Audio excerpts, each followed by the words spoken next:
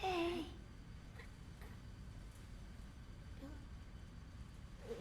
What? Were you sleeping?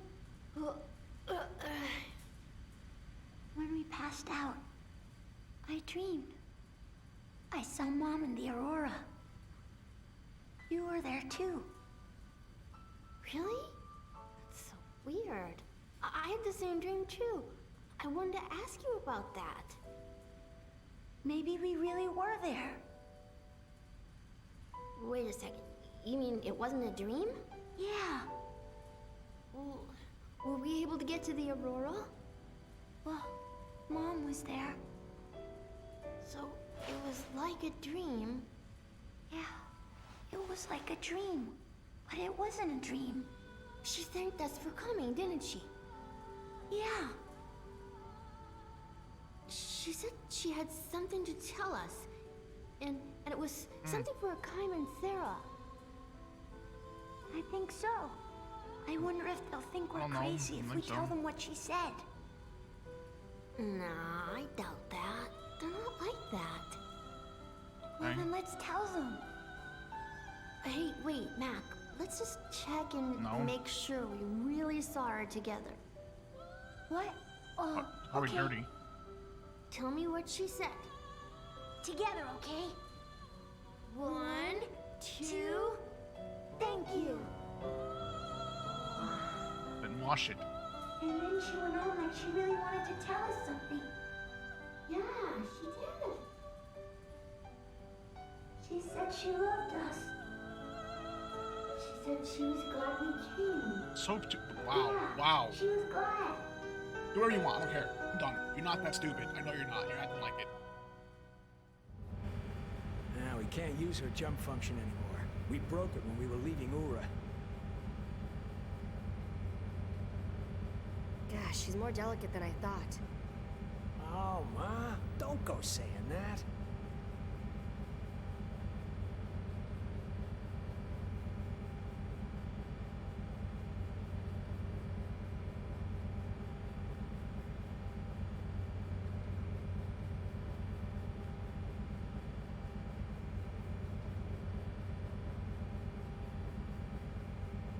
Mama?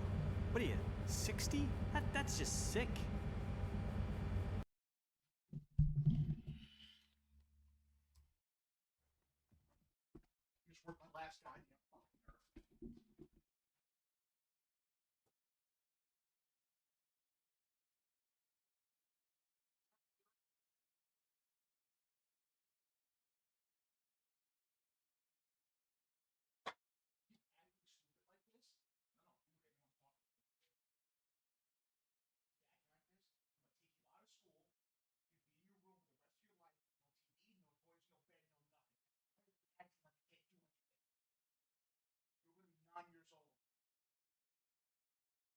Baby anymore. Stop acting like it.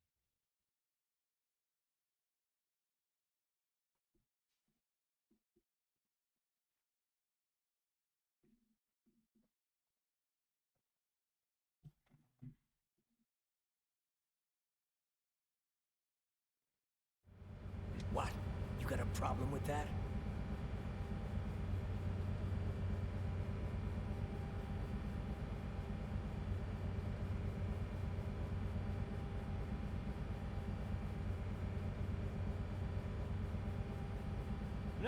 No, I think it's really very endearing. Yes. Where are the kids? Asleep. It appears they've seen Liram. I see. Gungora might not be there when we return to Ura. Why? When I was helping Ced, Gungora had boarded Grand Staff.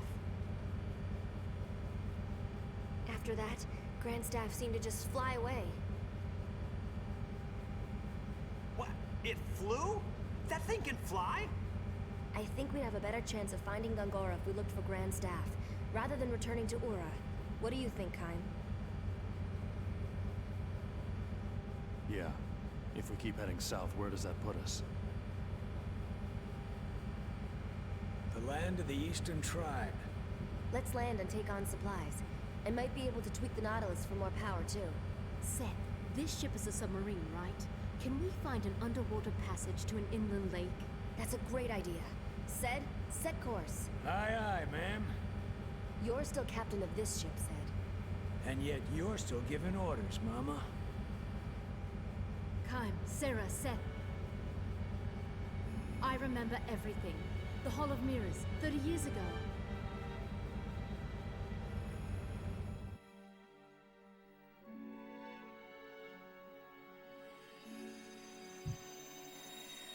Do you remember the world on the other side?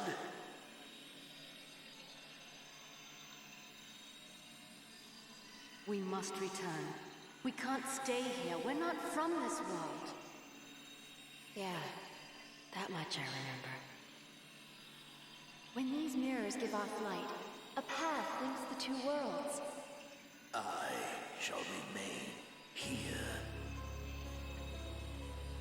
They won't allow it. Don't you feel the light? Oh, I feel it. Time has begun to flow again.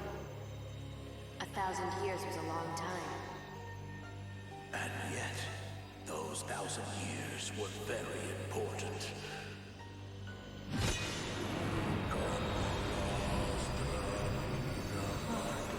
A sleeping spell. That won't work. You think?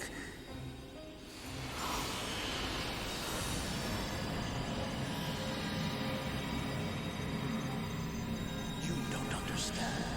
As long as we and these mirrors remain here, magic energy will increase in this world.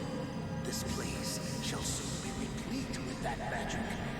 And we will be able to access power stronger than any ever known.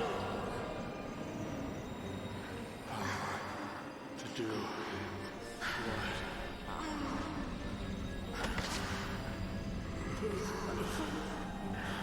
You will understand. So set your mind at rest. I won't leave until then. Until then.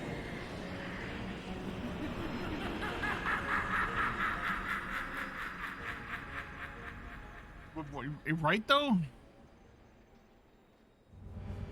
Then he Hello killed there. Lirum, and he took advantage of Anira's betrayal of Seth, threatening me and leaving my What's up, man? subjects' very lives How hanging much? in the balance. Chilling, trying to finish this shit up. Almost done with it.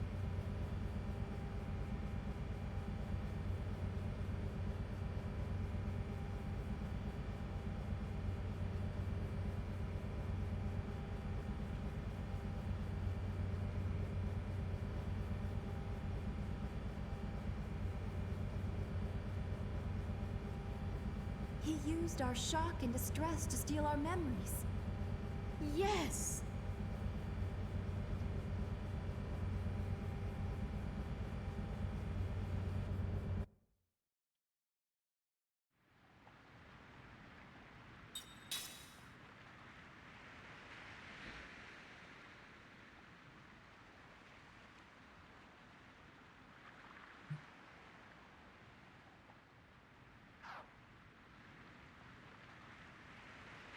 Ah, shit. Give me a minute.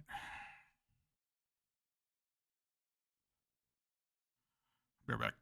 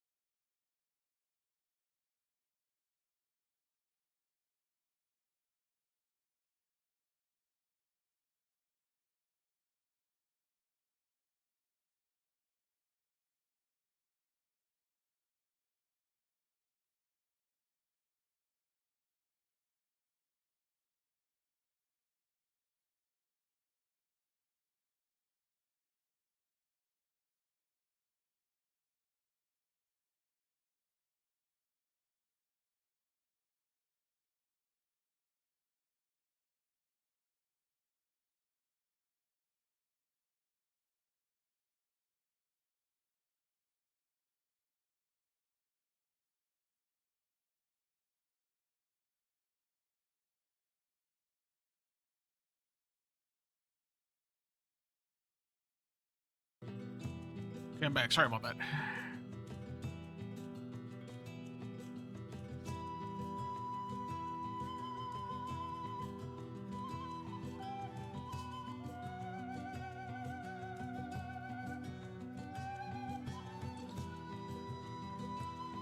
Hey, well, I wasn't in the bathroom. Oh, no.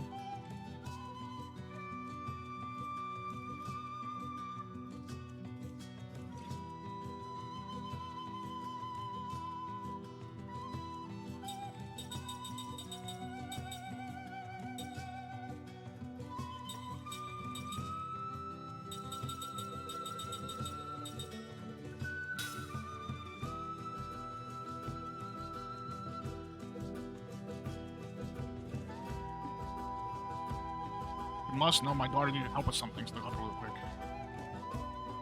And I don't like her coming in here when I'm not in here on the camera. It's all the time. She's not supposed to.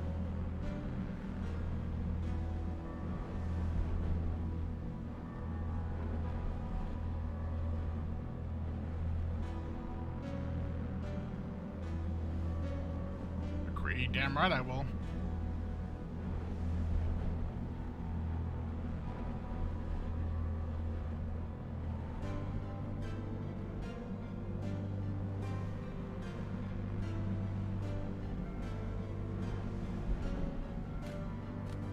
Yeah, she's fine. It's just, her TV was fucking up, and I was trying to fix it. And while fixing it, she tends to come in here and go on camera, and she's not supposed to.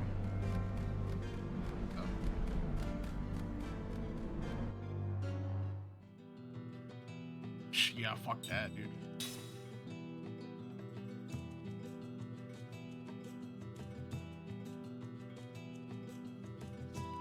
It's not. Neither is Hot Tub Streams, but she still gets away with it.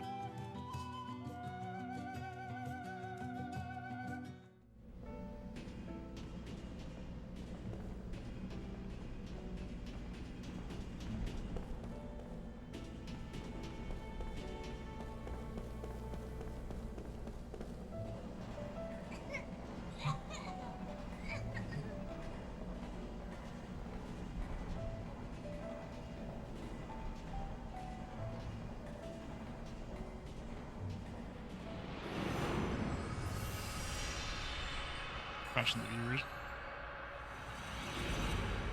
Yeah, I'm sure you would.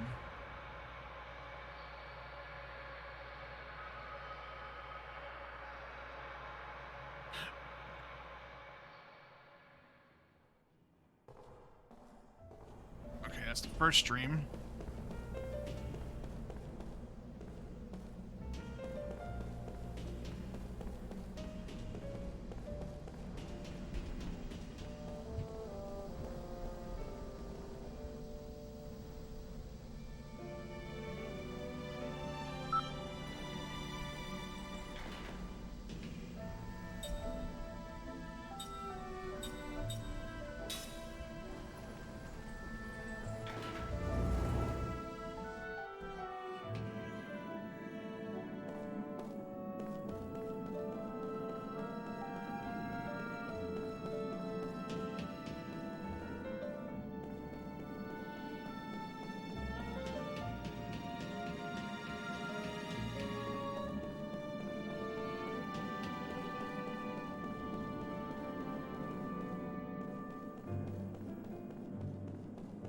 A good way to kill your stream.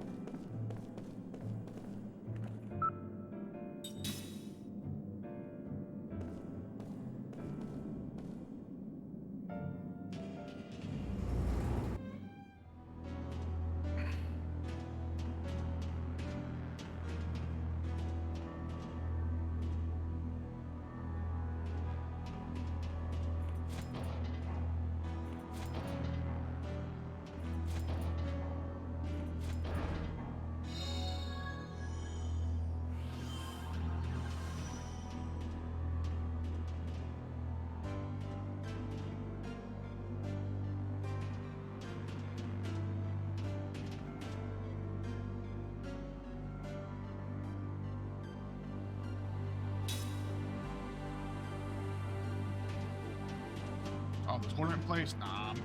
I don't want to do this. There's no point. No, I kind of don't.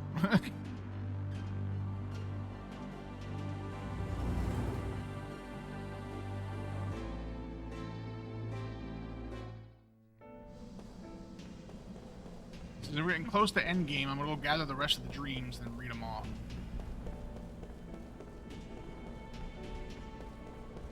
The stories are pretty good.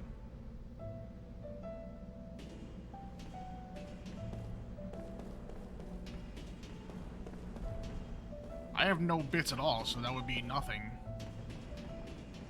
So joke's on you.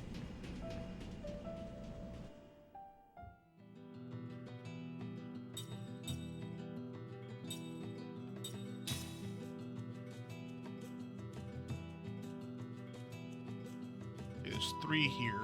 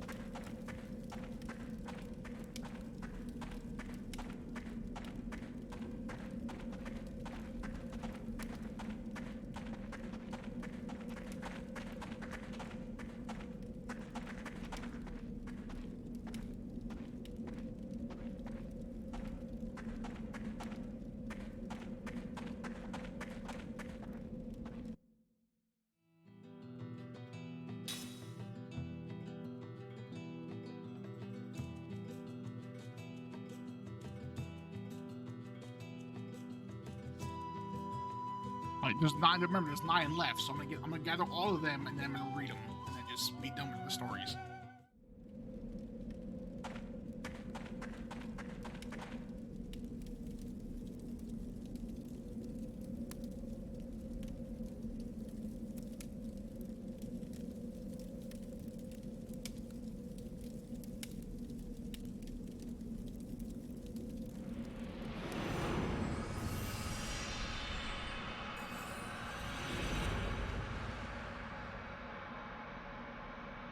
This was called Stones of Heaven, alright. Goatson Medical Camp is the next one, so that's right up here.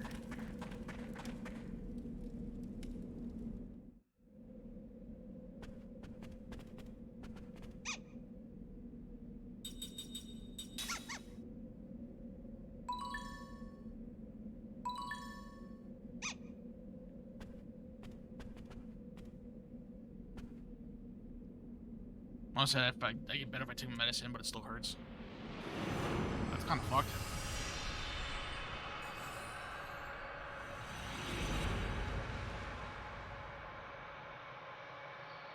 This one is called Signpost. This one's in Ura.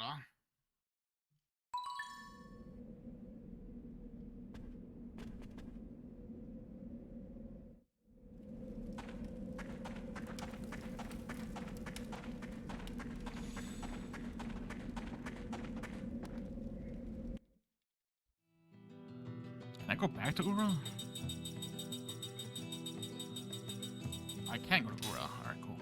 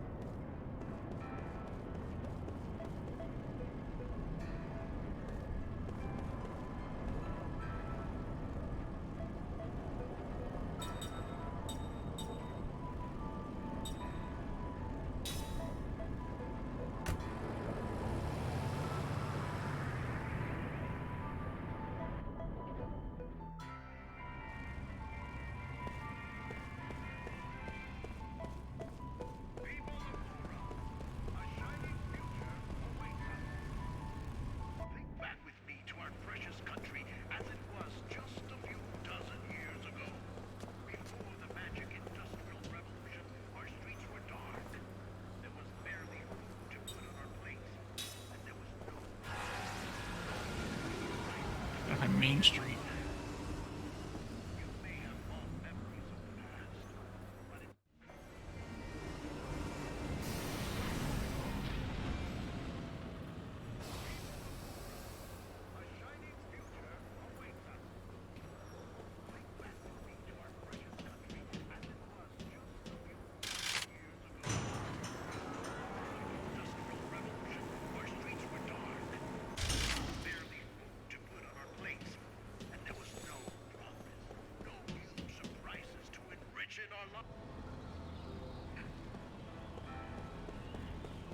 Does that surprise you, though?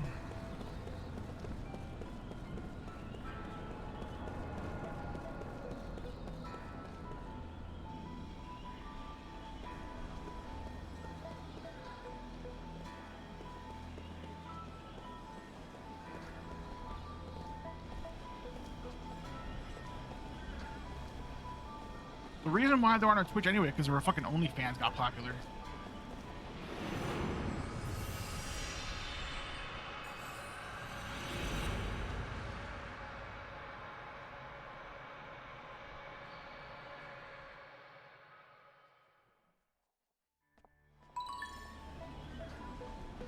She probably would.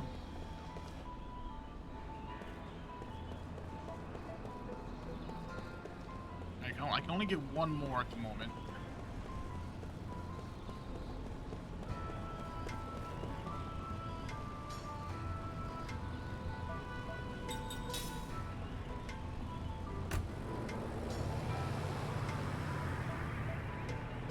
Doubt that too.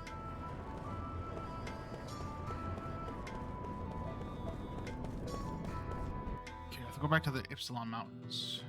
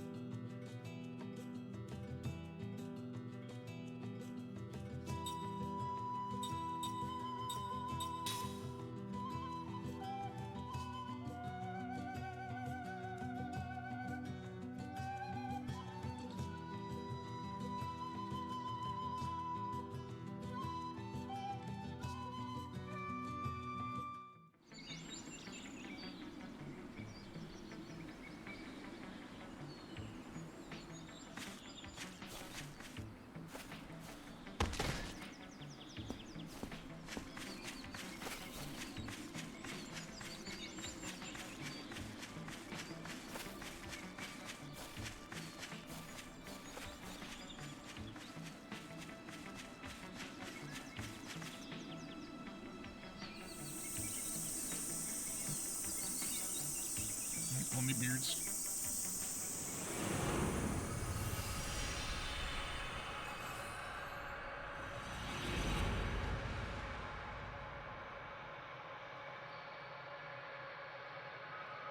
Force of cicadas.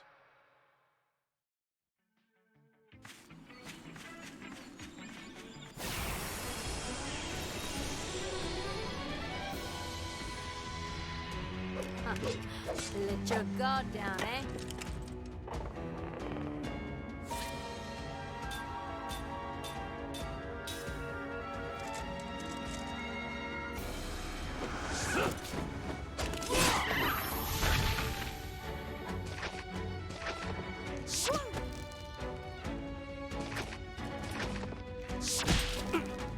I'm out of here.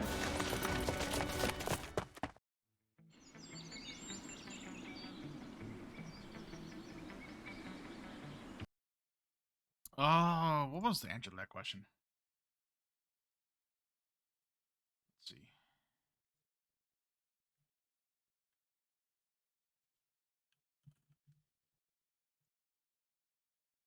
Oh, infinite sword glitch.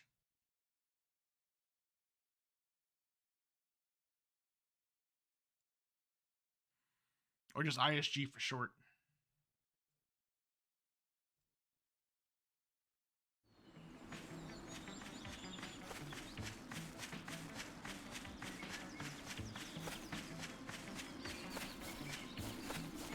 It's fucking Bob Dole bullshit. You know what? I'll answer it. It's not what I was going to. There. Problem solved. Question gone. Bye.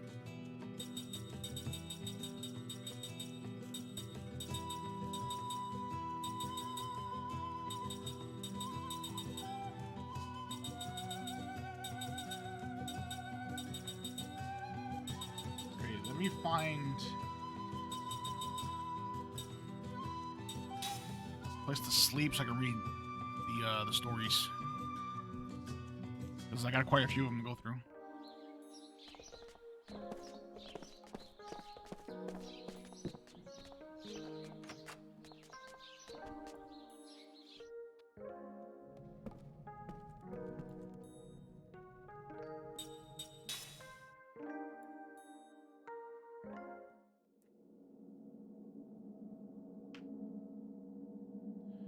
Alright, let's see which ones I got. Okay, how many did I grab?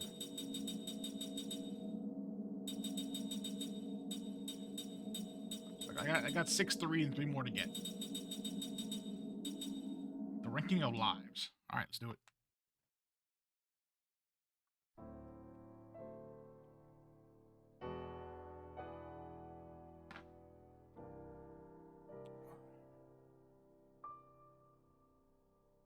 Yeah, exactly that. A terrible epidemic is ravaging the kingdom. The onset of the disease is sudden, due to genetic or perhaps hormonal factors that strikes only males. The victim experiences a high fever, a violent headache, and often a swift death. So it's COVID, back in their time period? The disease does have 2 hopeful aspects. First of all, once an individual survives it, he needs not fear catching it again. From then on, he has immunity. Secondly, an extremely effective medicine exists. If used preventatively or in the initial stage of the disease, the drug, a tablet made primarily from a plant that grows in the mountains, almost always results in a cure. Does this mean people can relax and there's no need to worry? Unfortunately not, for an ironic twist of fate is something that life tends to thrust upon people all too often. The high altitude plant used to make the medicine that is so effective in prevention and early cure is extremely rare, verging on extinction. In other words, there is not enough medicine for all the kingdom's subjects, only for certain people. You see what I mean? Asked Doc. A quiet man on patrol in the capital's marketplace with his fellow military policeman Kime. Setting his sharp gaze down one alley after another, Kime responds, "You're saying they rank people to decide who gets the medicine?" "Exactly," says Doc. "In deciding the rank order, they brand us as either subjects indispensable to the nation or other subjects. Capital military policemen will receive their medicine relatively early, which demonstrates their ranking as subjects indispensable to the nation." I guess it makes sense. Doc goes on. "If all of us were to keel over, order in the capital would break down like nothing. We always have to be in the picture of health as we patrol the city, right, Kime? For the sake of the homeland, as they say." "I suppose so. First, the royal family gets the medicine, then the royal guards. Third come the politicians, then the financiers who run the country's economy. The police and firemen, doctors, and finally us, the capital military police. That's not enough to give it to just anybody." Doc all but spits out his final words, and he asks, "What do you think, Kime? Ordinary subjects are people too. Is it okay to rank them like that?" In theory, Kime should be able to reply without hesitation that of course it's not okay. But realistically speaking, he says there is no way around it. He averts his eyes from Doc's as he hears himself saying these words. "No way around it," he mutters with obvious distaste. "Maybe you're right. Maybe there is no way around it." He sounds as if he's trying to convince himself. In fact, he does seem to be the only means to open them up. "The folks here in the marketplace know about the disease, obviously." "Obviously," answers Doc. "If their fears get the better of them, they can ride it at any time. Absolutely. We can just manage to keep the peace by patrolling the streets like this. I know what you mean. If we were to succumb to the disease, their lives would be put all the more at risk. If we can't dose every subject in the kingdom, all we do is think about how best to keep the harm or the impact of the disease to an absolute minimum." "I just better said it myself, Kime. You get a perfect score. Good job." His words of praise carry obvious barbs. Sensing their presence, Kime falls silent. Underlying Doc's sharp comments is not only the pain of biting sarcasm out, but the sorrow of helplessness. 2 children, a boy and a younger girl, run past him, laughing, dressed in the rags. They have probably come from the slums behind the market to gather scraps of vegetables, a little better than garbage. Doc points to the receding forms and says, "I'd like to ask you a question, Kime." "Alright. Are those kids subjects indispensable to the nation?" Because it's memories. It's just how the game is. I read the first 18 of them. Kime has no answer for him because he knows the answer all too well. He can only lapse into silence. Responding to Kime's silence with a bitter smile, Doc goes on. According to your logic, Kime, if those kids fall sick and die, there's no way around it, or at least Capitol Police like us have a greater right to the medicine than those kids do. Am I right, Kime? Isn't that what you're saying? Kime hardly declared that he was wrong. Responding again to Kime's silence, Doc says, "Now, don't misunderstand me. I'm not attacking you. It's just that everybody is indisposable to somebody, even those kids. They may be just a nuisance to the state, poor beggars, but to their parents, they are indispensable lives that must be protected at all costs. Am I wrong? What a kind-hearted fellow," Kime thinks, maybe too kind, to a degree that could be fatal for a soldier. You chose to play Shadowrun, my dude. From the direction of the castle comes the sound of the great bell, an emergency assembly signal to the soldiers patrolling the streets. The medicine seems to have arrived for them. Let's head back, Doc pipes up, apparently emerging from his gloom. Let's be good boys and take the miraculous medicine that's going to save our lives and protect the kingdom. Sorrowful thorns sprouting from the words pierce Kime through the heart. Nothing wrong with reading, though. It is the following day when Doc tells Kime of his plan to desert. "I'm only telling this to you, Kime," he says as we patrol the marketplace again. "I know the punishment for desertion is harsh, and I'm not sure I can make it all the way, and if I'm caught, I know I'll be court-martialed and executed." As he resigned himself to that possibility, he says, which is why he wants to make sure that Kime knows the purpose of his desertion. "I'm not betraying the country or the army. I just have to deliver this." His open palm lies a tablet that he was issued the day before. "You didn't take it?" Kime asks. "No, I fold them." Immediately turning serious again and closing his open hand. "You're going to deliver this tablet?" "Uh-huh." Doc holds out his hand now, pointing toward the mountains south of the capital. "At the foot of those mountains is the village where I was born. My wife and son are there. He was 5 years old and has been sickly since the day he was born. If he gets the disease, it's all over for him. So you can give him the medicine? Do you think it's wrong for me to do that?" Transfixed by Doc's stare, Kime was at a loss for words. Suddenly, the gentle Doc's eyes betray a murderous gleam. "I may be a soldier dedicated to protecting the nation, but before that I am a father of a son, and before that I am a human being. I don't give a damn about the kingdom's ranking of lives according to whether or not they are indispensable. I want to save the life of one human being who's indispensable to me." Doc's eyes take on added strength. They are bloodshot now, clear proof of his resolve. "If I leave now, I can be back at the barracks by roll call tomorrow morning. I leave home as soon as I give him the medicine, so I'm asking you to do this one favor. Don't cause any commotion till then." "No, of course not, but I'm not sure I can make it, but I am sure my boy will die if I just stay here. He'll pull through if he has the medicine. If there's even the slightest possibility of that, I have no choice. I have to take a chance. They'll kill you if they catch you. I don't care. I can die with pride, knowing I did it to save the life of the one person most important to me. Or if you get sick, all I can do is leave it up to fate." Doc smiles. "Human beings can't do anything about fate, but I do want to do everything I can as a human being." This is why Doc has revealed his plans to Kime. "One more thing, Kime. If they kill me or I get sick and die, I hope I can depend on you to visit my village sometime and tell my wife and son what happened. Make sure they know that I didn't desert because I got fed up with the army. I did it to save my son's life. Which is something that is way more important to me than army rules, and even more important to me than my own life. You'll be satisfied as long as that message gets through," he says with a smile. Kime has no way to reply to this. Not that Kime fully accepts everything Doc has said to him. He is convinced not so much by the man's reasoning as he is overwhelmed by something that transcends reasoning, by the power of life, by the strength and depth of Doc's desire to save a life precisely because it is something that will eventually be cut off by death. Words are hard. "I'm going to make a run for it while patrolling the marketplace. I'm asking you to look the other way. Tell them I disappeared when you took your eyes off me for a split second." Kime can do nothing but accept Doc's plea in silence. He sees that deep in the hearts of those who love finite life is a place that cannot be entered by those who have been burdened irrevocably with life everlasting.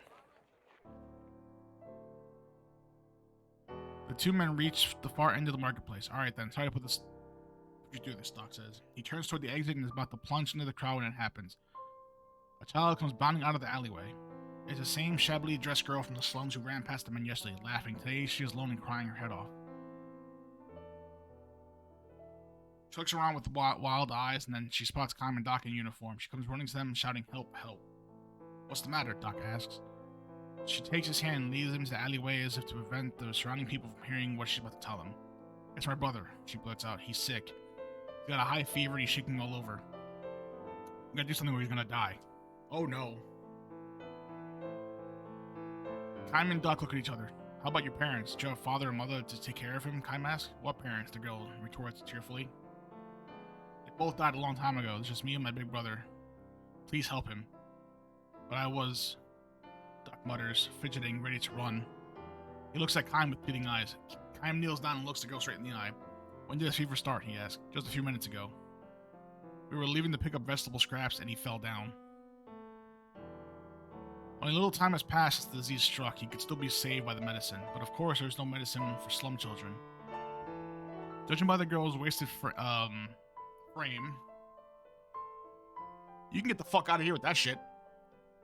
Judging by the girl's wasted frame, her brother must also be eating poorly. The disease will almost surely ravage his malnourished body and snatch his life in a matter of hours. The girl will not come down with the disease, of course, but even if it cannot attack her directly, once she has lost the only other member of her family, Momcha. When she's lost the other member of her family and there's no one to take care of her, the tiny thing is bound to trace the same fatal path as parents and brothers sooner or later. What's up, Doc?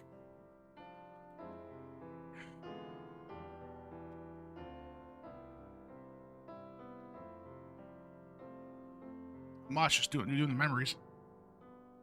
Please help my brother. She clings to Kaim and Doc, huge tears streaming down her cheeks. Kaim gives her a silent nod and he slowly raises and reaches for a small leather pouch hanging from his sword hilt. Before you can lay a hold of it, he hears Doc saying to the little girl, "Don't worry." Doc is holding out his hand to her, smiling gently. In the palm of his hand is a tablet. Give this to your brother, Doc says. There's still time to save him. The girl gives him a puzzled look and hesitates until he urges her. Hurry, do it now. She reaches for it uncertainly and takes it in hand with great care. Hurry home now, Doc says with a smile for her. The girl dashes off. Thank you, thank you, thank you. Her shrill, cheerful voice rings out as she disappears into the alleyway. I'm glad it worked out this time, Kaim. Doc says with a shrug and faint smile. So now I won't be branded a deserter and I won't have to give you anything to worry about. No, this is a good thing. Sounds as if he's trying to convince himself. He even nods deeply in agreement. Surely he cannot have done this without regret, especially if his son at home should take sick and die. His voice is calm, however, and as he says, I couldn't help it. I saw a little girl crying like that. I know my son would understand. He gives himself another deep nod. Still, Doc, never mind. Don't say a thing. Doc cuts him off and squints toward the alleyway the girl ran down. There's absolutely no rank order to lives. The only thing that matters is to save a life you see with your own two eyes. I know what you mean, says Kaim. Just because I save one slum kid's life, there's no guarantee he'll grow up to be a credit to the nation. Maybe all I succeeded in doing was prolonging the life of another drag on the street. Maybe after I get back to the barracks, I'll start thinking of other people I should have saved instead of him. On the other hand, Kaim says, he interrupting himself and turning to look at Kaim as he considers yet another possibility. On the other hand, I look at it this way too. Maybe it's just a matter of innate human instinct to want to save the life before your eyes. Maybe we learn those other kinds of ranking later, for the nation or for the people or even for my son. I may have failed as a soldier or as a father, but I think I did the right thing as a human being. Doc stops himself there and starts walking without waiting for Kaim to reply. He might be trying to hide his embarrassment of his own tortured reasoning. Seeing this, Kaim produces a laugh and calls out to Doc casually if he were suggesting they go to the tavern for drinks. Hey Doc, you forgot this. Now Kaim finishes what he did before, reaching for the leather pouch tied to his sword hilt. Remy takes a small pill. What, you mean, I didn't take it? Capable of losing his life to the disease, Kaim had no use for the medicine to begin with. Of course, he has no intention of telling Doc about that. Even if he were trying to tell him that he lived 1,000 years, it's not likely that Doc would take him seriously. You have a family, Doc. Lives you'd give anything to protect. That's a great thing. Now Kaim holds out a hand with a tablet in the way Doc did earlier to the girl. I envy you, he says with a smile. Wait, Kaim, wait. I don't have a family, he says, increasingly in death with a smile. Responding to Kaim's smile with this mixture of loneliness and warmth, Doc silently accepts the tablet. Now, just look at that beautiful blue sky, says Kaim. I think I'll just stand here a while looking up at it. Not thinking about anything at all. This might be a good time for you to run home to your son. Kaim does as he says, looking up at the sky. Before long, he hears the sound of footsteps running across the stone pavement. Make sure you come back alive, Doc, Kaim mutters. Kaim strolls along, looking at the blue sky until he disappears in the marketplace crowd. That's kind of cool, though. That he can't die, so he already had a pill on hand. The village closest to heaven. Alright.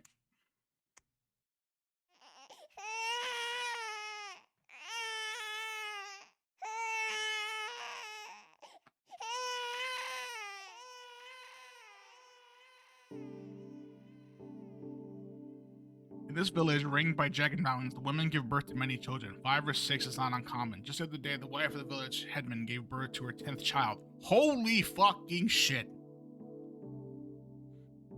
The backstory, yeah, the memories are fucking fantastic. 10th child. It's a fucking wizard sleeve at that point. And why do you think that is? The young fellow asked the traveler, looking down at the snow-blanketed village. Time cocks his head in search of an answer. Meanwhile, the young man takes something like a piece of crystal candy from a small leather pouch. He pops it into his mouth and says with a laugh because they die right away. The children? Uh-huh. Hardly anyone grows up to be an adult. Most kids die after 5 or 6 short summers. Look at the village headman's wife. She's lost 7 kids already. You get so much depth to Kime that you didn't truly get from... Yeah, exactly. That's why I'm doing it. People can like hear the backstory, understand like everything they all been through. Whether from a genetic problem or disease endemic to the area, the people of this village have always lived short lives, he says from way, way back. Now that you mention it, says Kime, I haven't seen any old people here. See what I mean? A few decades ago, I'm told one person lived to be 50, but people say that's the oldest anyone's ever got inside the whole village. This is why we give birth to lots of kids, give birth to a lot and lose a lot. It's just one of them lives into adulthood, though the family line is saved and the village history continues. You see my point? The young man is 16. As is his wife. The first child is due to be born any day now. Late today or tomorrow.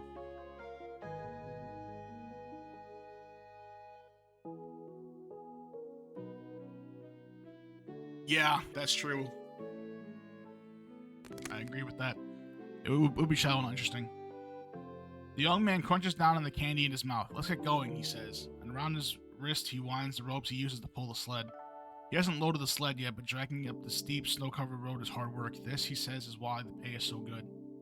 Only a few days earlier, he lost his good friend and fellow worker who had been 3 years his senior. When Kime happened along, the young man asked him if he would help by pushing the sled from behind until they cleared the pass. Kime agreed, and they became an instant team. Kime circles around to the back of the sled and asks, why don't you have any animals to pull the sled? Afraid not, says the young man. I know it's strange, but our horses and cattle and donkeys all die young. You can spend a lot of money at the town market buying an animal. But a kilo affords it's done in a lick of work. Finally, the best way for us humans to plow the field is to pull the sled ourselves. The arms with which the young man himself is pulling the sled are massive, and he forges through the road snowy covered with powerful steps. His fellow worker was stronger still, he says. He taught me how to pull the sled, how to set rabbit traps, how to build a fire. All the skills I need to live, with all the love he would give to a kid brother. Before I knew it, he was gone. People here always die suddenly, he says. They can be perfectly healthy one minute and drop dead the next. No time for suffering just like that. No time to call a doctor. Even if a doctor comes, there's nothing he can do. Did your friend die that way? Uh-huh. He was shoveling the snow that piled up overnight during the road when he dropped dead. By the time we ran over to help him, he was gone. That's how it always is. Always. That's how they die. Grown-ups, kids, everyone. And you too, then. I guess so. Nobody knows when the moment is coming. It might be decades from now, or it could be tomorrow. After this cool pronouncement, the young man turns to look at Kime and, pointing to his own chest, he says with a smile, or maybe even now. The smile is genuine, without a hint of despair or bitterness toward the cruelty of his fate. Aren't you afraid to die? Kime starts to ask him, but stops himself. It's a stupid question. He decides, and one that he is not qualified to ask. Where can a man burdened with eternal life find appropriate words to speak to a man burdened with the threat of a sudden death?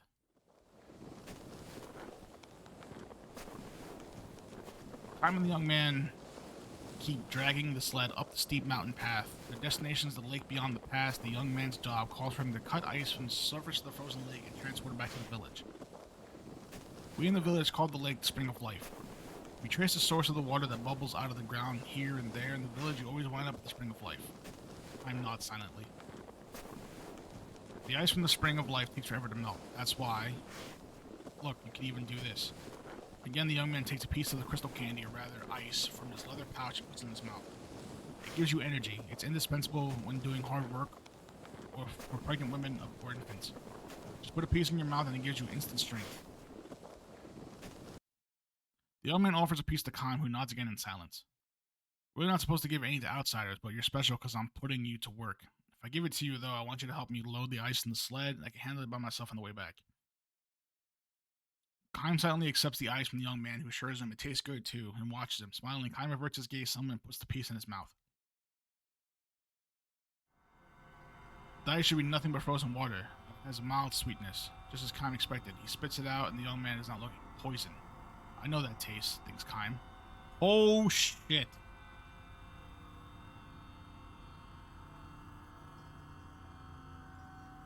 The village people are used to this taste, so they think nothing of it. Without a doubt, though, there is poison in the ice. A long flow of time smooths over the wounds inflicted by history. The permanently snow-capped peaks make people forget the existence of a wide world on the other side. The young man calls this lake the spring of life, but those who live far beyond the mountains, at the source of the river that feeds the lake, used to know it as the pit of death.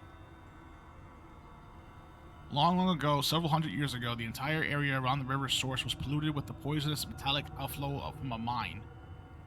The river was filled with dead fish floating belly up, and the poisonous gas that rose like a mist from the ground killed both the earthbound animals and the birds in the sky. The forest withered, and the lively town that had grown up with the development of the mine became a deserted ruin.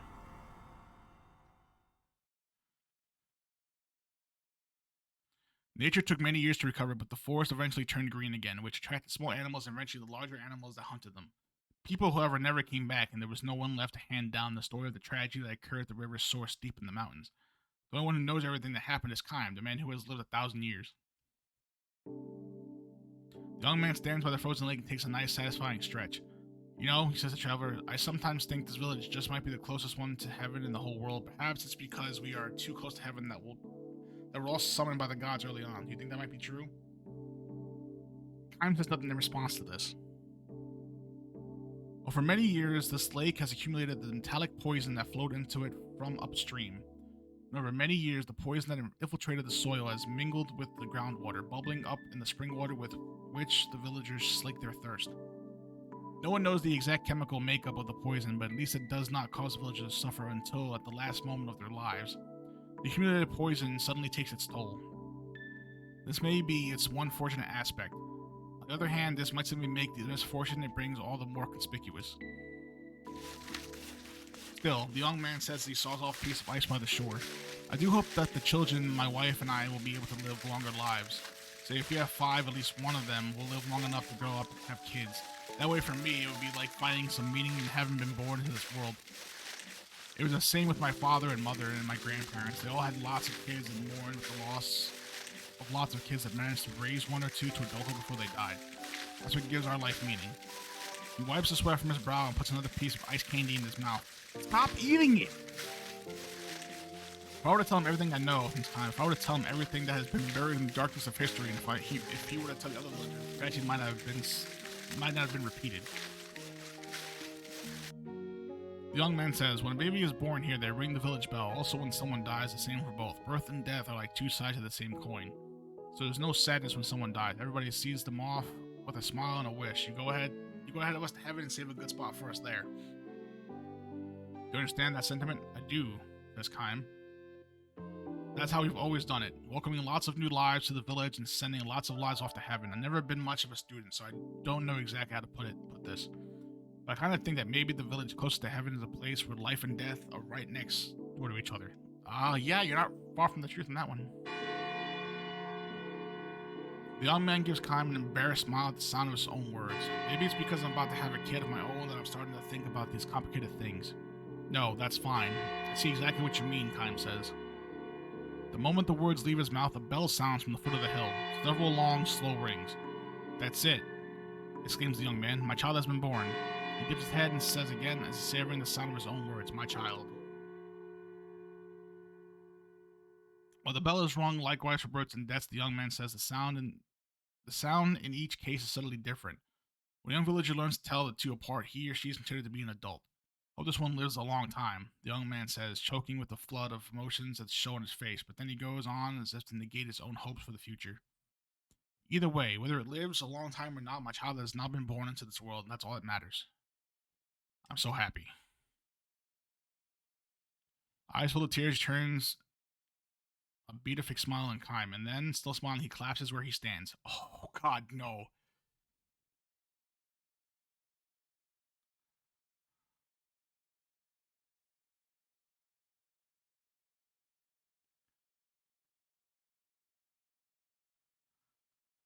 Kaim lays the young man's corpse on the sled and returns to the village. As the young man said, the villagers accept his death the same smiles they have for the birth of his baby. Death is not a time for sorrow. It simply marks whether one has been called to heaven earlier or later. The young man's wife takes an ice candy from the leather pouch as he left behind and places it gently in the baby's mouth. What are you doing?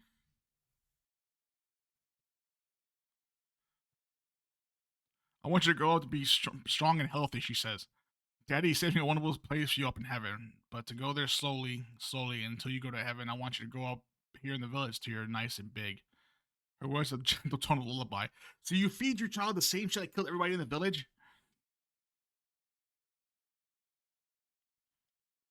Kaim says nothing. If he is to stand unflinchingly for what is right, his silence may be a crime, but burdened with eternal life, Kaim knows how suspect the right can be.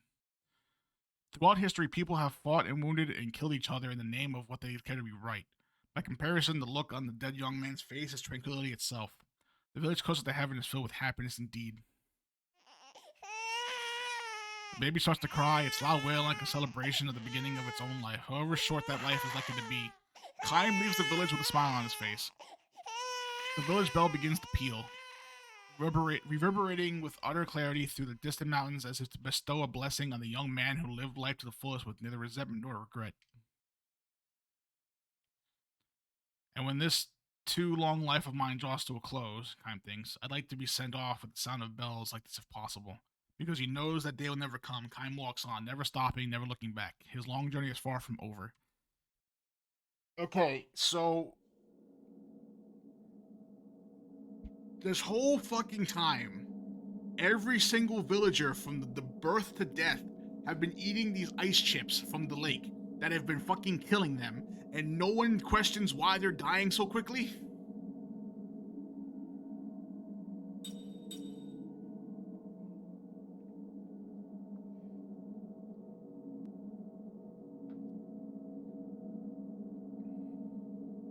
Stones of Heaven. Like, no one questions that?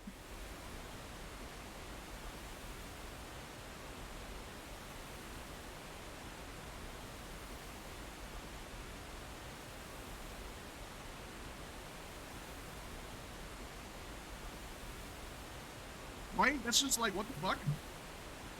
The waterfall lies deep in the forest, more than a day's travel from the nearest village. It is said to be a holy place. In search of the divine amid the towering peaks, pilgrims stand beneath the plunging falls in their final ascetic practice. The water of the falls is freezing cold. All it takes is a momentary lapse of concentration and the person is hammered down by the rushing water. Stones of Heaven. The pilgrims call this water the Stones of Heaven. Heaven is testing their mental and physical strength, they say, by hurling an endless stream of stones down upon them in the form of a powerful waterfall. And the stones have mysterious power. A former pilgrim says to Kaim with a keen smile. He himself failed in his final austerity, he adds. Different stones of heaven fall on each person as if they can see into your heart. What do you mean? Kaim asked. The burden you bore and the dreams you dreamed in the secular world appear to you one after another. In his own case, he says, what came to him first were the voices of women. The water plunging down into the basin of the falls began to sound like women's voices, sweet voices whispering in my ear. Voices sobbing, voices moaning, and lovers embrace an incredible variety. For better or worse, I knew every single one of them. Someone was thrilled to hear again, while others I hated remembering. It seemed in the stream of fucking rocks. Exactly. I mean, you've gotten yourself into a lot of trouble involving women. I have indeed. Not to boast or anything, but that was one battlefield I knew better than anybody. I survived, but I made a lot of women cry, and there was a lot of them I loved. My whole purpose in undertaking the austerities was to put the life behind me. But Stones of Heaven know what you're doing. In the final test, they go after your greatest weakness. If you waver the slightest bit, you've had it. The water slams you down, and your atrocities are over. The man feeds a stick of kindling into the campfire, and I'm not the only one. News. Who thought it was a good idea and then convince everyone else it's a good idea too. This is a village of idiots. Most of them are. One fellow heard the voice of a mother he hadn't seen since he was a little boy. Another heard the voice of his dead child. Was it always voices?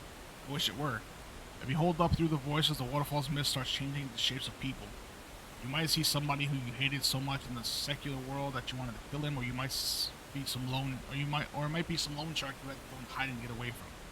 One little flinch and you're done for. So they're hallucinating too. Alright. They're on shrooms. This particular austerity can be performed only once, and there is no second chances. Someone who has persevered for a whole day and night, but who fails at the end, has no choice but to turn to the secular world and defeat, as this man did. Not that it was easy for me to get on my feet again once I was back there either. The man chuckles and calls out to a young pilgrim, or more precisely to a young man who was a pilgrim until a few moments ago, but who has just now dragged himself to the lip of the basin in utter dejection. Hey young fellow, the campfire's over here. I've got liquor to warm up your insides and fresh grilled meat. Get a little of that out of your stomach and you'll have the strength to make it back down to the village.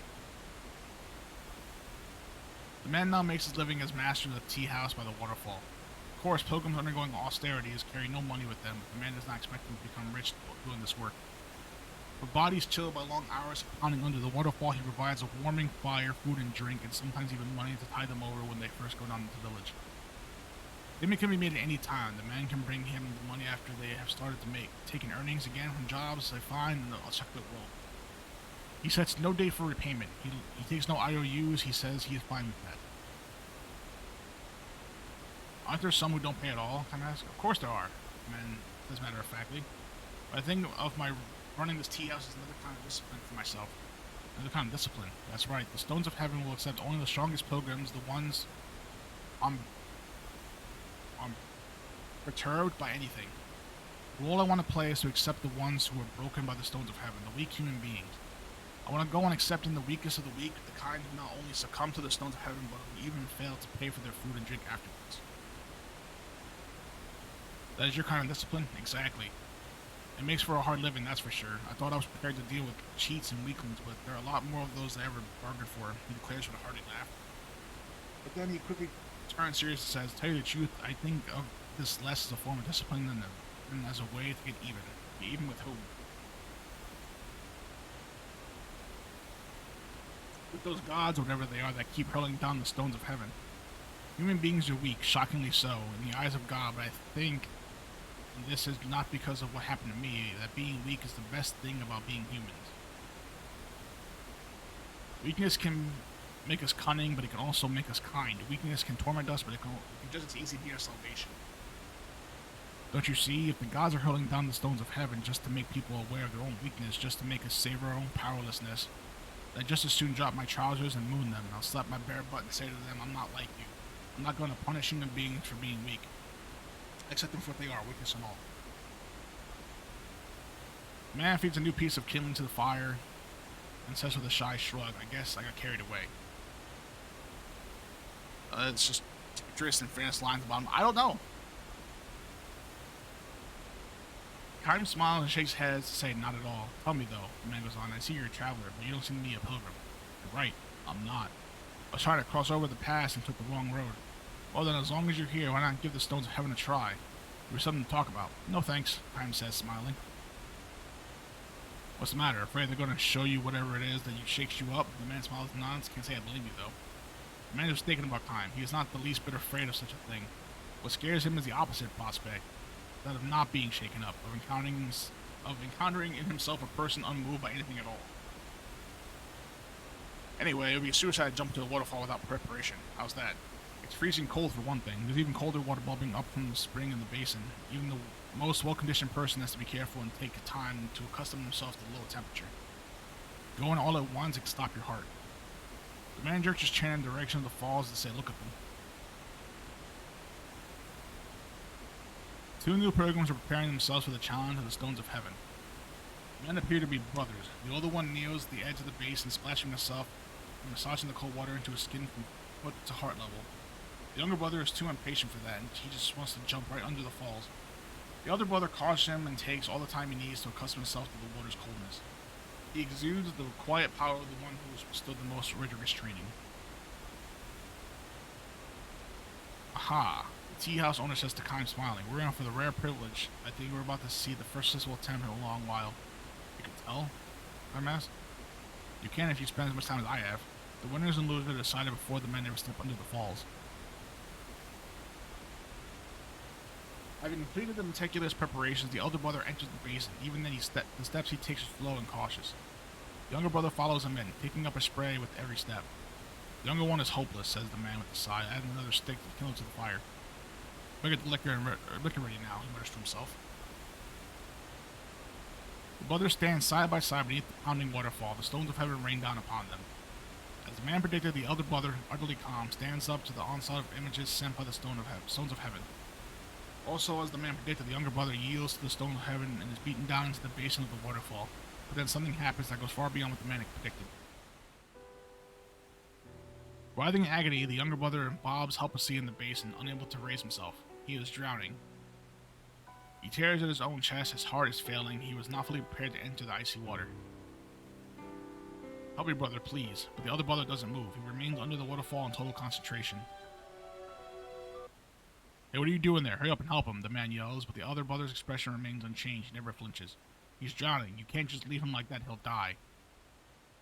The elder brother never moves. He grits his teeth, keeps his eyes clamped shut, and shows no sign of moving off from under the waterfall as to declare this is it. This is the final test of the stones of heaven. The man screams at him, "You idiot," and dives into the roiling basin in a rash effort to help the younger brother. For the moment his untrained body hits the frigid blood, the shock it seizes his heart. Still, he reaches out towards the drowning brother who is sinking beneath the surface. A great shudder goes through him, and with an enormous groan, he takes hold of the young man's wrist and pulls his limp body toward him. He tries to return to the shore, but his strength gives out and he falls back into the water.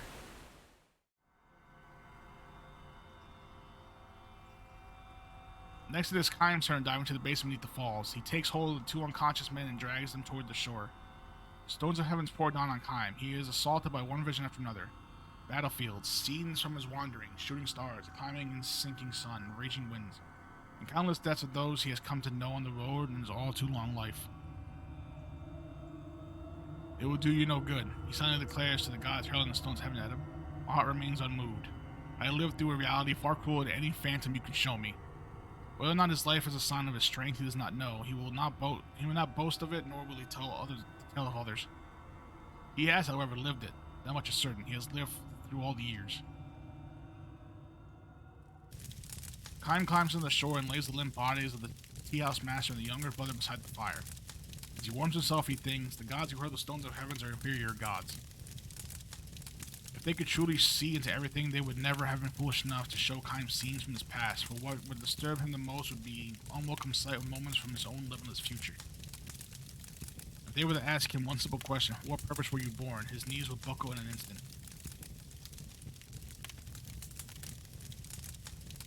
The first to regain consciousness is the young pilgrim. The House Master's condition is critical. Kaim's attempts to warm him and massage his clenched heart have little effect. Put yourself together now. Look, we got a fire here. The fire you built. Let it warm you. Kaim shouts into his ear until the man finally manages to force his eyes open and crack and move his purple lips. Is he alright? Sure, he's fine. Don't worry. Oh, good. Put yourself together, man. Tell me, though. Is his strength the same as coldness? Never mind. Stop talking. Because if that's true, his strength is coldness. I don't want any part of it. The man gives kind of faint smile and closes his eyes. He'll never open them again.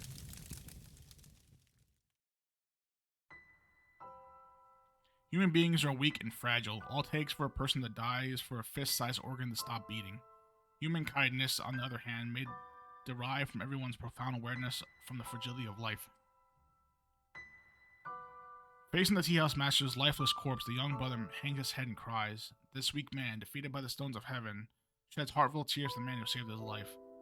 His strong elder brother, meanwhile, is still being pounded by the waterfall, unfazed by the stones of heaven. Surely his strength will be recognized by the gods, and will bring his ascetic training to perfect completion. Still, Kaim finds the tear-stained face of the younger brother beautiful in the way that the stronger elder brothers can never be. And he wishes that he himself could be moved like the younger man. There was an unmatched nobility in the last smile of the tea house master who gave up his life to save that of a complete stranger. Kaim wishes that he too could experience such feelings. And what of my own face? Living through 1,000 years of life is not strength, yet burdened with a life he cannot lose, will Kaim ever be able to change weakness into kindness? This he cannot tell. He can only live unknowing. He can only walk on. He can only continue his journey. Kyle looks at his reflection in the basin of the waterfall. On the water's heaving surface, he sees the trembling face of a lonely wanderer. That's kind of fucked up, man. He got defeated by it once, then went to save a kid because his brother's a piece of shit. And he dies in the fucking process anyway.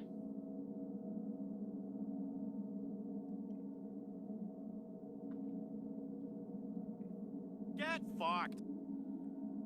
Signpost.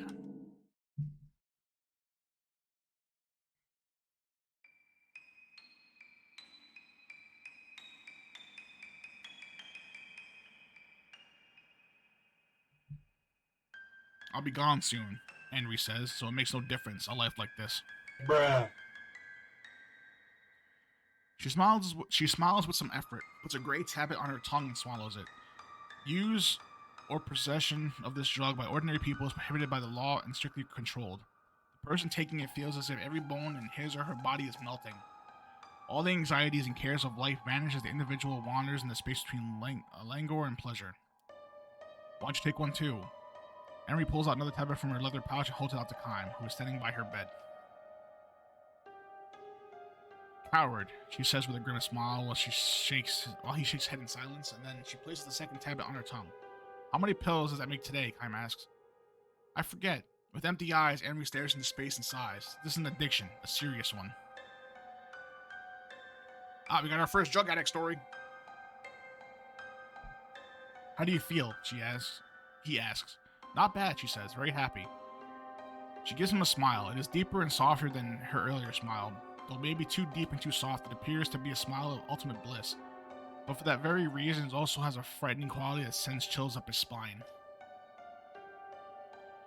The drug is called Signpost. It's not its formal designation, of course. People started calling it that as a secret code word to avoid prosecution, and the term called on. Signpost is, however, the single most appropriate name for this drug.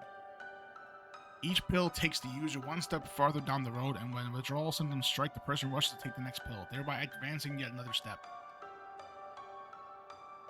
Farther and farther and farther. The road marked by the signpost is a soothing one, entirely free of pain and suffering. At the end of the road, however, there waits only death. The use and possession of signposts is so strictly prohibited because it is seen as an invitation to gradual suicide.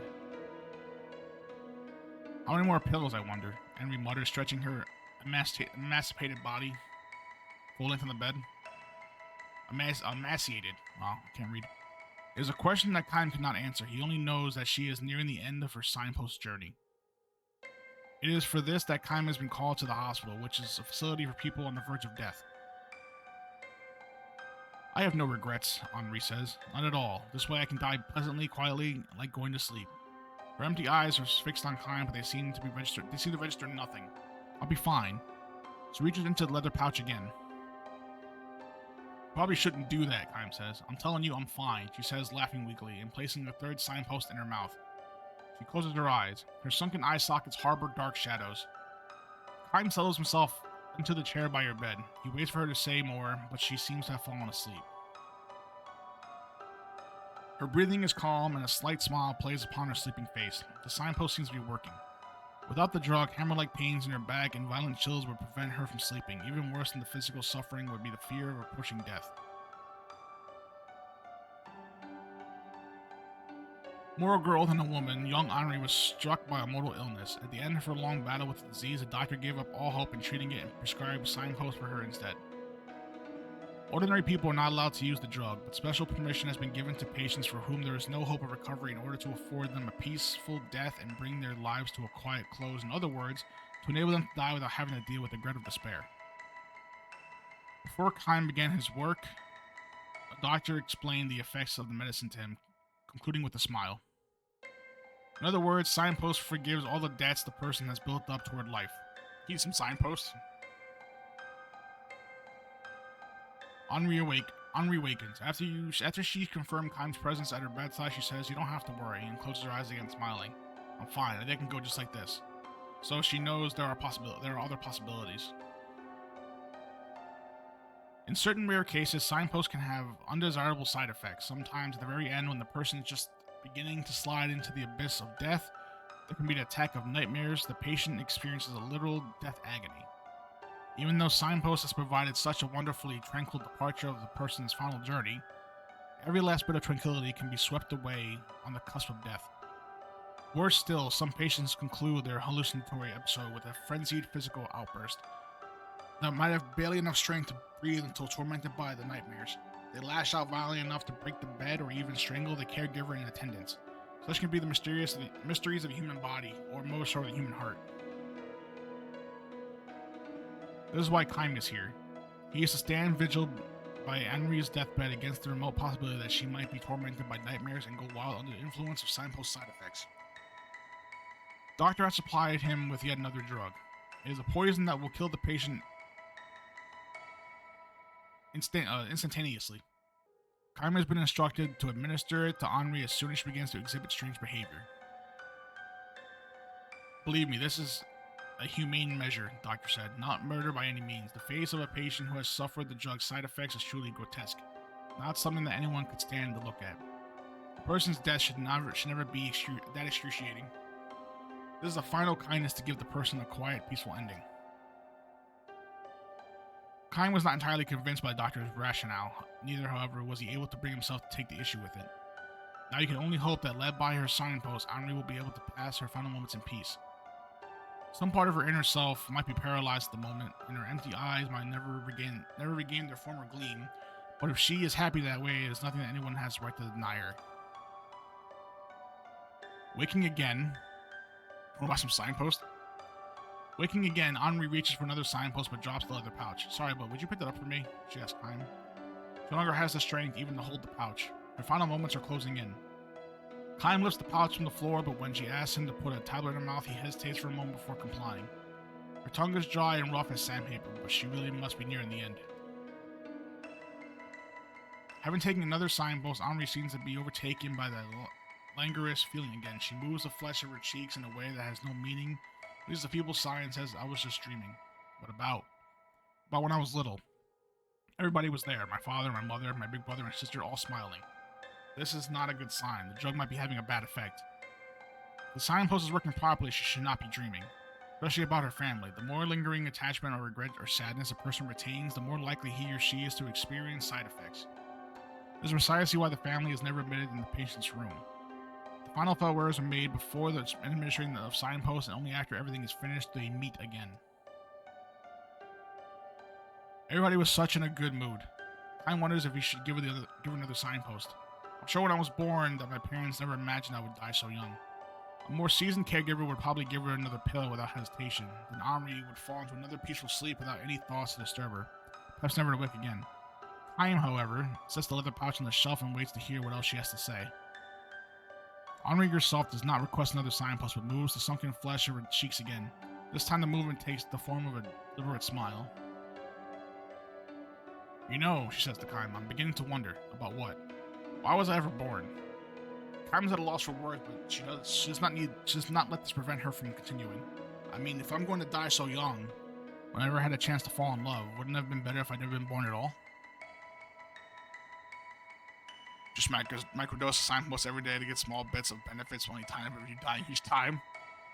Kaim nods as if to tell her that he understands. Why was I ever born? This is the question that Kaim himself has been pondering all through his endless journey.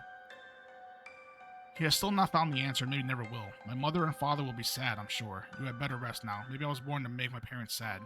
Close your eyes, take a few long, deep breaths. Can I have some more medicine? This time he gives it to her without hesitation. Thank you, she says simply for the first time and closes her eyes. I guess it's possible I might never wake up again. It's possible. It's a good thing to die without suffering, isn't it? It probably is. To die with your head in a fog without thinking or feeling anything, that's a good thing too, isn't it? Kaim says nothing. This is a question he cannot answer, a question he doesn't want to answer. Henri falls asleep without asking him anything else.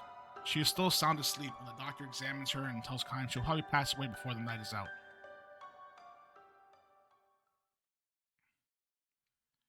It is late that night, close to dawn, when Henri begins to suffer. I'm sorry, Mommy. I'm sorry I ate the jam. It was me.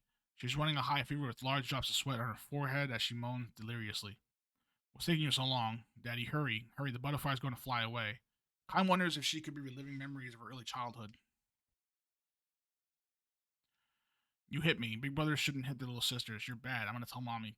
Convulsions rack her entire body.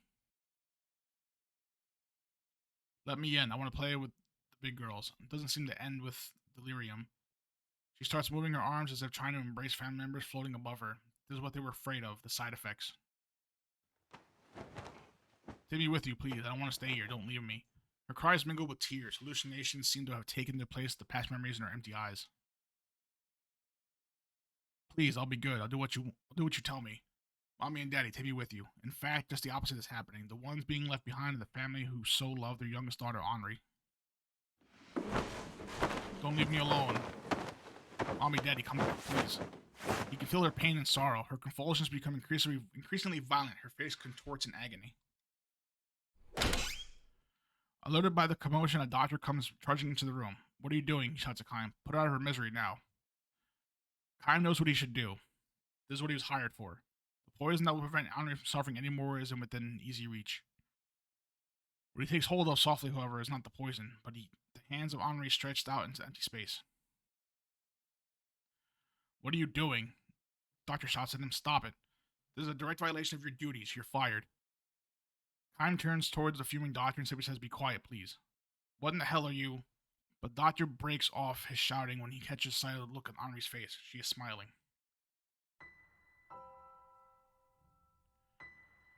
Are these my mother's hands? My father's? Big brothers? Big sisters? Tell me, whose hands are these? She acts joyfully. Feeling the strength of Kime's grasp, she squeezes back, an almost indescribably happy smile on her face, tears streaming from her eyes. I'm here with all of you, together, always. Her convulsions have subsided and her breathing has calmed down. Kime whispers in her ear, thank you, Henri. Daddy. Smiling through her tears, she says, I know it's you. Kime smiles back at her and says, I'm speaking for all of us. For me, your mother, your brother, your sister. I say thank you, Henri. Henri seems almost embarrassed, but she asks for what? For having been born, Henri, for having come to be with us, for having allowed us to share time with you. Mommy and I and brother and sister were all so grateful for you for that. Unfortunately, life has its limits. There are long lives and short lives, and in life, even more unfortunately, there is happiness and unhappiness. There are happy lives and unhappy lives. For all of this, however, for the chance to be alive in the world, for the chance of having lived life in this world, the only thing to say is thank you. When Kime says this to her, Henri gives her slender chin a little shake and says, no, I should be the one thanking you, all of you. These are Henri's last words. The look on her face and death following the torment of the drug-induced nightmares is neither tranquil or peaceful. It is, however, happy. Are you really leaving us? Doctor asks Kime with a genuine show of regret. Dressed for the road, Kime smiles and says, I don't think I'll ever be able to perform the duties of a caregiver properly. To tell you the truth, Kime, I still can't get over the fact that it's even possible to do it your way. The serious look he adds, I wonder if your hands give us some substance like signposts. Otherwise, I can't imagine how she could have died so happily. Yes, Kime's hands have signposts in them. Kime turns his palms toward the doctor. They're just ordinary hands, nothing special. I'm not so sure about that, doctor says. If we spent some time studying them properly, maybe. Kime shakes his head with a sour smile to say, you wouldn't find a thing. He does have one point to make with the doctor. I've seen lots of people die alone, probably a lot more than any of you doctors have. That's why I wanted to bring her together with her family at the end. That's the only reason I took her hands. And yours do? Doctor's vague nod suggests that he is not convinced, but Kime is through talking with him. He strides off towards the highway. He must continue his journey. His journey will go on as long as he is able to reply to Henri's question. Why was I ever born? Henri had a family at least. Her life consisted of her joining and leaving her family. Kime has not had even that much. Big cocaine. Where did I come from? Where am I going? Why does the passing wind draw Kime along on his endless journey? A journey without signposts. This is why Kime is always free and always alone. Cocaine's fun. Beyond the Wall.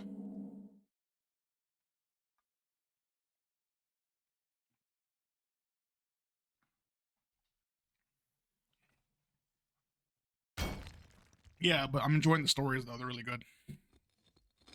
it would be bad if the reading was just like boring and didn't have any substance to it, but it's really good stories.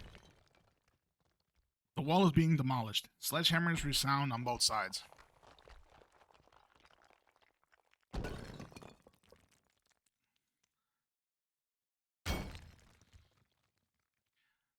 Me never fucking read.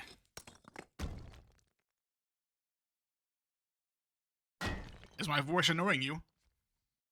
Bitch. The wall is being demolished. Sledgehammers resound on both sides.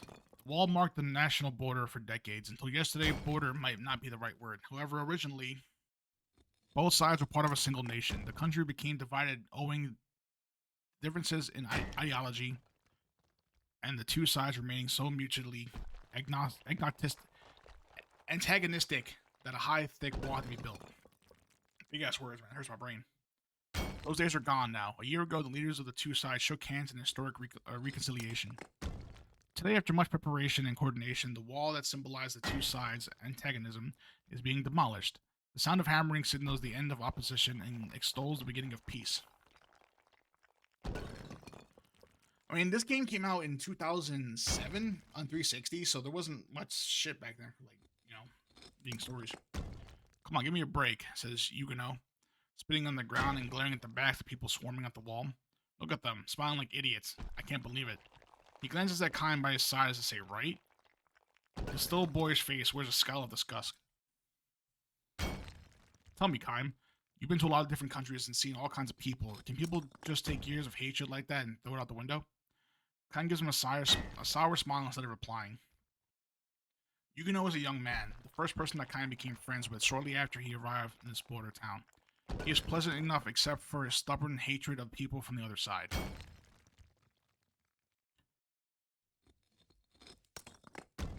My mom's a game from like the fucking 70s. My mom's like 55. One lousy handshake and I'm out of a job. I mean, really? Give me a break. Huguenot used to be a border guard. In other words, one of the men assigned to keep watch on the wall. He had volunteered, eager to kill anyone who dared to come over the wall from the other side. If his superiors had permitted it, he would have gladly crossed over and attacked the other side rather than waiting to fend off an invasion. As a mandatory part of the reconciliation, however, the border guards were disbanded. Unlike his brothers in arms, who quickly started new lives for themselves, Huguenot was left behind by the changing times. Tell me, Kine, can people be allowed to just slow off their resentment so easily? Do they just not give a damn? Kine does not respond to this. He knows that Huguenot is a victim of age of confrontation. Alright, shit's ending. Gonna bounce finale. I'll see you in Shadow in a bit. And for now, Dumber, you're unbanned, so feel free to come too if you want.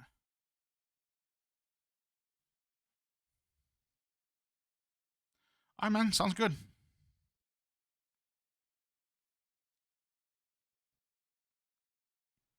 I'll probably be there. You starting normal time, or you starting earlier today?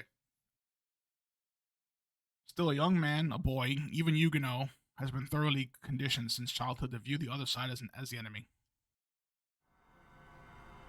Watch out, the other side could attack at any time. So 11 my time. Okay. Watch out, the other side can attack at any time. Watch out, the other side are all cruel, cold-hearted villains. Watch out, if the other side ever invaded us and occupied our towns, they'd burn down our houses, steal our property, kill our men, and assault our women. Watch out, the day is not far off when they the day is not far off when they will be invading us. It could be 3 days from now, or it could be tomorrow. They might be climbing the wall today, this very moment. Later, Colonel. Watch out, they've already sent their spies among us, and you can tell for sure who they are. They're the ones who extol and sympathize with the other side by word and by deed. Watch out, they're probing for the slightest gaps in our psychological armor. Remain alert and be ready to draw your sword at any moment. Watch out, watch out, watch out. There was much to be found out about the other side of the history books distributed at the school on this side. The pictures of the people from the other side portrayed them as ferocious demons.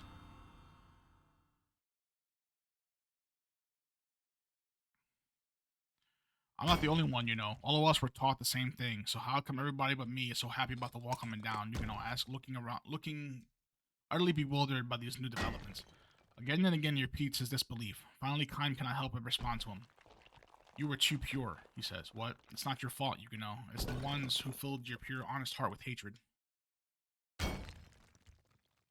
Wait a second now, Kaim. The animals who live on the other side of the wall are the ones who did that to me. The horrible things they do.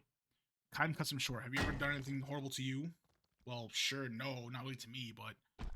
So what is it you hate the other side for? Well, you see, Yukino is momentarily at a loss for words until all he can do is raise his voice and blurt out, "It's true, though. The whole bunch of them are just horrible people." He folds his arms and deciding out. You have no evidence, bitch. How are they horrible? What did they ever... What did you ever see any of them do? When, where? Yukino stammers and sputters. Have you ever even met somebody from over there? Kaim demands to know. Yukino hangs his head and shakes it from side to side. With a grim smile, Kaim says, well, I have, and they're not devils or demons or anything of the sort. How could they be? You all used to be part of the same country. That stuff is beside the point anyway. Countries and races and tribes are all human beings. You're all the same. Yukino stays silent, hanging his head. Kaim got tired of his shit.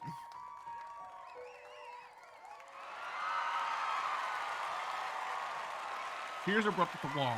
The wall that has separated the two worlds for decades has now been broken through. Representatives from the side and the other side walk through the opening, greet each other with smiles and firm handshakes and embrace. The cheers grow louder and people, mostly members of the younger generation, gather in circles here and there, expressing their joy.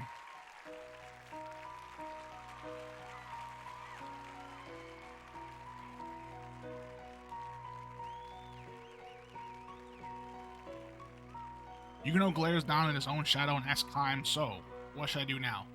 All I've ever done is hate. All I've ever known how to do is hate them. More like it's running from her mouth. Hey, yo! Kaim gives Yukino a pat on the shoulder and says, it's not too late to change. You can start now. Can I? You can. I'm sure of it. Kaim is sure because he knows what it was like when both sides were a single country. It was a kindly nation, by no means rich. It was yet a happy country with compassionate people. I'm telling you, Yukino, people can change, if you say so. Look over there, Yukino. Look at those people enjoying themselves. Hesitantly, Yukino raises his head. Around the wall, celebration is beginning. Young people are dancing, singing, toasting each other, engaging in conversation, and all of them used to be companions of Yukino's who received the same education he did. No doubt the young people on the other side were similarly educated to hate.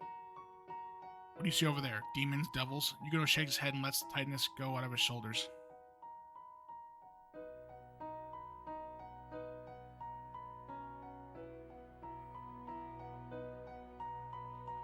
I'm beginning to wonder, Kaim. Why until now have I been so... Kaim pats him on the shoulder again to signal that he understands. People can change, he says. They can change from hating to loving, from loving to hating. Yes, Kaim knows about that as well. He saw how much a wonderfully unified country was divided into two at the end of a violent civil war. Don't change anymore, Kaim says. Not just to Yukino, but to all the smiling young people. A young girl hesitantly approaches Yukino. She's from the other side. She holds a plate full of cookies.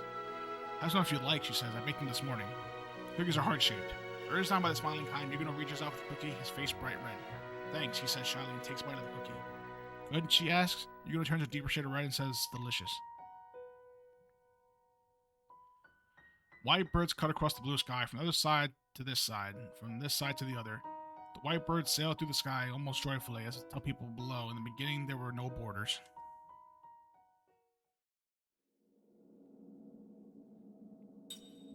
A chorus of cicadas. I fucking hate cicadas, by the way. They're fucking annoying as shit.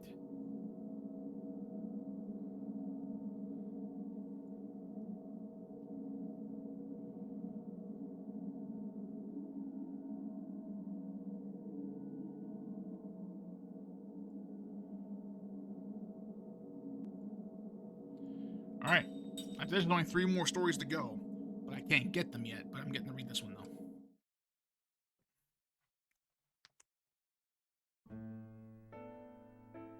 Chorus of cicadas.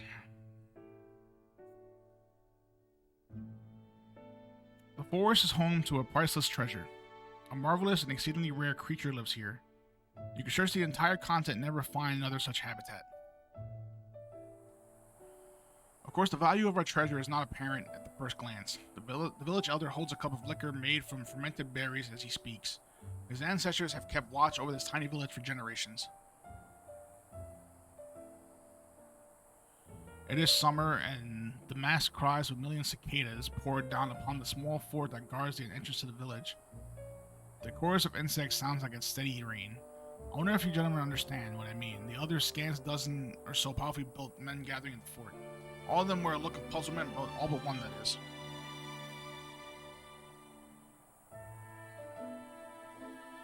You said your name is Kime? Asked one of the villagers. You seem to know what he's talking about. Kime nods and points upward. It's the cicadas, he says. A stir goes through the villagers. With a delighted smile, the other says, so you know, do you? Far from delighted, the men in armor share suspicious glances. All are mercenaries. They've been hired by the villagers to protect the forest treasure. Hey, wait a second there, rumbles the voice of one soldier, perhaps emboldened by the liquor. Are you telling me this treasure we're supposed to protect is just cicadas? What's so special about them? They're everywhere. That is true, says the elder, which is why I said the value of our treasure is not obvious at first glance.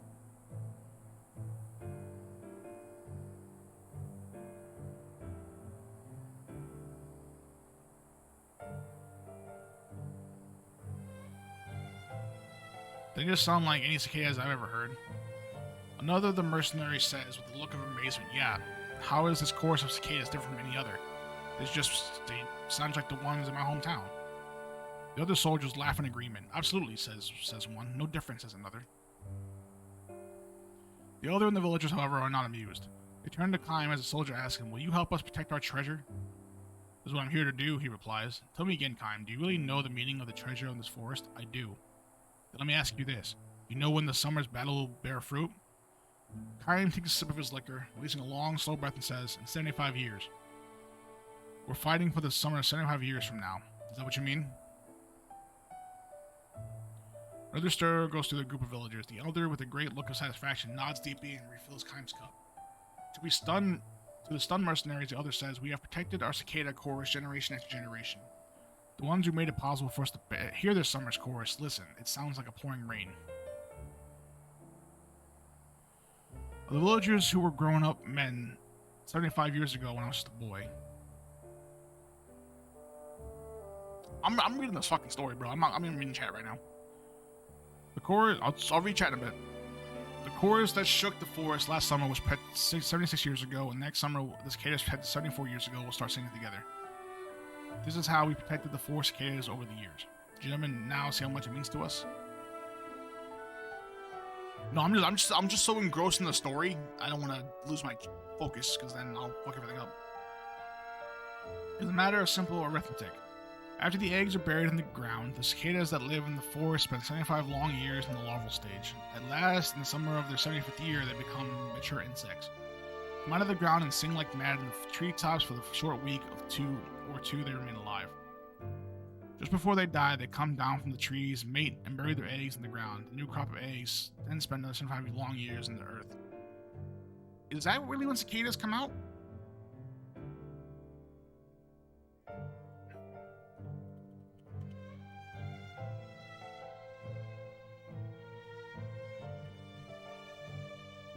Oh, every 17 years.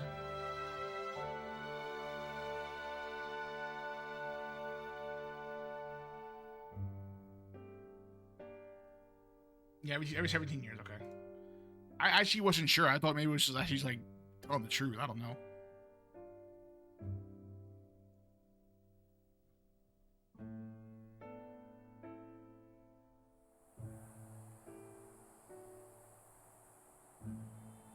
The fact that we can hear the cicada chorus this summer means only one thing, that the forest was at peace 75 years ago. Similarly, if the forest remains at peace this summer, the villagers will be able to hear this chorus 75 years from now.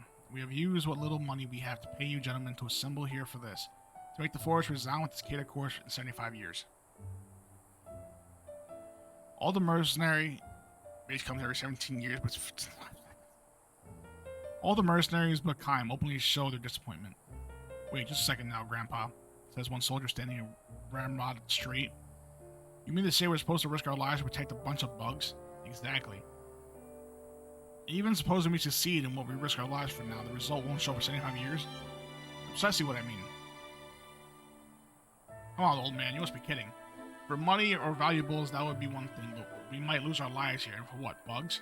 Well, you are mercenaries after all. Okay, now, Grandpa, I'm gonna ask you one last time. I know this village is poor, and I know you people have had to scrimp and save to put this money together. There's no question about that, but when you say this for bugs, 75 years from now, you're not living in the same world I'm living in. For something like that, you're willing to spend every last bit of money you've got and in the bargain get us to gamble our lives? Are you insane? We want the children 75 years from now to hear this kid chorus for themselves. What's so strange about that? Now we are having trouble understanding you. Don't toy with me, old man. I can't take a job like that. The man shouted and stormed out of the fort. Some of the other mercenaries call out to him, "Hey, wait for me, I'm coming with you." Which got lies for bugs? What a rotten deal that is. And they hurry after him. One man after another disappears with a parting remark. I'm keeping my advance, though, some of them add. The only fighter left in the fort is Kaim.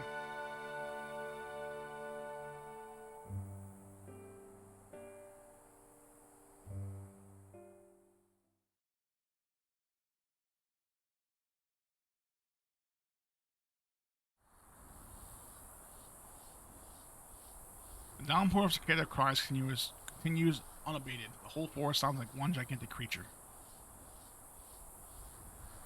One young man is working the lookout post at fort in place of the departed mercenaries. He asks Kaim, "Are you alright with this?" "I'm fine. I knew what I was getting myself into." Right after they left, "Those men are a bad bunch. It's true, they're really in it for what they can get after the job is done. They're fine until they finish protecting the village from the enemy. Then they start asking for bonuses. They grab valuables and harass villagers. We saved the village for you, right? It wouldn't hurt you to give us a little extra," they say. The reason this year's mercenaries quit is because they realized there was no hope of any bonus out of this village.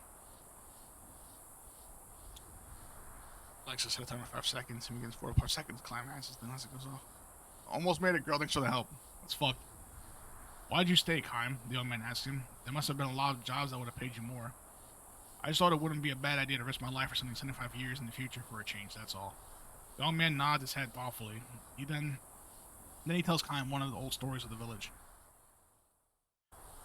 Long, long ago, way before I was born, when the elder was still a boy, there was a summer when the cicadas didn't sing at all. Of course, that means that 75 years before that, there was a battle that ravaged the forest. The elder says that the summer forest without the cicada chorus was so sad and lonely it was horrifying. It actually gave him the chills. The trees themselves were alive, but it felt as if the whole forest had died. Sitting alone in the silent forest, he felt so lonely he wanted to cry. And worse, he felt intense anger toward our ancestors for not having protected the forest 75 years earlier. The elder tells us a story whenever he's had a little too much to drink. I'm not in silence. I know all about that. He almost lets himself say, but he swallows his words and smiles instead. The young man goes on. "So anyhow, when the elder was sitting and crying in the forest, he says a traveler came along. A young man, big and strong, a man like you, Kaim. He says to the elder, 'Don't ever forget how sad and lonely you are today. When you grow up, make sure you never let the children who come 75 years later, who comes 75 years after you feel this way.' The elder says he doesn't remember the man's face. He will never forget his words. He tells the story to the young people of the village over and over again." Kaim nods again, saying nothing, but the skin of his back seems to creep beneath his shirt. All these years, the elder has kept the promise he made to the traveler. No matter how much the merchants might have pressed him, he has never let them do anything that will ruin the forest. He has kept on good terms with the neighboring villages to avoid making enemies. He has sometimes entered into dealings that were not to our advantage and lost many chances for us to make money.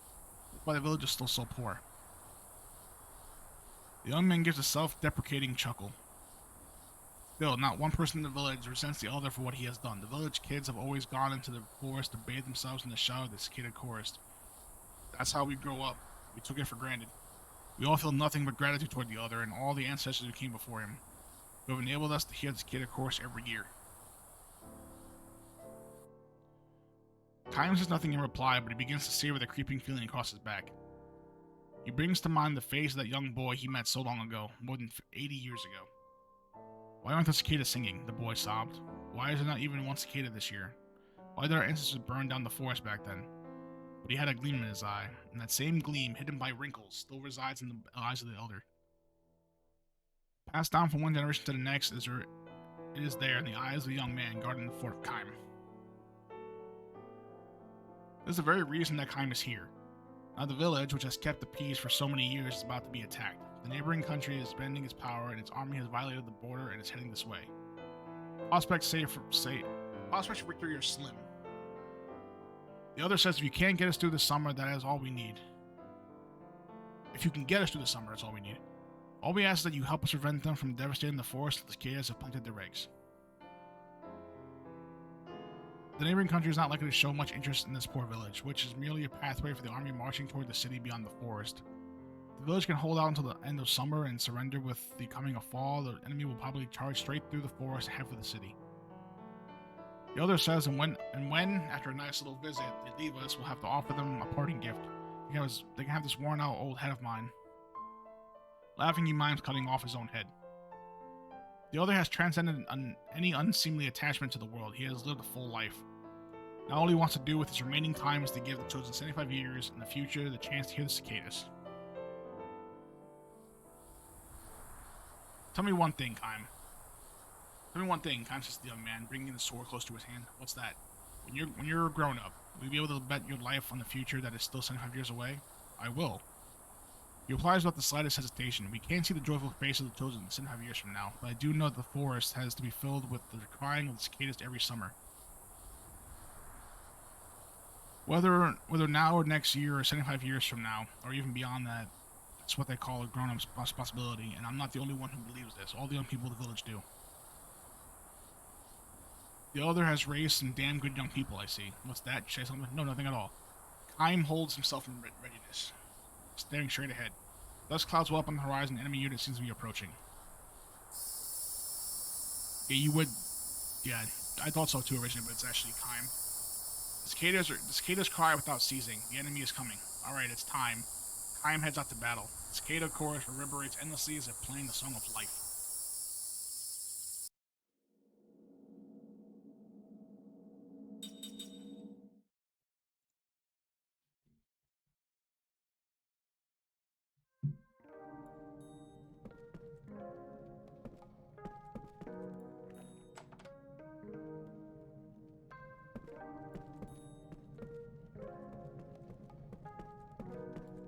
So, this whole 2 hours is me reading the fucking backstories of this. We're gonna get some fights in a minute here, because I need to get some fights in.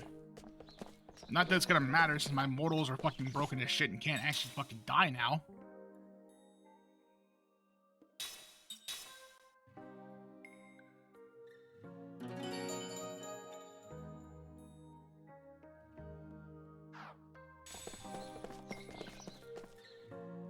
I mean, she can, she's human.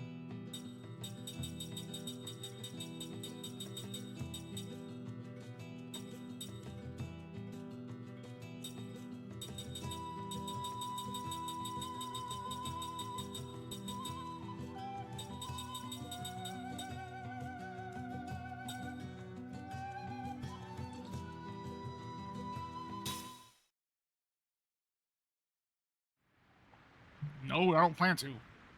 Ever.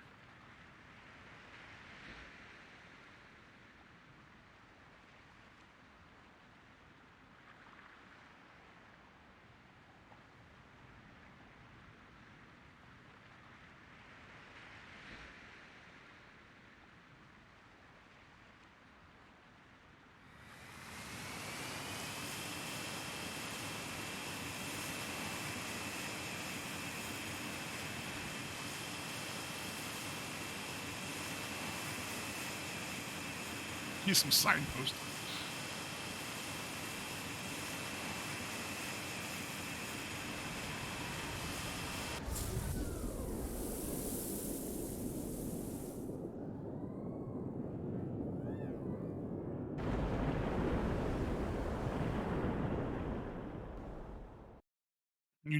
One of the stories was about a drug called Signpost.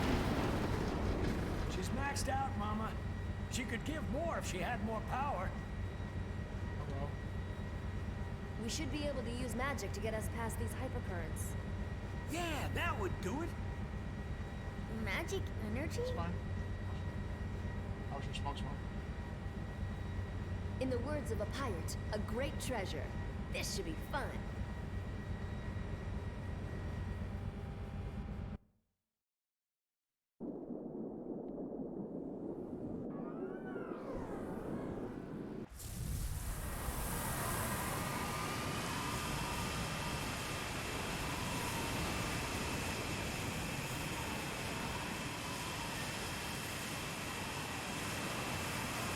hour and like 42 easy.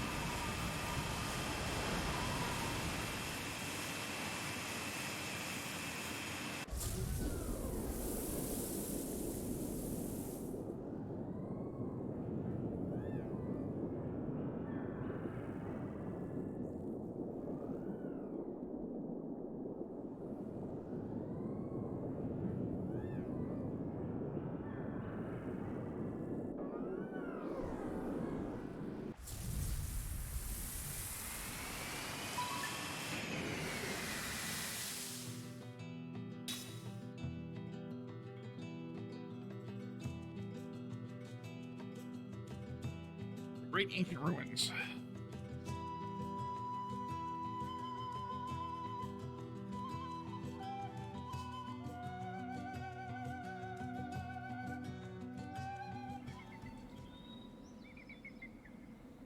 It's been a long time. It certainly has. You've been here before? Yeah, I never thought I'd be back. Yep, we need it again, though. Need what? The power that comes from synergy with magic energy. There is a technique to amplify the various powers that abound in nature. It uses a unique form of psychic energy by means of spells that have existed since yes, ancient soon. times. Hopefully. They say there is a stone that this psychic energy is bound within. That's what you mean, right? Ah, you sure know your stuff. But I guess after 1,000 years, I mean, who wouldn't? Hey, that's Ow, enough. ow, ow, ow, ow, ow. My. Jeez. Hate when she does that. Mom's alright. Oh, that's right. I forgot you Back dictate up. my So stream the treasure times. you're Fuck talking off. about is a stinking rock? There was plenty where we came from. Yeah, there's a magic stone somewhere around here that binds the psychic energy of our ancient ancestors. I risked my life to get one a long time ago. That's what made the Nautilus more powerful than any other ship in the world. Oh, well, that clears it up. A waste of power. What's the matter? With the power of the stone, the people here flourished. But this power also brought them to ruin. Yes. The same thing is going to happen again.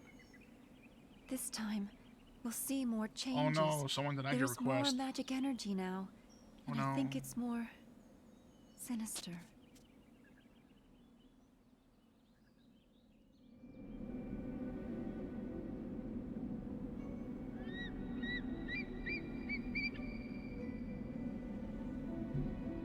Stop gaming? Okay.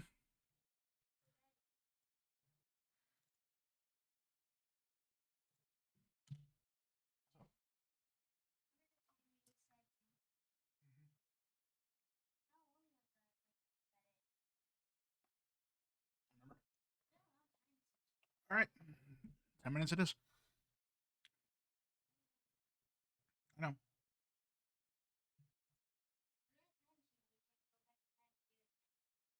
Mm-hmm.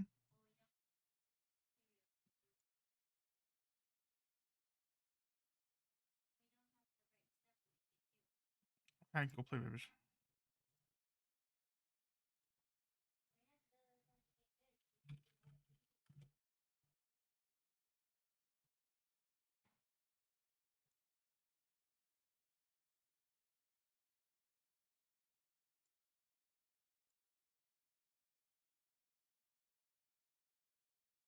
Don't bother me any. He wants to delay the game longer.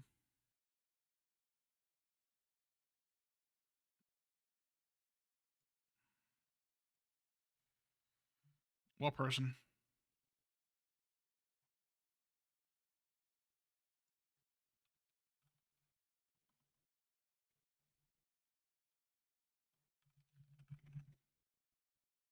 I told you I don't know anybody by that name, so no.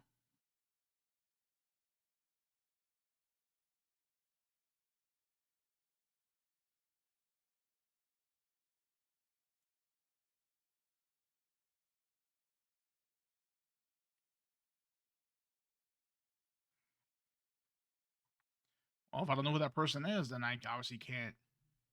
No.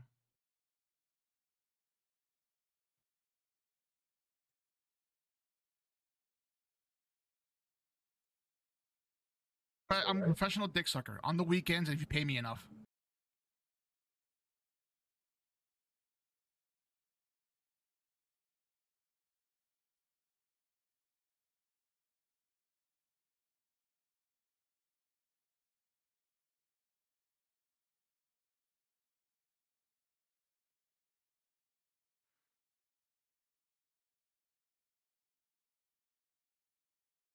Suck a dick. That's what you're good at.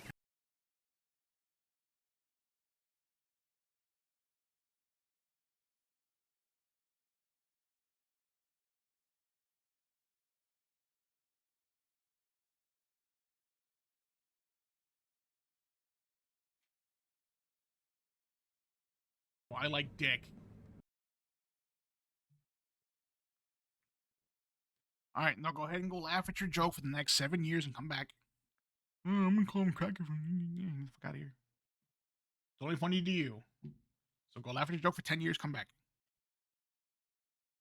Timer will still be going. Probably.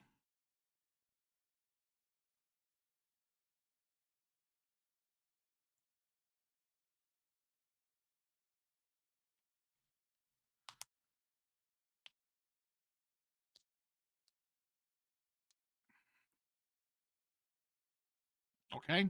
Have fun with that. See, that's the mindset of a psychopath. Only psychopaths do that shit.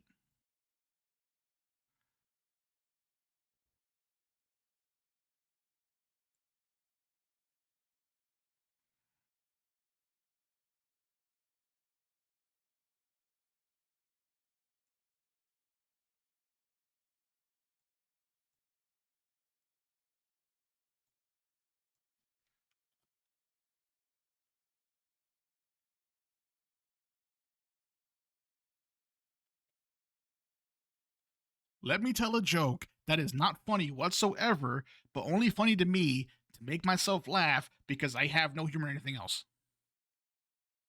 That's what that sounds like.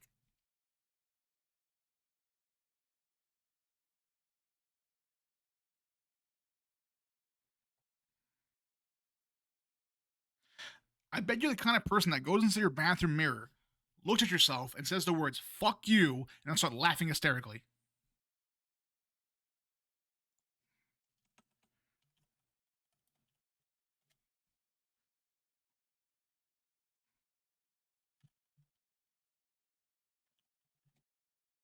Please do. Please go try that, and then if you laugh your ass off, because you do, I'm just done in general.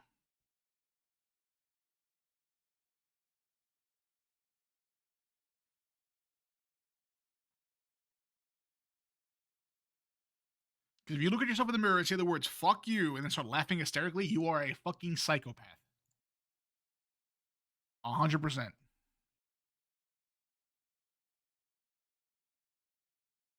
And I know this because I'm a psychopath on paper. So if I hear the words fuck you at any point randomly throughout the day, I start laughing. Like, for instance, 3 days ago, I woke up from a fucking message on Facebook from my friend saying fuck you, and I started dying hysterically. No context, just fuck you. I started laughing.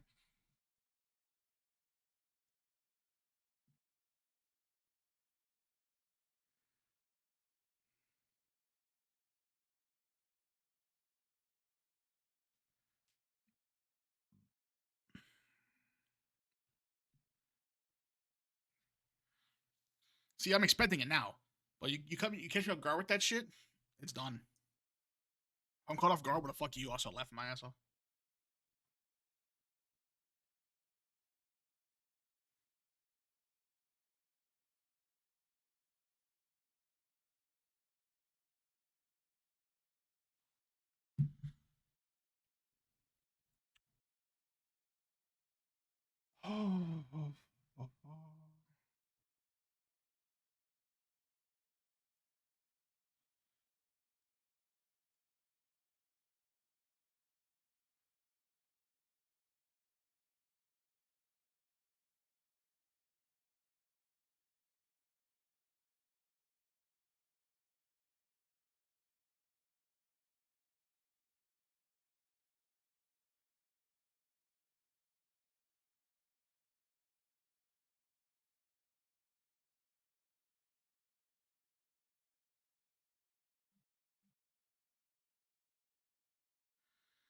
Oh, so by the way, my therapist signed off on the ESA.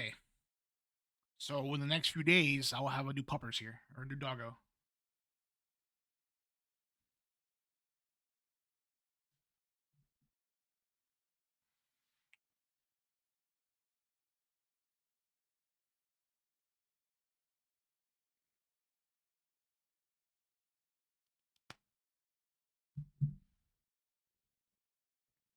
She's a red-nosed pit bull. Her name is Hazel.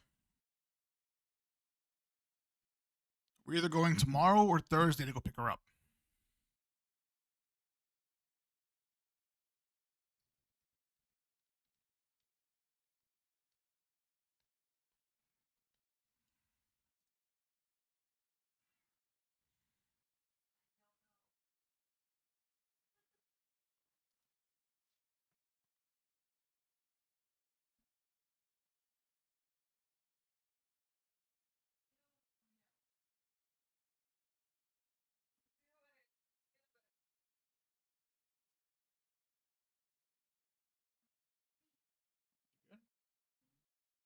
You good?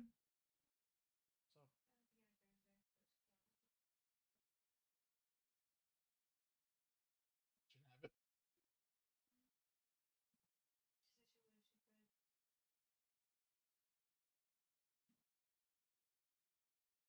Shit happens.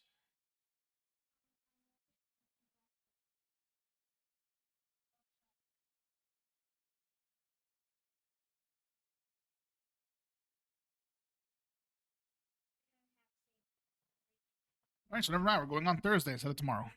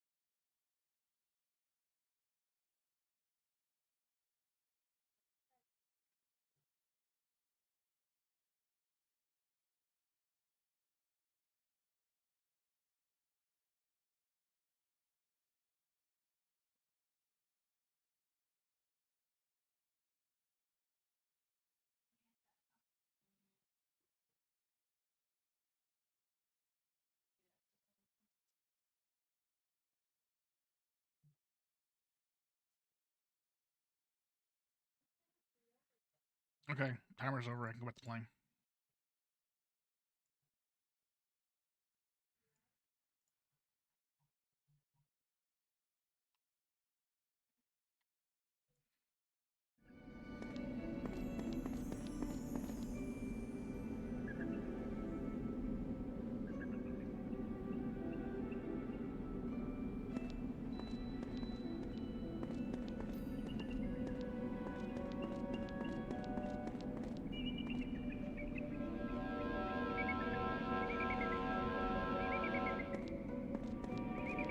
Yeah, but they're only funny to you ever, though.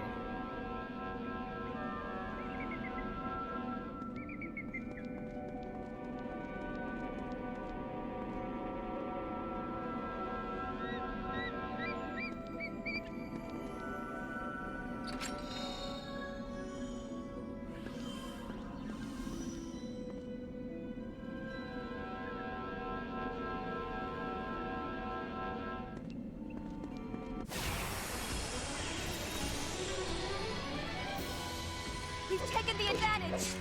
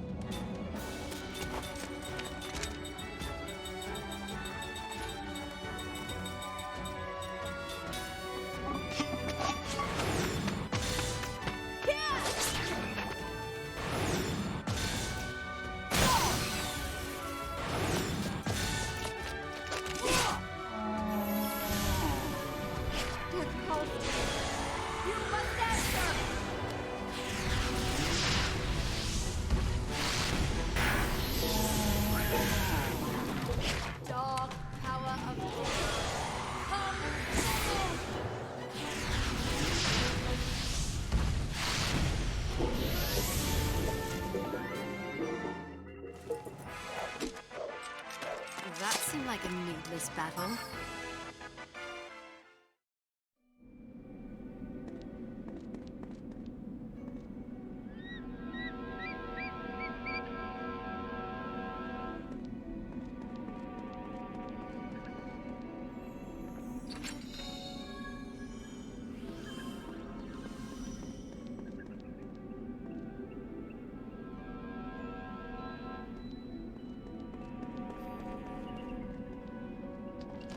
That's what I just said.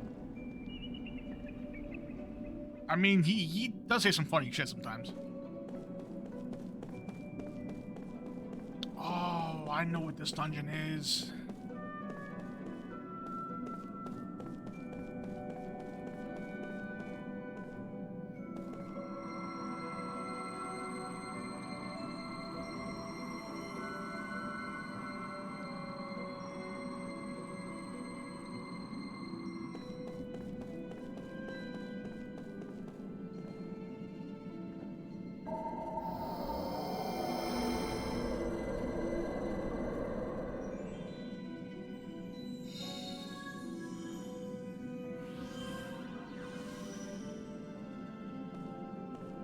So, that's not really punishment. You guys want to see a game with them, that's fine. Let your guard down, eh?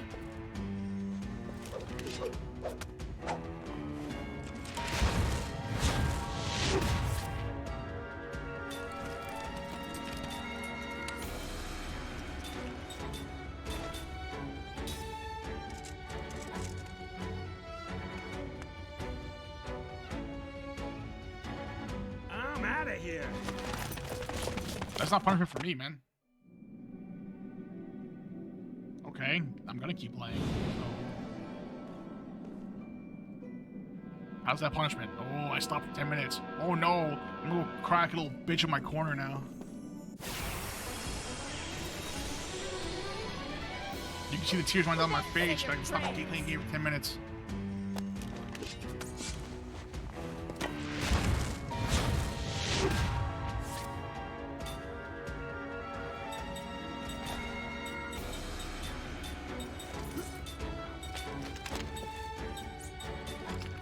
You can, but I'm gonna deny it. Because it says so. The thing I would deny if I want to. So. Good luck with that.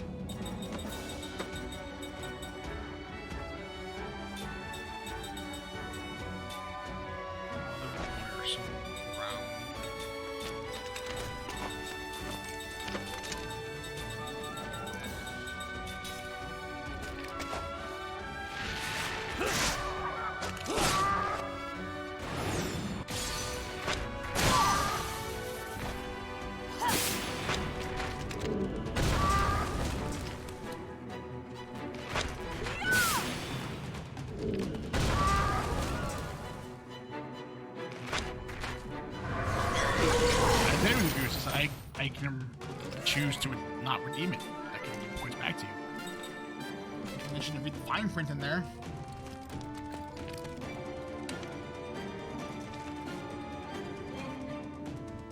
Or if I deem necessary. So, learn how to read, buddy.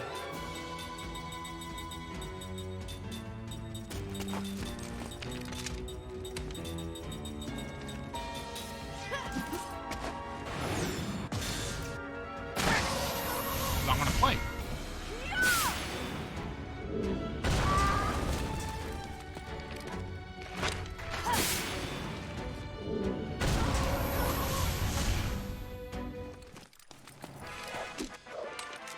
Let us pray for those who've passed.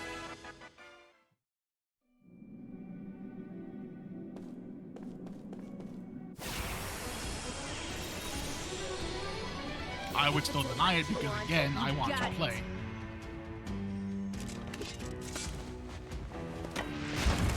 Are you dumb? Are you not comprehending what I'm saying to you?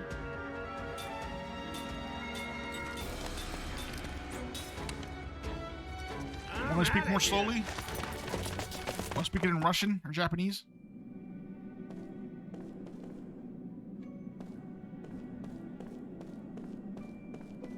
No, if it gets redeemed again by anybody, I'm going to deny it because I want to keep playing.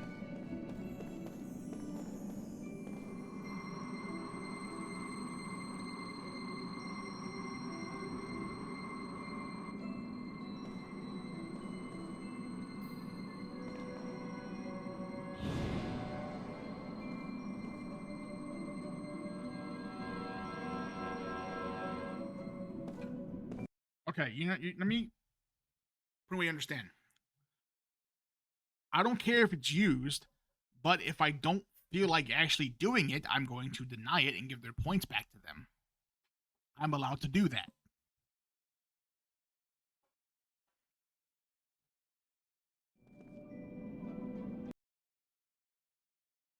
I want to finish this game, so I'm not going to let that redemption stop me from doing it. It can be used 100 times. I don't care. But due to the fact I want to finish this game, I'm not going to do it as often.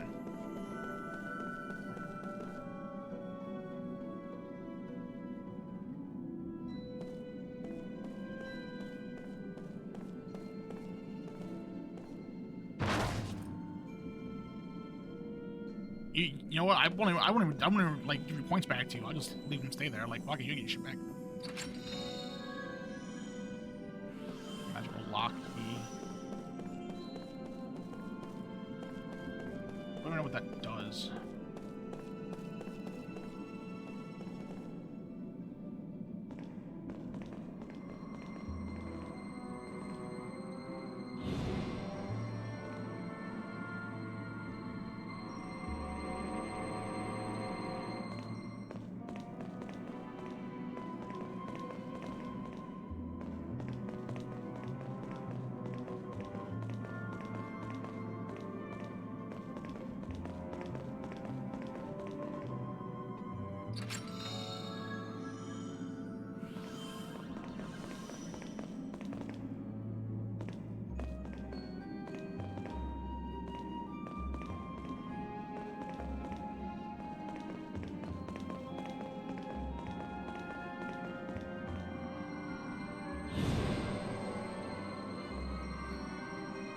What are you doing? Xenosaga Xenoblade Chronicles feel free.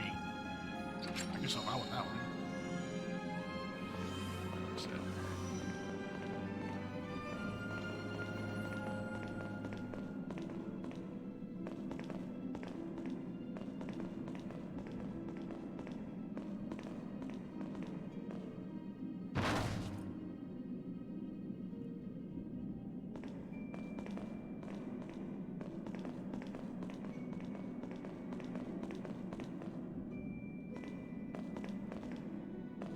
That's pointless. Okay.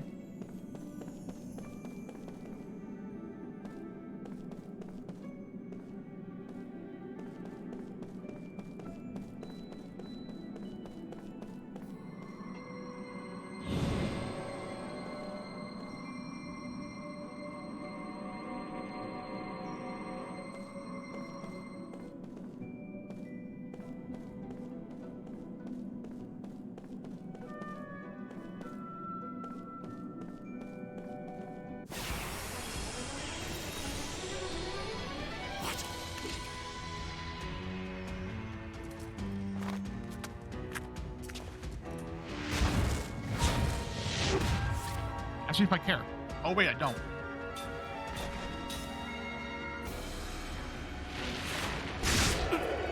I'm always mean.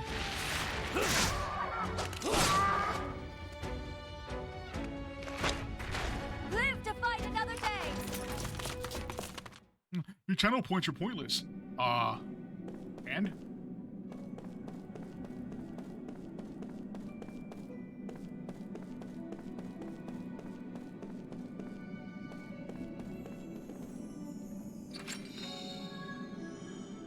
Then, don't redeem them if they're pointless.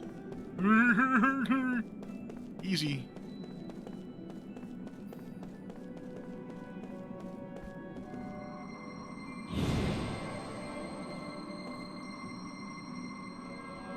Man, your points are not, you're useless. Then don't fucking redeem them. The fuck?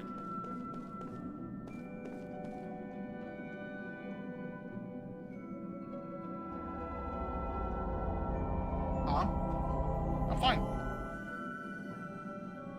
Emotional damage.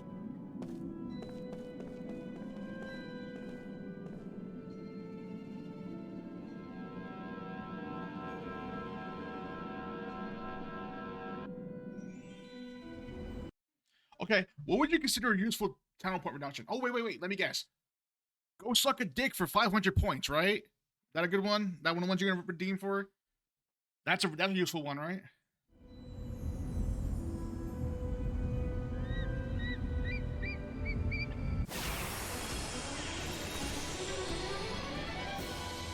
No, look out! Oh, wait. How about this one? Go jack off an elephant for 2,000 points. Another good one, right? That's what we're going to suggest too. That's not useless, pointless, point redemption. Got here.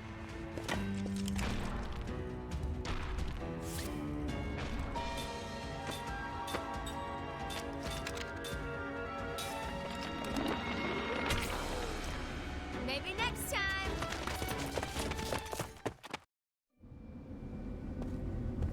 Okay, then you give me a list of channel point redemptions that doesn't involve anything sexual or anything with dicks, and I'll add it. Oh, well, you won't do that, though, because your whole entire humor base is dicks. So, you lose.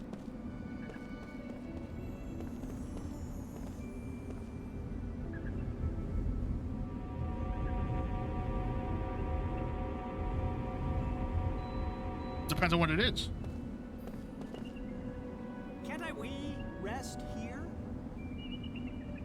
If it's a legit good channel point redemption, I'll actually do it. Hurry and find this magic stone. You give me a list of channel point redemptions, and I'll add them to the list. Give me a nice long list of channel point redemptions you want to see added to the channel, and if they're good, I will add them.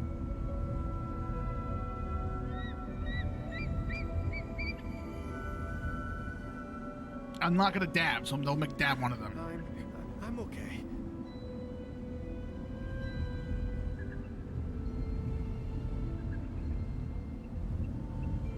You don't have to push it. Thank you.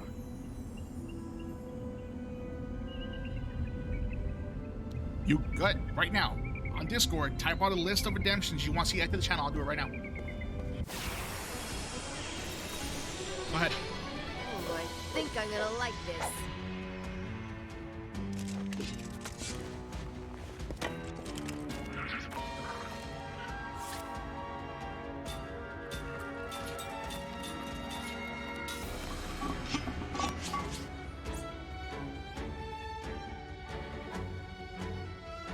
I'm out of here.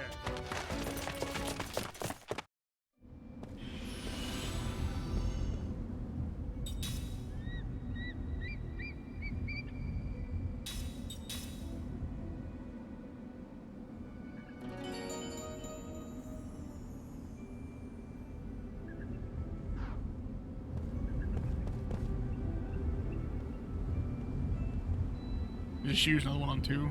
It's the way that you should try people do all day, just make huge stuff. I mean,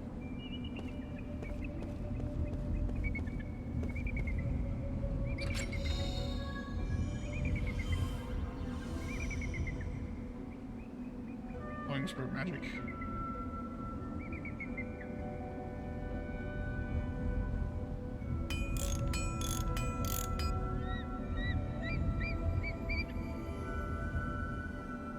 Like I said, let me say it again clearer for you, because apparently you're dumb.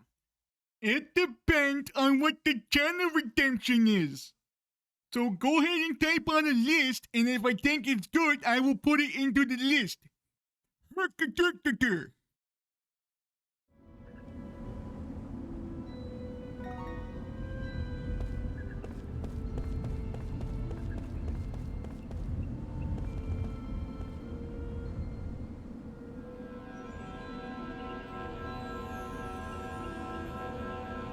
I swear I'm talking to mentally challenged people.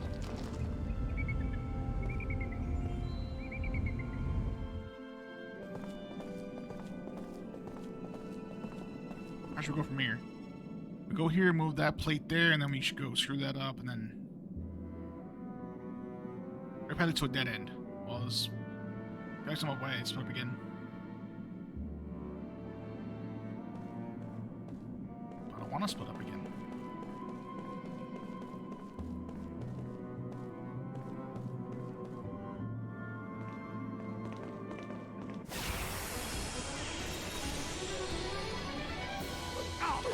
Give me a break.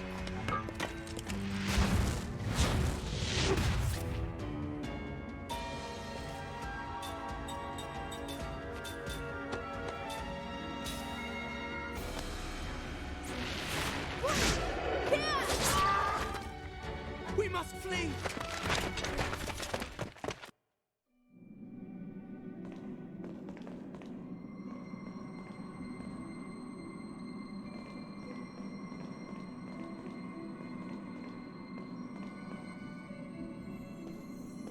Are they both gonna be over there? That's stupid.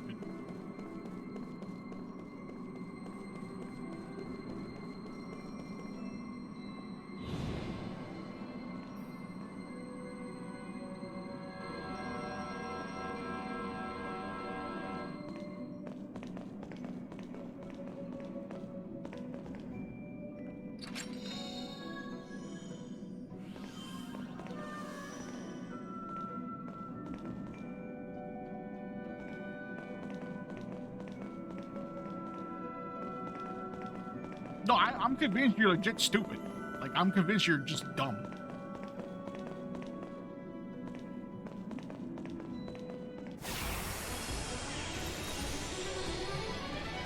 Are you some kind of beast?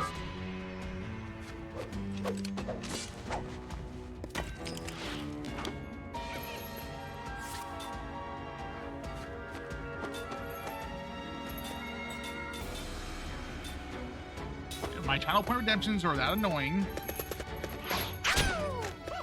Make some of your own. You're on Discord. And if they're good enough, I'll add them to my channel. I can't say more clear than that.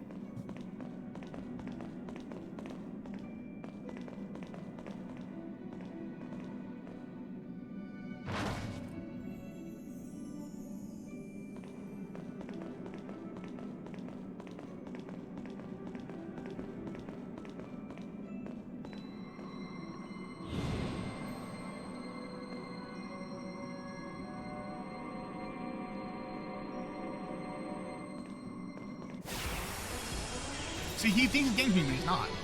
This is just I just don't entertain dumb people. There's no point.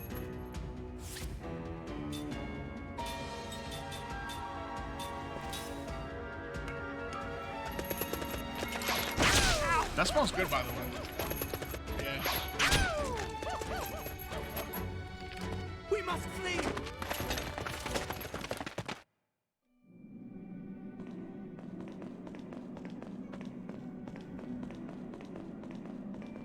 It smells delicious. It does. It smells good.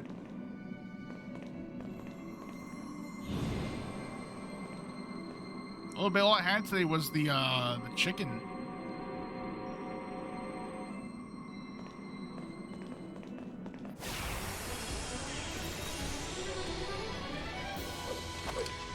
Just calm down, okay? He's not getting at me at all. The only person on the planet that can piss me off or annoy me is my wife. I'm out of here!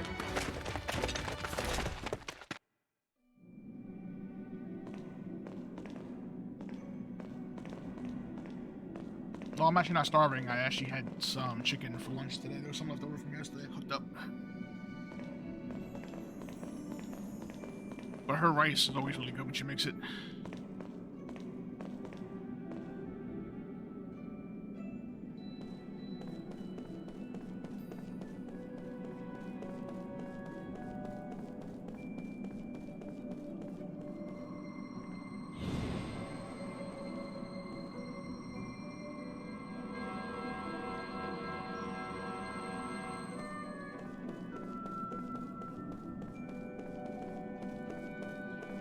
I forget, did you have her rice when you were here dumber last, or no? I remember she made it or not when you were here.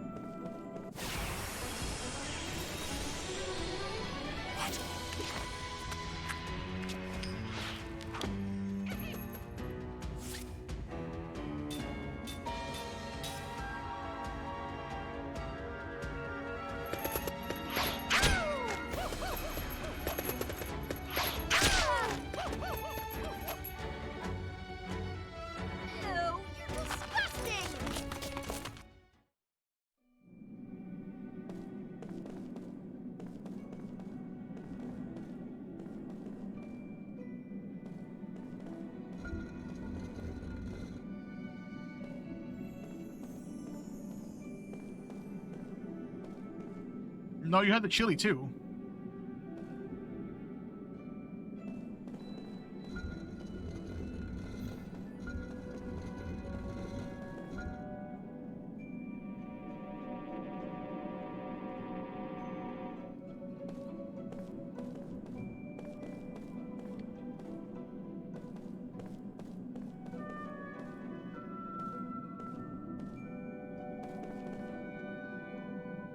No, you also. Oh yeah, the pizza. Yeah, that's true. That pizza was good though from that restaurant. I always enjoyed New York style pizza.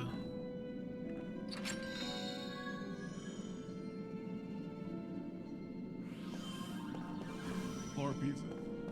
Dude, I don't know what happened with the edible. That shit kicked your ass. It was pretty funny.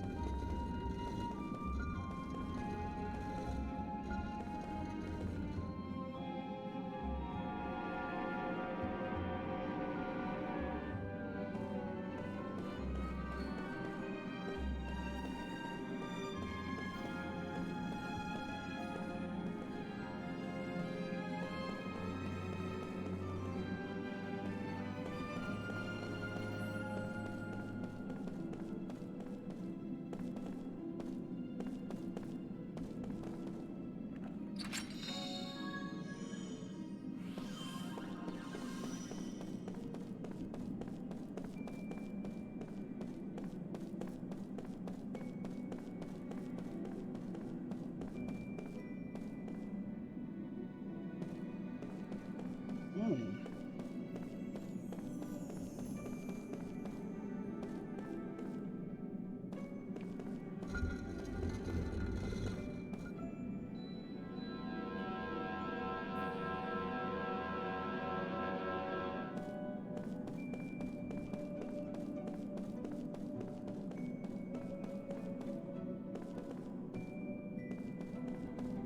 Your spine hurts too? My bad. What? What did I say? What's wrong? What did I do? We've got a good chance.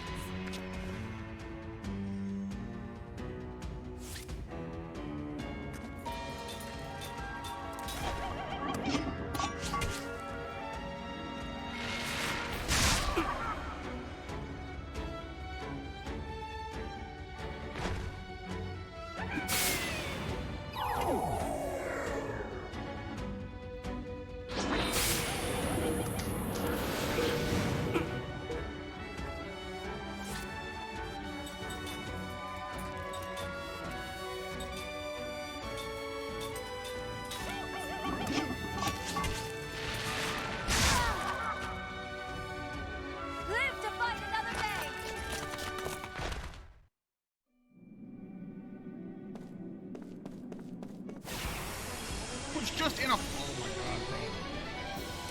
3 steps? 3 steps in a fight?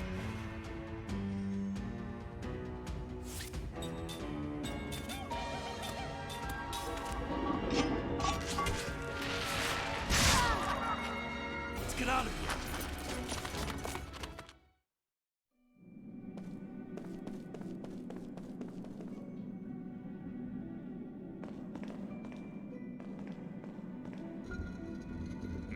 Same, pretty much, yeah. I'm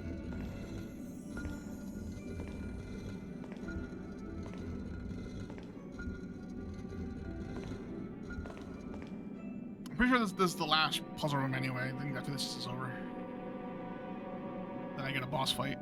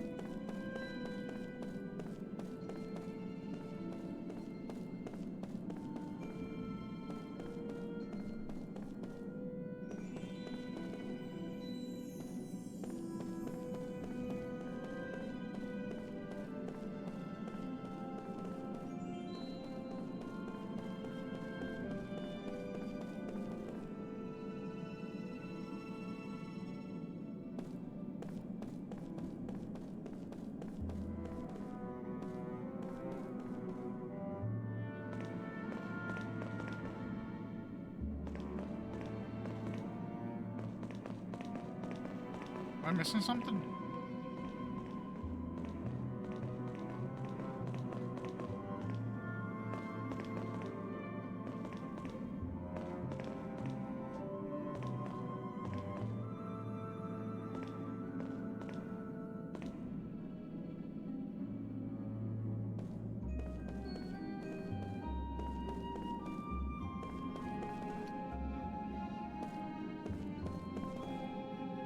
Oh, I didn't see that there. Out of my way. I was wondering what's going on. I was like, why can I proceed?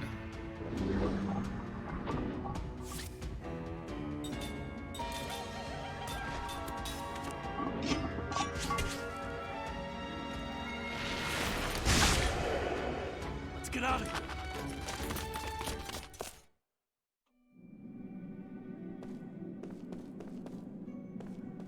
Didn't even see this fucking thing here.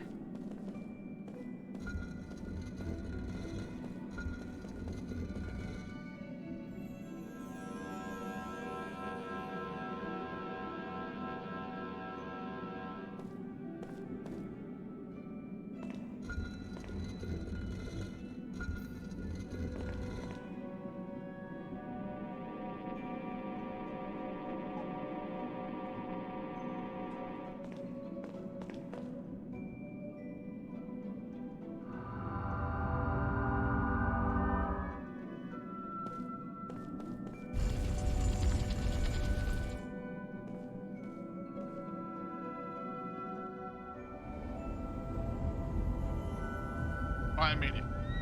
We made it where? Some nice treasure hidden on top of this tower. Let's go get it. If they know there's treasure here.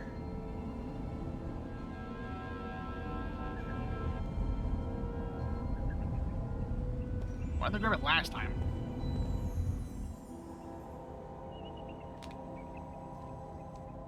That's it! The magic stone! Huck, no! What? Leave this to me. I'm an expert in stoneology. What the? Idiot. That's weird. Oh, he's a bumbling amateur. Jensen, don't touch that. Don't touch it. Well, don't we need it? All right, let everyone be quiet. Let's see how professional. Can't this is. wait, I already Drop fucking down touched it. quietly. Thank you. You can take notes if you want. All right. First game. Girl Scout. We have to silence. Yikes. Ah!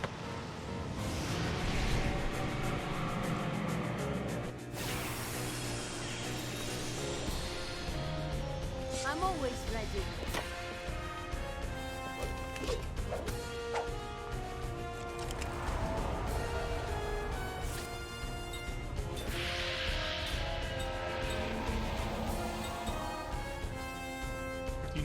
HP.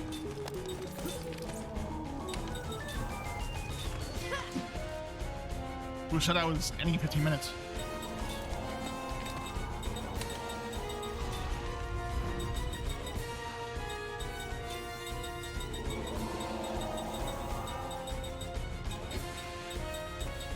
You said that.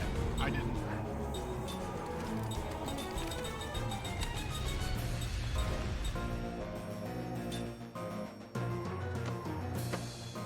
Right, because you dictate when I end my streams, right?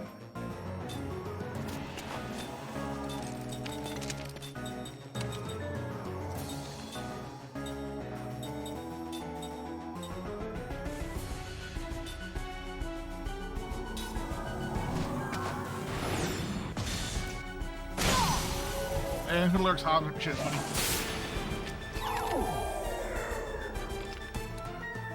Here goes.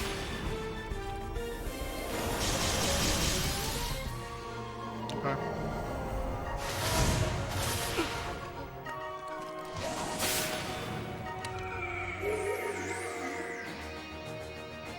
Dark power of the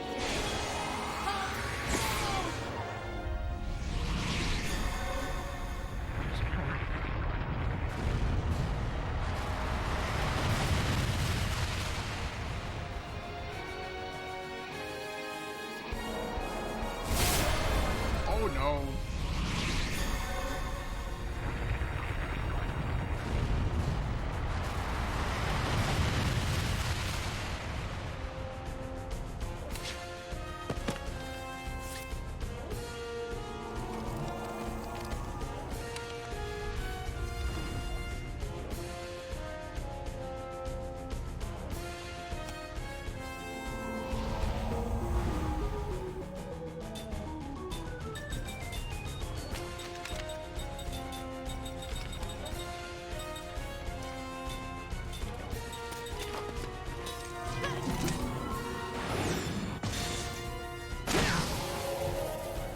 I'm okay. I'm not done yet.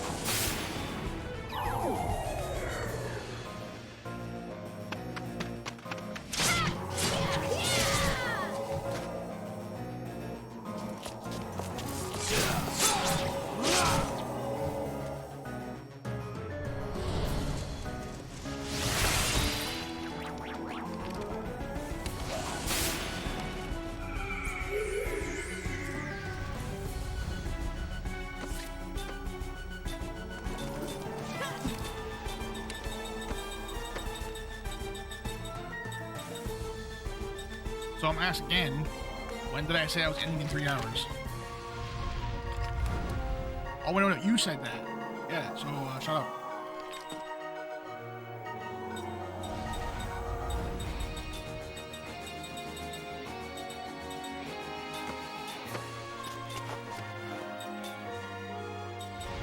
And that dictates my streams. Why? No, please, give me a valid argument. Oh, wait, you don't have one.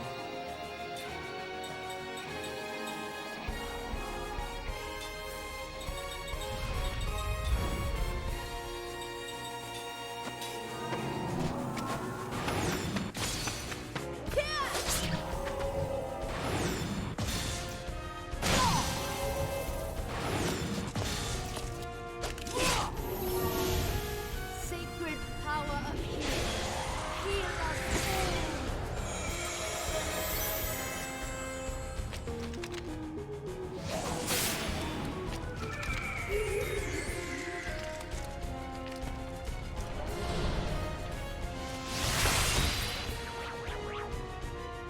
Here goes.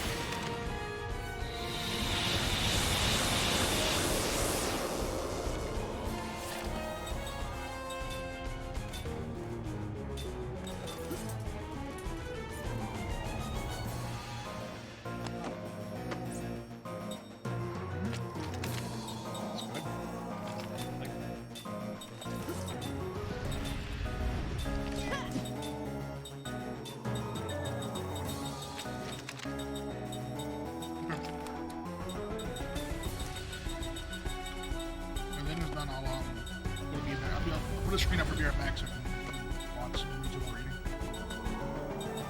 Welcome back to the game.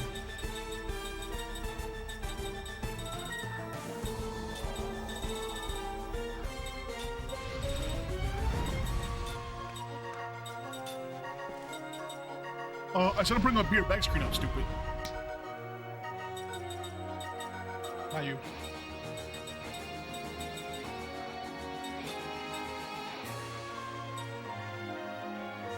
I'm about to ban you for being a dumbass.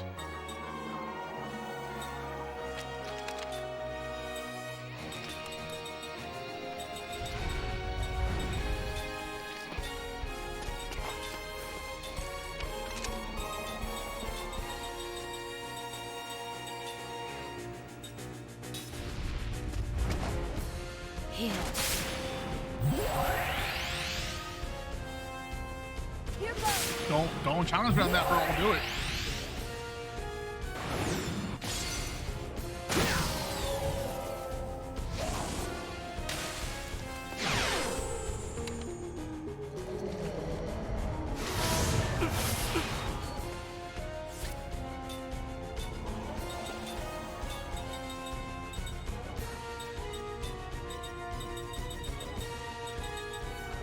Is he still counter magic? Let's find out.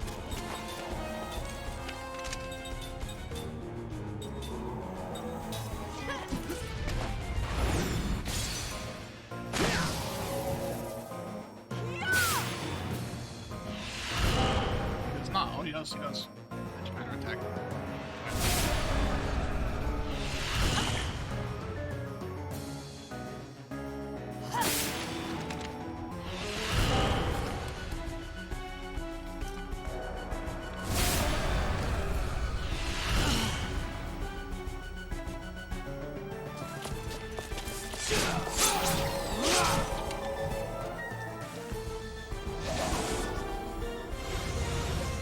Fucking shuffle. Oh damn.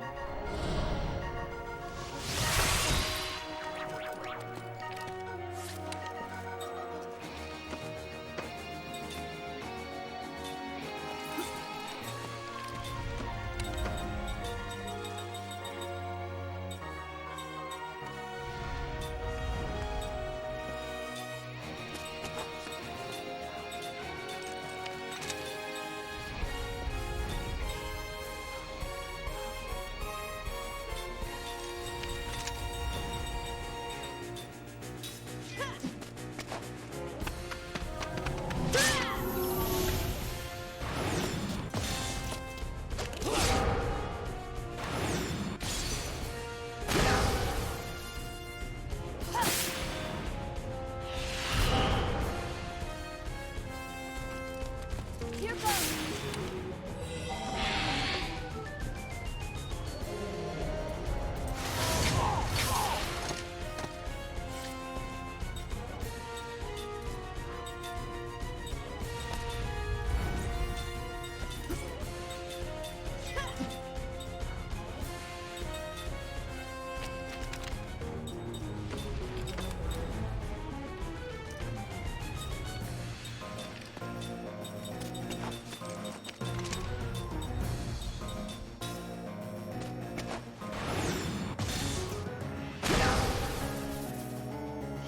Minutes from now would be about 9:30, give or take. 9:30.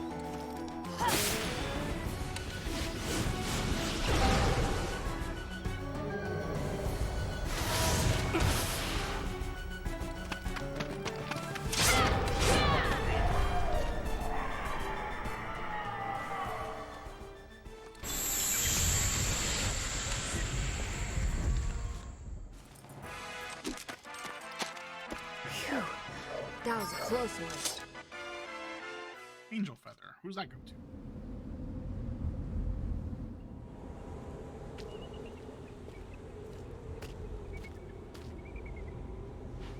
Watch out!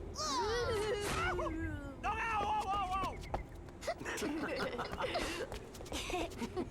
Guys, stop it!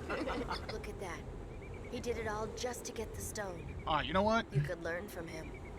I see.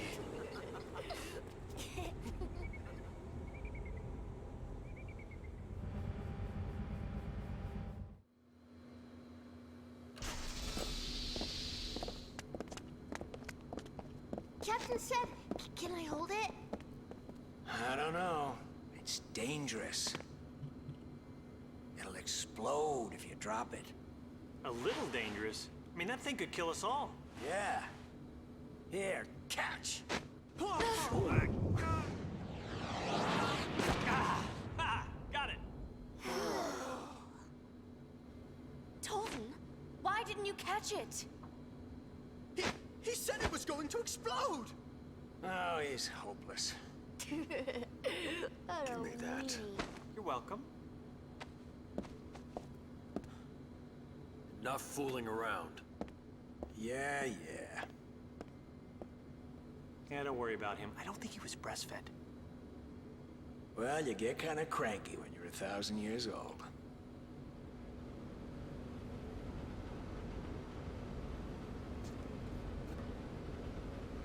He said I wouldn't fucking do it. I fucking did it.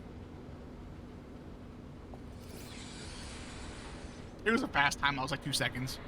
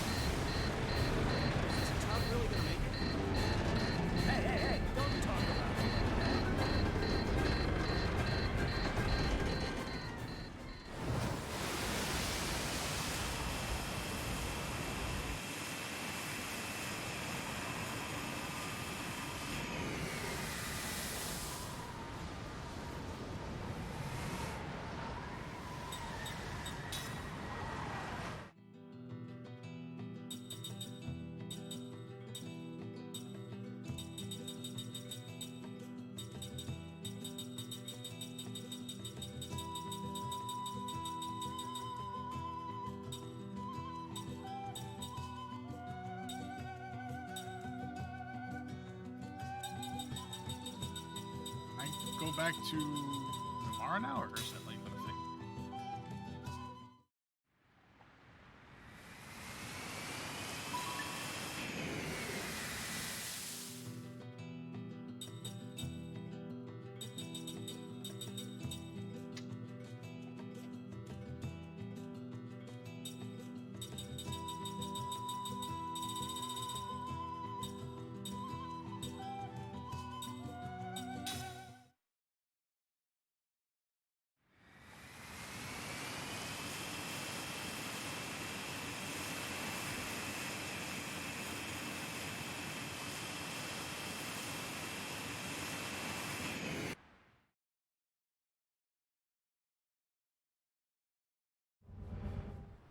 Not done yet, we're turning it off.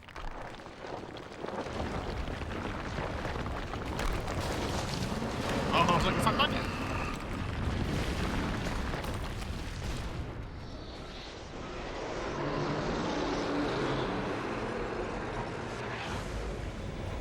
Whoa, what is that thing? Arthrosaurus. Wasn't that turned into stone? In exchange for the sealing of your memories, right? It's a trap set by Gongora.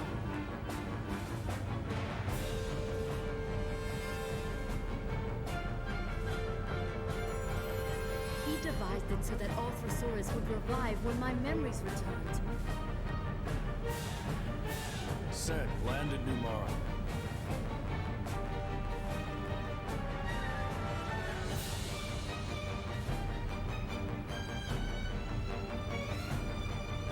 Aye, aye. This time, Ming, we're gonna help you protect your kingdom.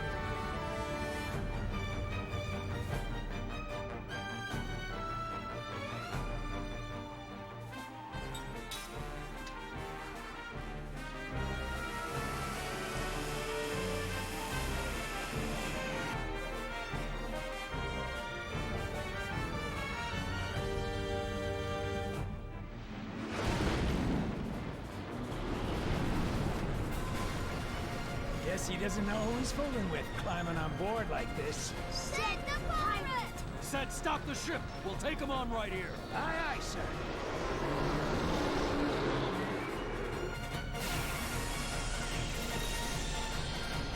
If it's a fight you want, you got it.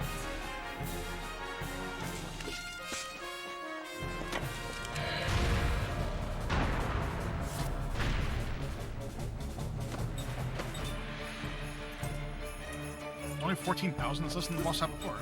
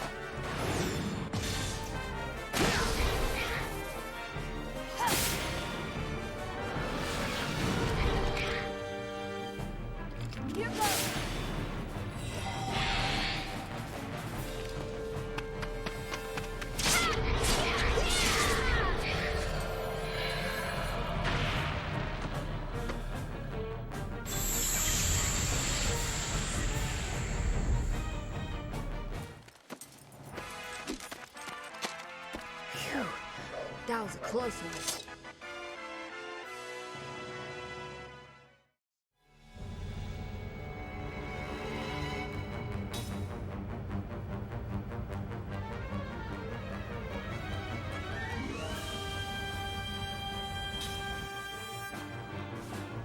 Oh, it's multiple fights. I forgot about that.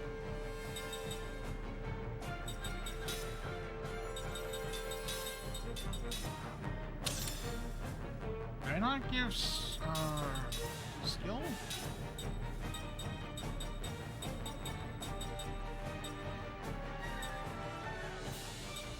I did.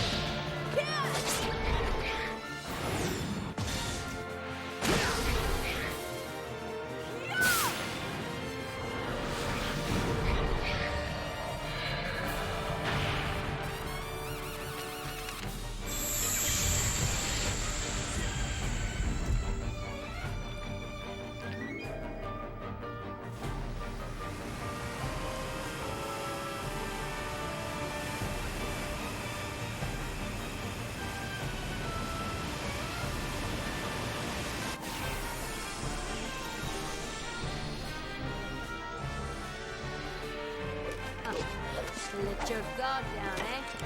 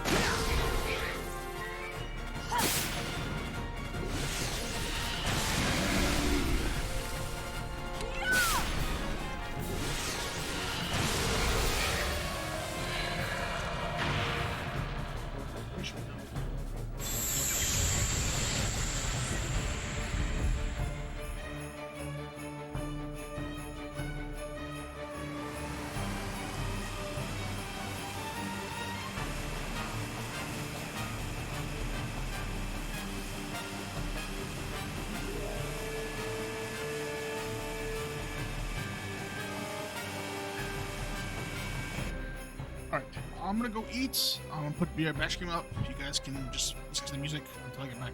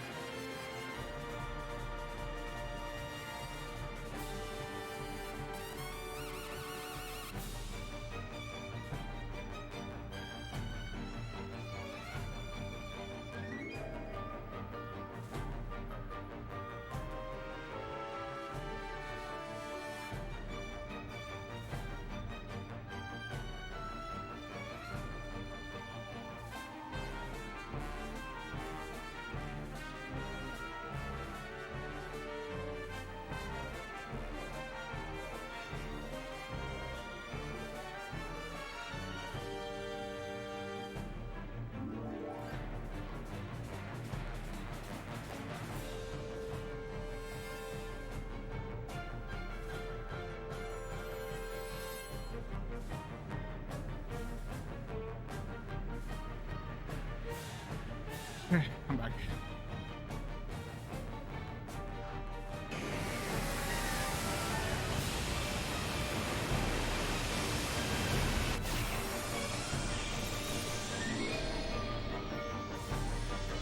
Let's take him now.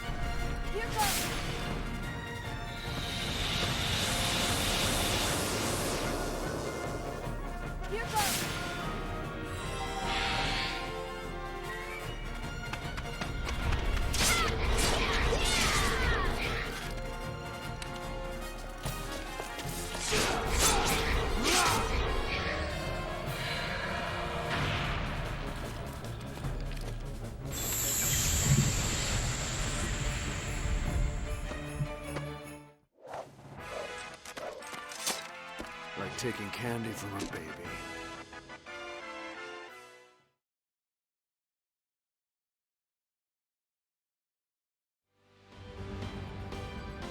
I defeated the Ultrasaurus. Sure did, like for us, huh, Ming? Yes, thank you. I'll consider that. It's one back in tomorrow.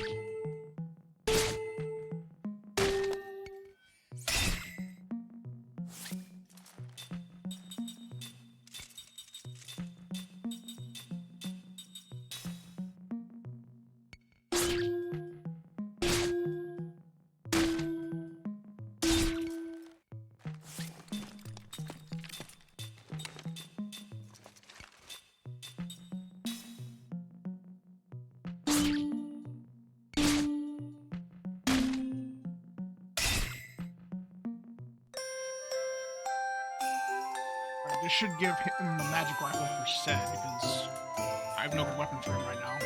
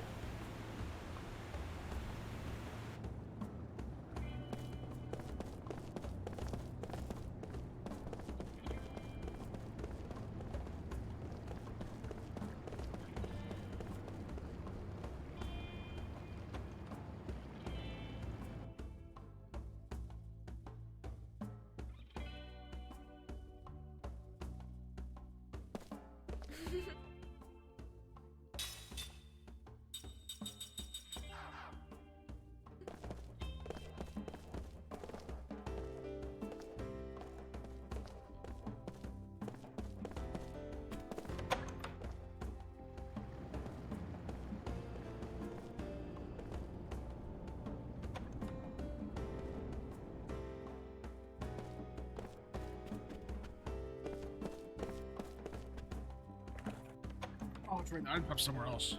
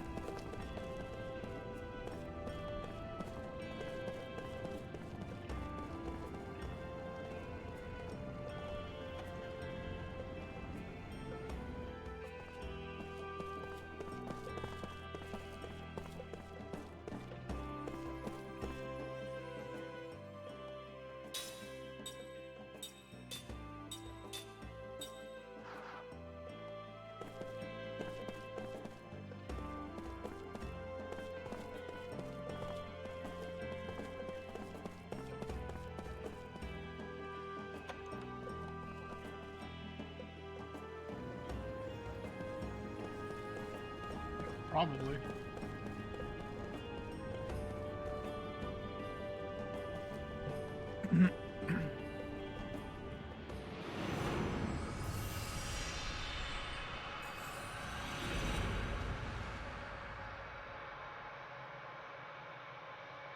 Alright, there's one memory. There's two more total. One's on Canal Street.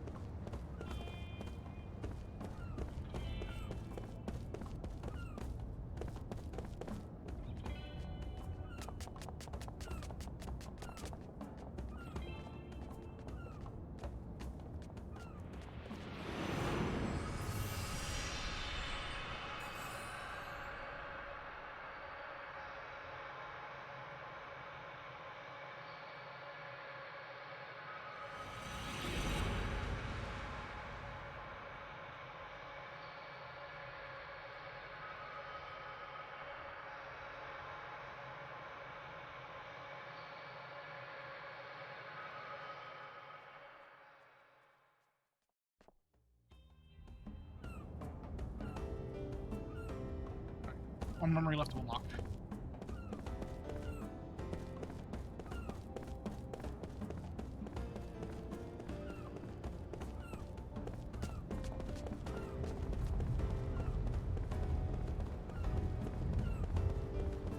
And I'll read those before I end stream. Just because the next stream I'm gonna go right to like beating the game.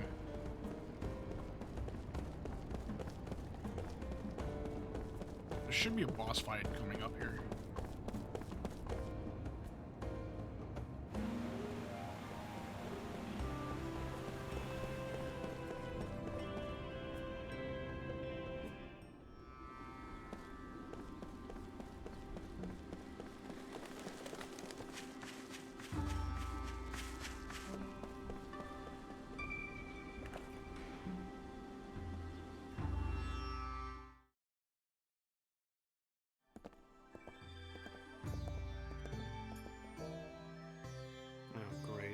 I speak with Her Majesty's voice. Don't panic. Let's see how this plays out.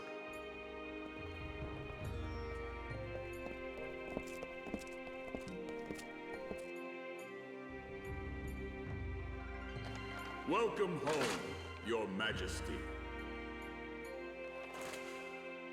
Thank you all for bringing our queen home to us unharmed. Wow, I didn't see that coming.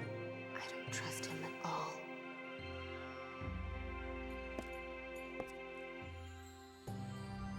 Huh? No. General, I have There's a whole nother grand staff to go through, and then the Hall of Mirrors. All of our people prayed for your safe return every day Oh, you were Grendia away 2? from us. Grendia 2, it's truly Valmar. pleased. Indeed. Your final boss is Valmar. You must be tired from your long journey. Please, rest and refresh yourself.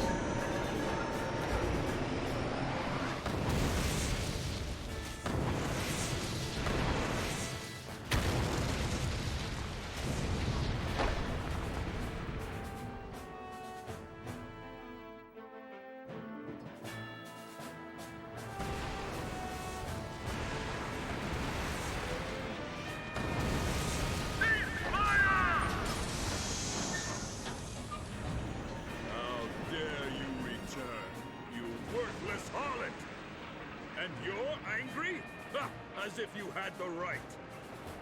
At last, I have taken control of Numara and destroyed its weak pacifism. I shall never relinquish my hold on it. Ha, I think I'll see just how immortal our queen really is. Oh, do you see now? Numara is mine. The people of Numara belong to no one! Your Majesty? General, you are such a fool.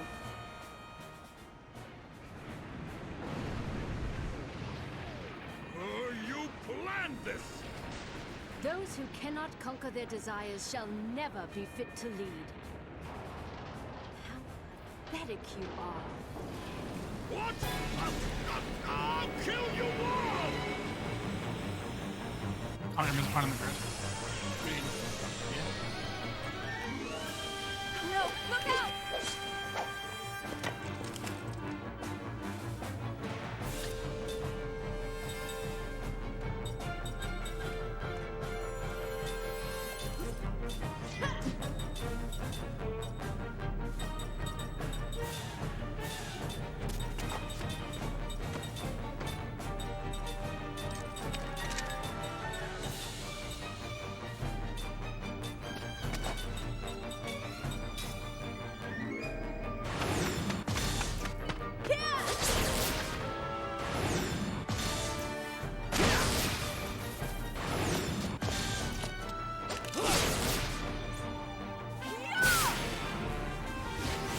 I fucking...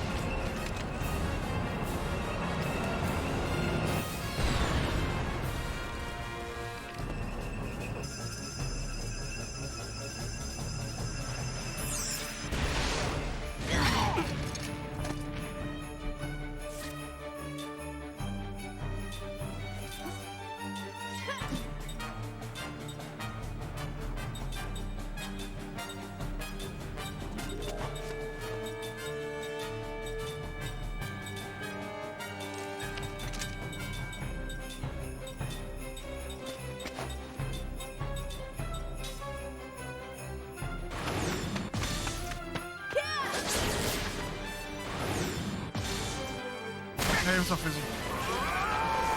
I thought you were old and useless, Your Highness! You've still got it in you! Fire! Fire until they are destroyed!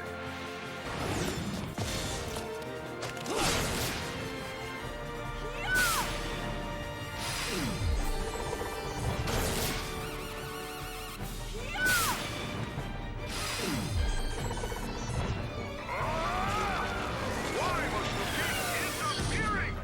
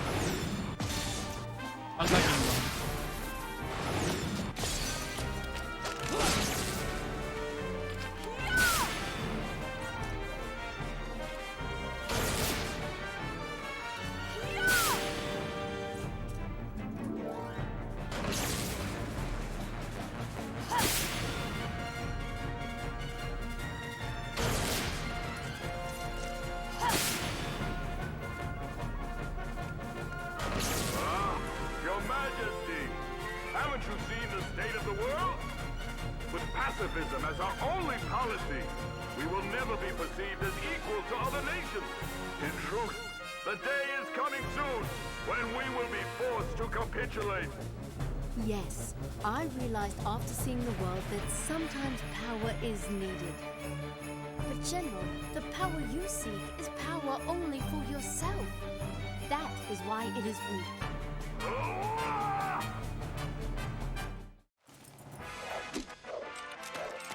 It appears I've still got a lot to learn.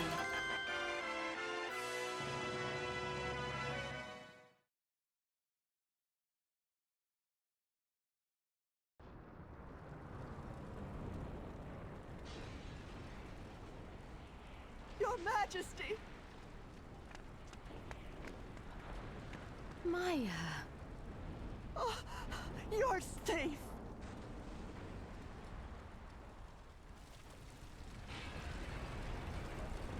I'm so sorry we failed to anticipate Kakanas' scheme.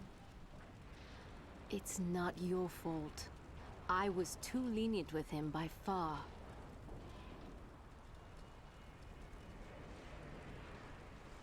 I afforded him the opportunity to run unchecked, and for that, the responsibility is mine.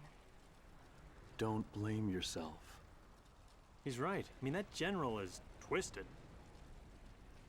And yet, even he too is another of Gongora's many victims. Yeah, he does really well by himself. Your Majesty, may I know the names of your companions? Oh, yes. Oh, excuse me. I haven't introduced you. These are my loyal ladies-in-waiting. Maya here is my chief lady-in-waiting. Greetings and welcome to New Mara. We are honored. Maya, these people have become my dear friends and should be treated with the greatest courtesy. We are all working for a common goal, and we have an urgent mission to complete. A mission? And what of New Mara, Your Majesty?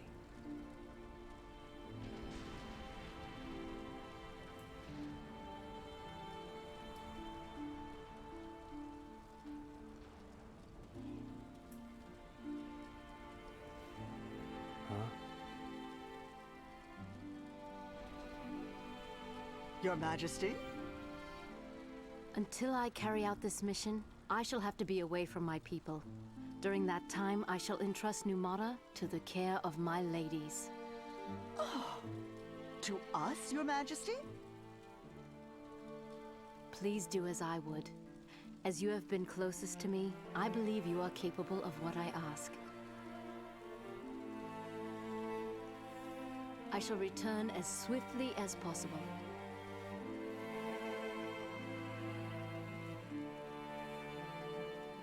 Yes, my queen. While your majesty is away, we shall protect New Mara. We shall not fail.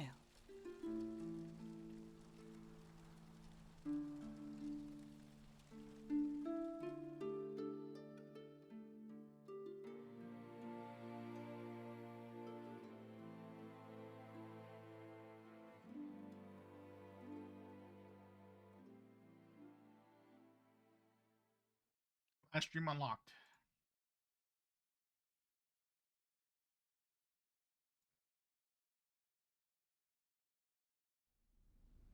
We should take the White Boa.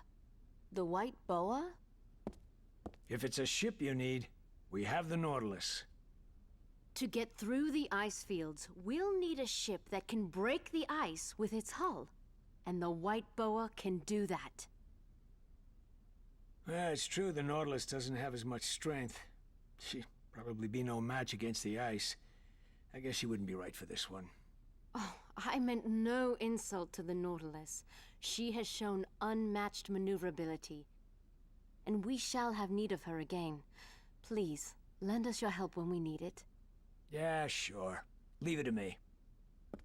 We should be able to berth the Nautilus inside the White Boa.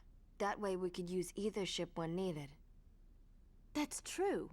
I shall go ahead of you to the harbor to give instructions for our departure.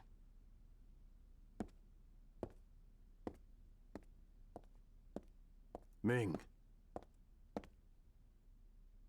What is it? Will you go back? Not to our world, but to your country.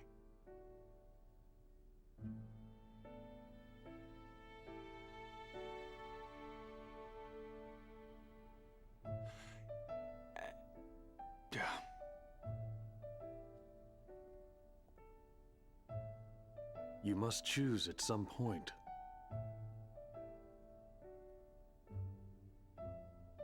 1,000 years is a long time. There are many important things to be done in this world.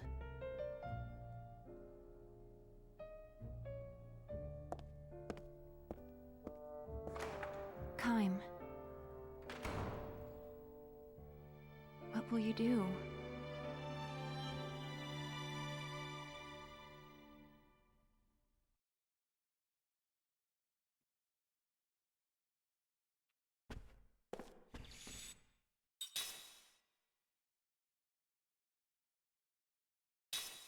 Alright, mate, be ready, man. The final 3 dreams of the game. It all comes full circle.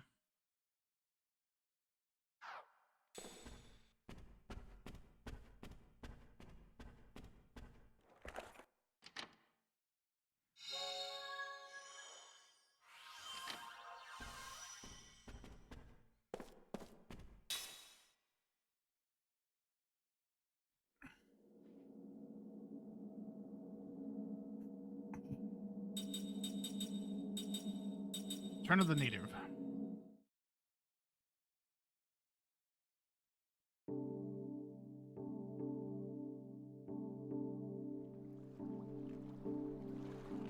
The mother stands by the island pier, waiting for her son.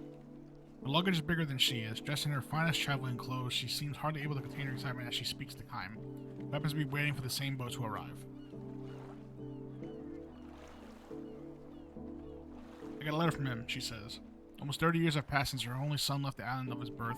There was no word from him in all that time until he recently wrote announcing his success and his plan to bring her to the mainland. I've been alone ever since I lost my husband, so to think I might be able to spend the rest of my life with my son, his wife, and my grandchildren. She sold the house she had always lived in and has been waiting for her son to come for her. The letter arrived over a week ago. I wonder why it's taking him so long. The seas are calm. Kaim arrived here on yesterday's ferry. Mean he's late? Kaim asks with some surprise. Very. He replies, forcing a smile. I wonder what's wrong. Maybe he got busy all of a sudden and can't pull himself away from his work. He has written again to explain. He never bothered with things like that ever since he was a child, she says, straining the smile again and glancing toward the horizon.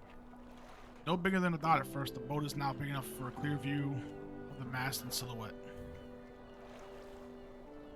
Anyhow, I'm not worried. I know he'll be on this boat, she says, raising herself from the dockside crate on which she is stirring and waving a handkerchief toward the approaching vessel. Kaim also stares hard at the boat, which gives her eyes a stern expression. Young man? The sound of her mother's voice, Kaim hastens to soften his gaze before turning toward her. You're a traveler, aren't you? That's right, he says. I saw you arriving yesterday's ferry. Are you leaving so soon? She's obviously curious about the stranger, but her face shows no warmness toward outsiders. Relieved to see this, Kaim replies, I'm doing the same thing you are, waiting for someone to arrive. On this boat? Yes, probably. You ever been in touch with this person? No, we haven't agreed on a time. It might be waiting for nothing too. Oh, really? Kaim evades further questioning with a strained smile. This is not something he can discuss with just anyone. He's on a secret mission, one that must not fail. The woman still wears a look of puzzlement, but their conversation is swallowed up by the general hubbub on shore, accompanied with the approaching of the boat. As the last ferry arrives, one by one the passengers alight after their half-day trip from the capital and the mainland. Clutching the handkerchief to her breast, the mother scanned each of them. There are peddlers who travel from island to island, hawking their wares, and men who have come to do larger-scale trading. Some burn young men and women who arrive from the mainland in groups to work on the island's farms. And men coming home to the island after a season of labor on the mainland. None of dozens of passengers, however, is the woman's son. Once it has this gorge, its island-bound passengers, the ferry takes on people crossing to the mainland. Greeters in the pier give way to well-wishers.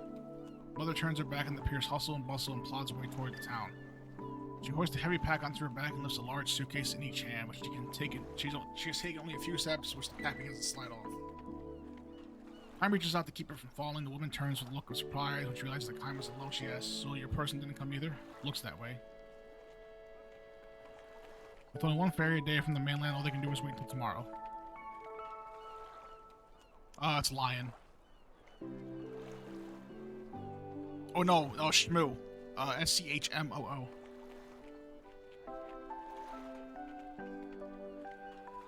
Yeah, Chris Riggin was Shmoo. Fizzletolkus is lying. Are you gonna stay on the island until your friend comes? I might have to. You got quite a hotel bill that way. I'm alright. I'm used to camping out. Camping out. She exclaims with a look of amazement, and she smiles and says, "Oh, well, you're young and in good condition. A few days sleeping outdoors shouldn't be too hard on you." What are you going to do, ma'am? Go back home? I wish I could. I sold my house last week. I was so sure my son would come get me right away. After discouragement clouds her face, but she quickly recovers her smile and continues. When I got for the house, it's a nice little bundle, so I decided to spend freely for a change. See that large hotel over there? I'm staying in their biggest room and taking it easy all day and all night, too. Disappointed when he doesn't show up, of course, but I've worked my fingers to the bone all these years. It wouldn't hurt for me to indulge myself just a little bit. Though delivered with a smile, her words touched Kaim deeply. In her case, worked my fingers to the bone is not just a figure of speech, as evidenced by her suntanned face, which is so unsuited to the cosmetics she has applied to greet her son, especially by the bony fingers. It's so ill-concealed with the cheap ring she is wearing.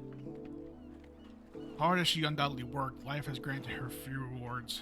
There is nothing expensive about her luggage. I'm sure your son will be here tomorrow, Kaim says. Her deeply wrinkled face breaks into a joyous smile. Yes, of course, tomorrow for sure, she says with a deep nod. Hope the person you're waiting for comes tomorrow on tomorrow's boat too. Thank you very much, he replies. I have an idea, she says. I might get sick camping out. If you like, why not stay in my hotel? I'm sure we can manage something for one extra person. Kaim says that she is not suggesting this out of mere politeness, which is precisely why he demurs with a smile and nod. Thanks just the same, he says, but don't worry about me. Just take the rest you deserve. Take the rest you deserve after all your long years of hard work. If you say so. You seem somewhat disappointed, but does not press him to accept. As he watches her trudge off towards the hotel alone, all but hidden from view by her huge bundles, Kaim wonders if perhaps she was hoping that his company might ease her concern that her son might not show up after all. Even so, he decides not to chase after her and retract his refusal. He is the wrong man to spend time with the mother whose only dream is to have a happy old age. Most likely when tomorrow's boat arrives, she will finally be reunited with the son she has longed to see all these years. The person that Kaim's waiting for will also almost certainly cross over to this island tomorrow. The mother will undoubtedly shed great tears when the reunion takes place. Kaim, on the other hand, has a bloody job to perform when he encounters the man he's waiting for. Kaim has been hunting him. The man is a fugitive, and there is a ward on his head. He's known as the boss of an underworld gang in the capital, and he has committed crimes without number: robbery, fraud, extortion, assault, even murder. To cap his life of crime, he double-crossed his own gang and ran off with a great deal of money. Word reached the gang only a few days ago that the man is heading for the island, the place of his birth, and they hired Kaim to take care of him. The fact that hired Kaim means they already have him killed on sight. Kaim and the mother meet at the dock again the next day at the same time. Again the next day, and the next, and the day after that. The ones they're waiting for never come. A week goes by, the mother switches accommodations from her expensive hotel to a cheap inn frequented by traveling peddlers. Actually, I'm more comfortable in a cheap place like this, she tells Kaim with a laugh. More than likely, your money would have run out in the first hotel. Your person's very late too, she observes. True, who is it? He sidesteps the issue with a strained smile. He cannot answer a question if he's going to carry out his duty. Besides, he feels a tiny premonition deep inside. The mother stops questioning and says, I hope your person comes soon. Another 3 days go by. A messenger from the gang, disguised as a peddler, whispers to Kaim as he steps off the ferry. We think he's still hiding in the capital. We're looking in every rat hole we can find, but there's no sign of him. Kaim nods silently and glances at the boat.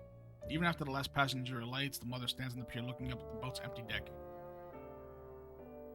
Let me ask you, young man, the mother says to Kaim 3 days later. Does the place where you're camping out have a roof to keep the dew off? Kaim has been sleeping in a dilapidated old house he found near the harbor.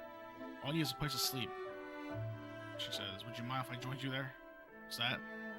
Because I'm staying now is not much better than a ruin. I'm sure it'd be fine wherever you're staying. Yes, I'm sure it'd be fine. She smiles like a child who has found a new source of mischief. Kaim does not refuse her. More precisely, he cannot refuse her. She's probably run out of money even to stay in her current flop house. Kaim has noticed her cheap rings gradually disappearing from her bony fingers. As they pass the night in the abandoned building, the moon, their only source of light, the mother, without prompting from Kaim, spills out her memories of her son. They are by no means pleasant memories. Known as a roughneck even from his earliest years, the boy was hated by all the neighbors and cost his parents a good deal of shame. He would steal our money, stay up all night partying, and before we knew it, he was the #1 thug on the island. He was always getting into fights and bothering girls. During the island's annual festival, he would go wild and destroy property, so my husband and I would have to go around punching everyone. The father, a skilled stonemason, lost his job when the son stole valuables from the boss's house. The mother could hardly walk down the street without being subjected to the glares and finger pointing of the neighbors. Things got especially bad after her son set fire to the island assembly hall just for fun. His parents raised him badly. The boy's misbehavior is the parents' responsibility. The son has become such a thug because his mother spoiled him rotten. It's the parents' fault, the father's fault, the mother's fault, your fault. They had earned it all. It was so hard for us on a little island like this. There was no place we could hide. The boy was 18 when he finally ran away from home, or rather left the island when his parents all but disowned him. The other islanders rejoiced as if a plague had lifted. One man went so far as to deliberately let the parents overhear him declaring, "I hope that bastard goes to the capital and dies in the gutter." The boy's father died 5 years ago. To the very end, he would not forgive his son, and in the final delirium, he was still apologizing to the islanders. But still, to a mother, any son is the baby she once carried. I never heard a word from him, but I went on praying that he would stay healthy in the capital and that he wouldn't catch whatever epidemic was going around. That he wouldn't get into fights, but that's just me, I guess. She gives kind of a bitter smile. Maybe it's just me being a mother, she adds. You have parents too, I suppose. Of course you do. Everyone has parents. True. Are your father and mother alive and well? Kaim bows his head in silence. On a journey with no clear beginning and no definable end, Kaim wasn't able to answer the question like this. Instead, he asks the woman, "What is the first thing you'll say when you finally get to meet your son?" "Good question," says the mother. After thinking it over a few moments, she replies, "I won't actually say anything. I think I'll just hug him and say nothing at all. I'll hold him tight and let him know how glad I am that he's still alive and well." You're supposing, though, Kaim presses her gently. If you knew that he had lived a less than exemplary life in capital too, would you still give him a hug? Her response is instantaneous. First I'd hug him, then give him a good talking to. She smiles, shouting Kaim, and adds, "That's what being a parent is all about." The next morning, she runs a high fever. She may have survived the dew, but a night in the dilapidated building has taken a toll on the old woman's health. Even so, when it is time for the ferry to arrive, she struggles to her feet and heads toward the pier with uncertain steps. Alarmed, Kaim holds her back. "You're no shot to be going out," he says. Despite his attempts to bring her fever down with cool spring water from the forest, it is high as ever. Her labored breathing is taking on a congested rumbling. "I have to go," she insists. My son is coming for me. I'm going to see him." She sweeps away Kaim's restraining hands, but the effort causes her to lose her balance and sink to her knees. "If he's on board, I'll bring him here," Kaim assures her. "Tell me how I can recognize him." Cradled in Kaim's arms, half delirious with fever, the old woman mutters, "On his left cheek. Before he left the island, he got in a fight. Somebody cut him. He has a scar." Kaim nods and lowers the old woman to the straw mat spread on the ground. He fights back a sigh and closes her eyes momentarily, then he stares hard through a small window at the ferry dock. Suspicions were right after all, though he was sure of it last night. Kaim was given a written description of the man when he took the assignment on the gang. There'd be no doubt, scar on the left cheek. Oh shit, his target's her son. The ferry is approaching the harbor. The pier is showing signs of activity. Kaim starts for the door. Behind him he hears the woman saying, "Please don't kill him. Don't kill my boy." Kaim stops short, but instead of turning around, he bites his lip. "I don't know what he did in the capital, but don't kill him, please." So she knows too. She knows everything. "If you have to kill him, if you absolutely have to, please before you do, just let me." Kaim leaves the room in silence. His steps are uncertain as he makes his way to the building glare of the afternoon sun. Blinding glare of the afternoon sun. This time the man is there, trying to lose himself among the traveling peddlers. The man with the price on his head and the scar on his left cheek steps down to the pier. He's far more emaciated than Kaim's written description would have led him to believe. No doubt he is exhausted from his years as a fugitive. Still, he has fulfilled his promise to his mother by coming back to the island of his birth. His eyes dart fearfully over the pier. His expression changes from that of a man searching for someone to the pang look of a child who has become separate from his parent. Kaim slowly plants himself in front of him. The man knows nothing of Kaim's mission, of course. He has never met him before. He has the instincts of an inhabitant of the back alleys. His face freezes and he turns to flee. Kaim grabs him by the shoulder, but lightly in a way that would make an onlooker think he was witnessing the joyful reunion of old friends. The man tries to shake off the hand to no avail.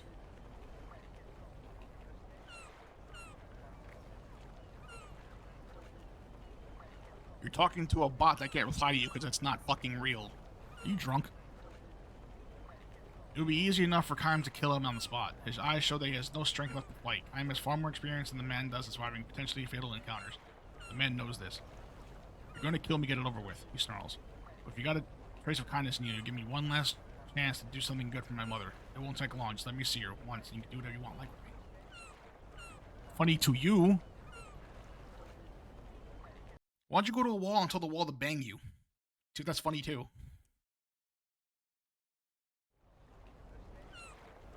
Kaim lets his hand drop from the man's shoulder. He is not going to run away, so I didn't make it after all, he says with a forced smile. His face tells him. Bots can't get... Oh my god, bro. Bots can't get offended because they're not fucking real. Why don't you go talk to the wall and ask the wall to bang you? Be the same goddamn thing. His face tells Kaim that he's probably resigned himself to his fate. He suggests too an air of relief at having finally brought his life to an end. No, you're just dumb. You are legit dumb. Completely dumb. Like, the amount of dumbness you have is killing my brain cells slowly.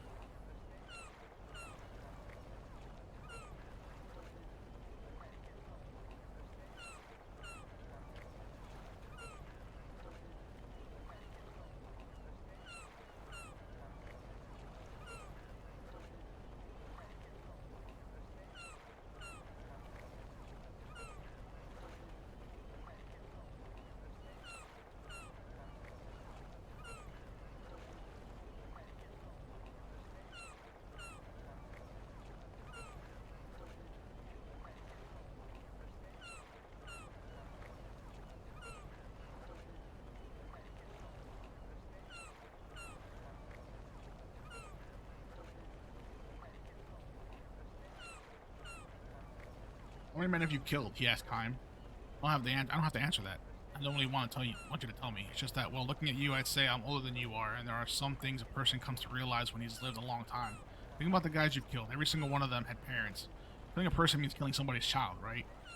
And that finally drawed on me. I left the gang. Gangs don't pay retirement bonuses, so I sort of borrowed a little money from them and what I used to. Well, I give my mother a hard time all these years.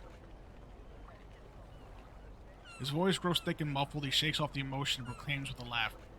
Ah, what the hell? That's a lot of sentimental nonsense. I don't know how many guys I've killed over the years, so I figure I'm getting what I deserve. I can't hate you for what you're doing. The shot comes from the ferry docks. We'll be departing shortly. All passengers bound for the capital should be boarding now. Kaim looks hard at the man and says, just tell me one thing. The man says nothing in reply, but Kaim continues. What's the first thing you're going to do when you see your mother? What are you talking about? Never mind, answer the question. I'll say I'm back. No, I won't say anything. I'll just take her in my arms, that's all. Give her a big hug? Sure, that's what parents and children are all about. That's some shit you would do, dude. I swear to God. Kaim relaxes the grim expression on his face and jerks his chin toward the forest beyond the pier. There's an old, broken-down house in the woods. Your mother's waiting for you there. Go to her. What are you talking about? Don't ever come back to the capital and don't stay on this island. Take another ferry and go far away to some other island with your mother. The man looks stunned. His voice is trembling. Kaim just says nothing more. He leaves the man behind and strides toward the boat before it can depart. Mission accomplished. Kaim does not care if in return for this deed he is labeled a traitor to be pursued by the gang. The image of his own parents praying for their son's welfare has long since faded from his memory. Pulling out, please hurry, come the cries of the ferry's crew. The big gong is ringing, startled by the sounds reverberating between the vast stretch of ocean and the open sky. Brightly colored birds can dart from the forest. Large birds and small birds, parents and their young. The larger birds seem almost to be shielding the smaller ones beneath their slowly beating, outstretched wings. Yeah, but you're laughing at jokes that only you find funny to yourself. If that's the case, why don't you just shit talk yourself and then laugh at yourself the entire time?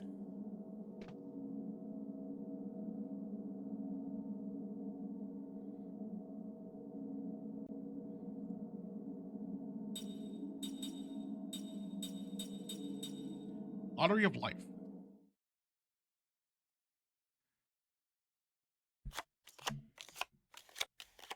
Dude, your humor, it just doesn't, it doesn't click with my head, dude. I don't know, that logic just is flawed to me. Having kids is like playing the lottery. That was how the police commissioner put it, with a grim smile and a sigh. He was the man in charge of a domestic security. Sometimes you pick a winner, sometimes you pick a loser. Life is like that, you can't control it.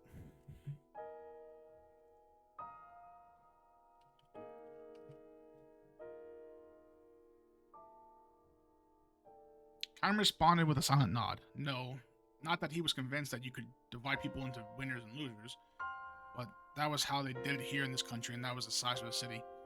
He had no choice but to recognize it as a reality because the man who kept the peace here believed it, and the nation was known for having the best public safety in all the centuries of the region.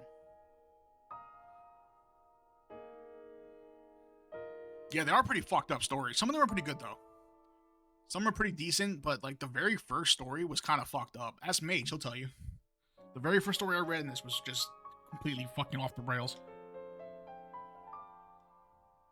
Every kid in here is a loser. He spat out, jerking his chin toward the juvenile prison visible from his office window. Built to hold young criminals, this is the largest and the most strictly run and mostly closely guarded prison to be seen in any of the neighboring countries. Its treatment of its young inmates was also the harshest. Yeah, you remember the first one? Oh my god, it was bad, dude. It was just so messed up.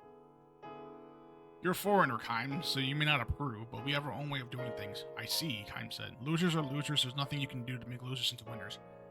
It's never going to happen, far from it. If you coddle losers, they just turn into bigger losers and give the decent people a little trouble. See what I mean?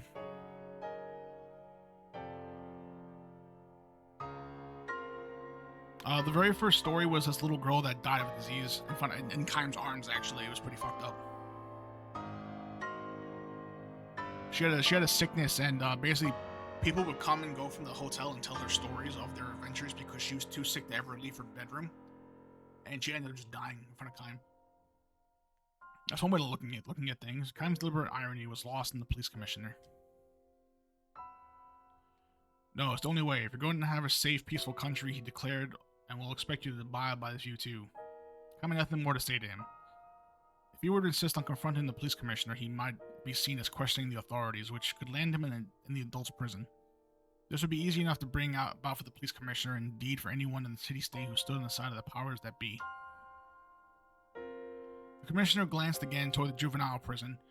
They built that place 80 years ago, he said, which is to say the very first building they made when the present political system came into being was a prison to throw young offenders into. Kime knew this. For Kime, whose life went on forever, events of 80 years before could have well happened yesterday. 80 years earlier, this country had experienced coup d'etat. The revolutionary government ruled the people under military dictatorship and jailed every last person suspected of disturbing the peace and order. Yo, is this like the same thing where it matches up with him being in that one prison for like fucking a whole bunch of years and an old guy just got blinded by the light and died?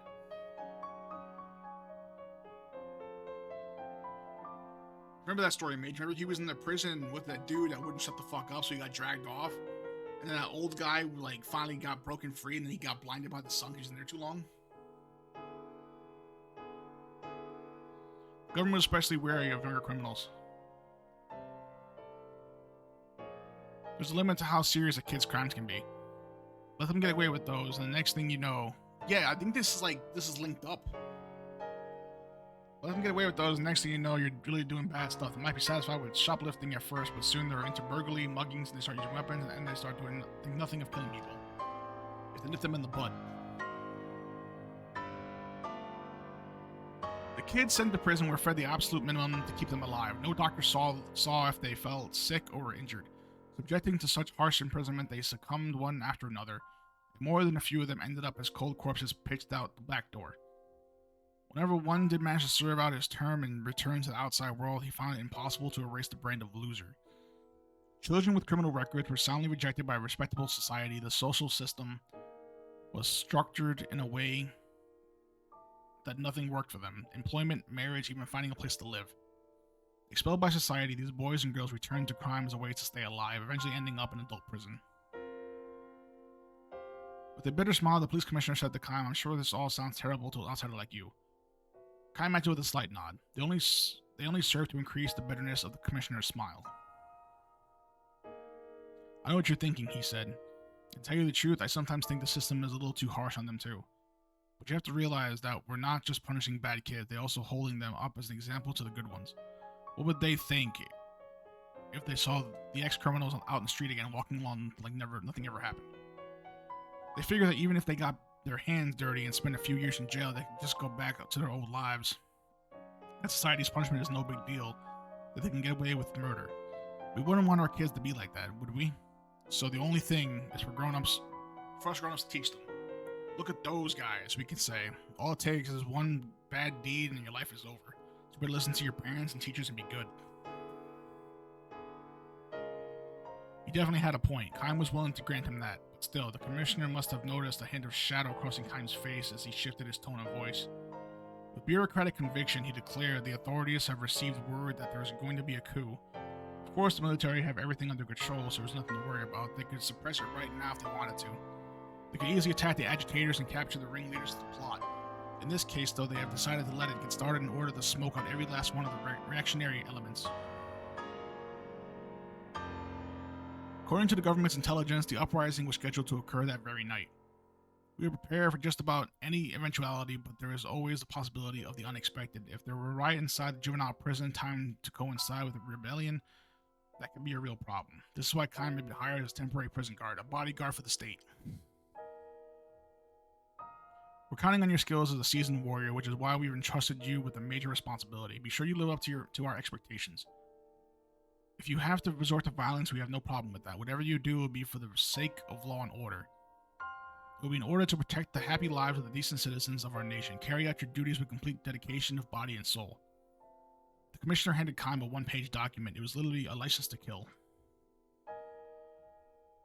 Act without the slightest restraint. All the prison guards have one of these, but still. If you hesitate to impose the ultimate punishment on a single loser, then countless winners among the upstanding citizenry must suffer the consequences. You understand, I'm sure. Once a loser, always a loser. Rather than living with such a burden, they themselves might be happier to have you kill them than get it over with. Kime accepted the document with the commissioner without comment. That completes our contractual arrangement. Now assume your post. With a perfectly straight face, the commissioner cautioned Kime, just make sure you don't let any foolish compassion get in your way. The season was midwinter, but Kime found no hint of fire burning in the juvenile prison. In their tiny solitary cells, the young inmates, wrapped in ragged blankets, lay helplessly in the dark. Painful moaning came from one cell, suggesting that its inmate might be running a fever. From another came unbroken, shrill, mean laughter. That could only the person's mind have snapped.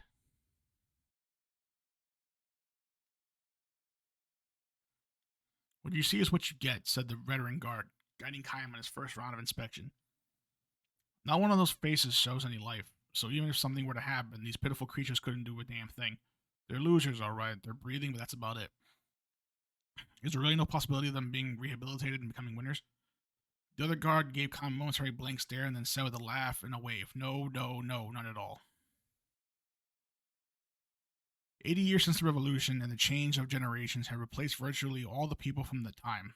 Since coming of age, this prison guard, who had no memory of the life before the revolution, had been implanted with the idea that people were either winners or losers, and he surely never doubted it.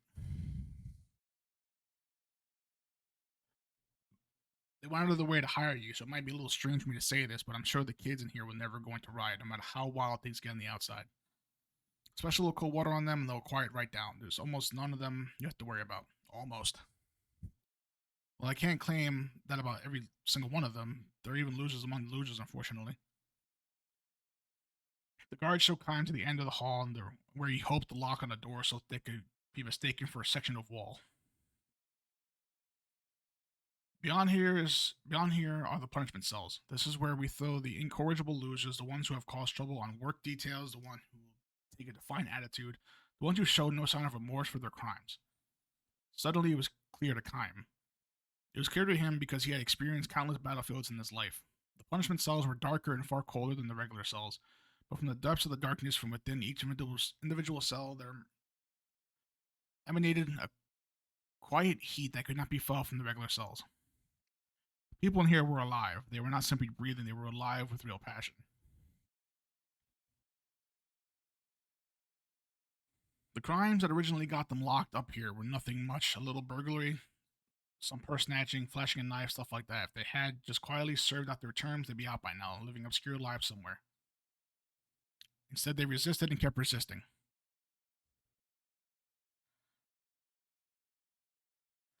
They call for better treatment of inmates. They appeal for an end to discrimination against former prisoners. The number of their crimes multiplied until it became clear they would never go out of there alive. They'll just go straight from here to the adult prison where they grew up. It'll be 20 or 30 years before they can breathe the air outside again. If they can live that long, which would be quite an accomplishment. The guard concluded with a belly-shaking laugh, which was interrupted by a voice echoing from the dark cell. Stop that laughing. It was a quiet but commanding voice, though one that retained a hint of boyishness. A look of fear crossed the guard's face, though he quickly reverted to a sneer. This is the biggest pain we've got, he said.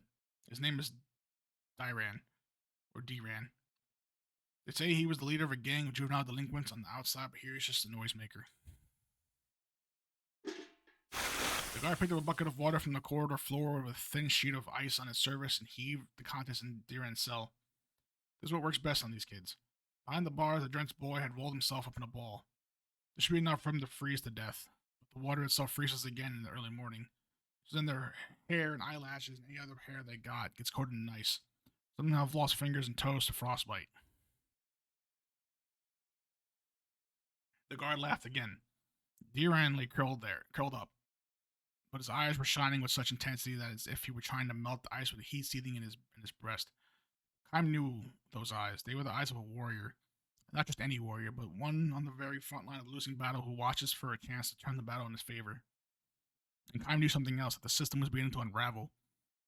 It kept the people in a state of suppression for 80 long years, ever since the revolution, but the very moment of its undoing had arrived.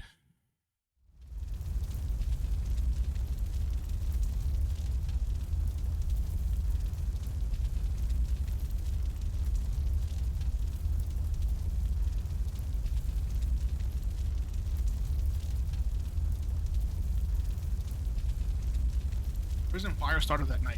Kaim, it's the coup. The guard came running to report the situation on the outside. Fires had been set throughout the city, he said. This was, of course, the uprising the government intelligence had anticipated.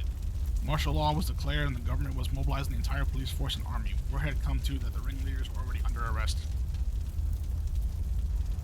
One element had been wholly unanticipated. The guard informed him the wind is stronger tonight. Manned by an unseasonable wind, the flames were racing through the city. Orders from the commissioner, we are not to fight the fires in the juvenile prison, is that clear? Do not engage in firefighting here. In other words, no one will be coming to save the inmates. It can't be helped, said the guard. The army and the fire department have all they can do to put the fires in the city and evacuate the people. They can't spare any men to protect this place, and we've got orders to join the rescue effort in town. Guess that means we let the kids out. This was a given. I'm assumed. Left locked up in their cells, the young inmates will burn to death. Don't be ridiculous, the guard shot back. These kids are all losers. We've gone to the trouble of locking them in here and now we're supposed to let them out? Are you serious? Kaim replied. Are you serious?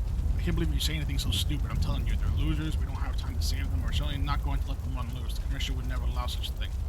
He obviously meant every word he was saying. They were planning to let them die. Flames were spreading quickly and screams could be heard throughout the prison. There was no time to appeal directly to the commissioner, and such an appeal would only end in failure. He was sure. Give me the cell keys, Kaim said. You're joking, the guard laughed. There was only one thing to do. Without a word, Kaim landed a punch in the guard's solar plexus. The guard went down in a heap and Kaim tore the clump of keys from his belt. The first cell he opened was D-Ran's. The boy came up confused. Are you one of us? He asked Kaim. Are you with the coup? Not interested, he answered. So why are you letting us go? Vern asked. I don't like dividing people up into winners and losers. Thanks, D-Ran said. Sporting a big grin, he took the keys from Kaim and turned away to start opening the other cells.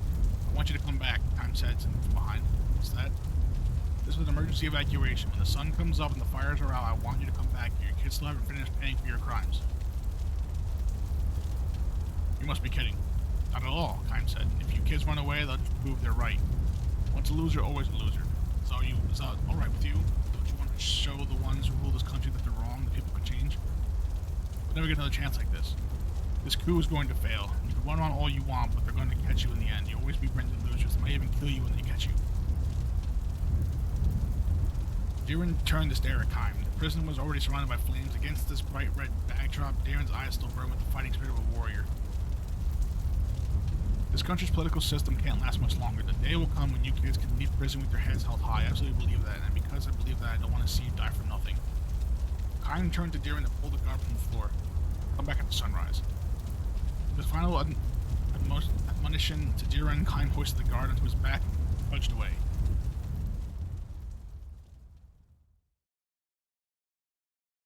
These events occurred 50 years ago.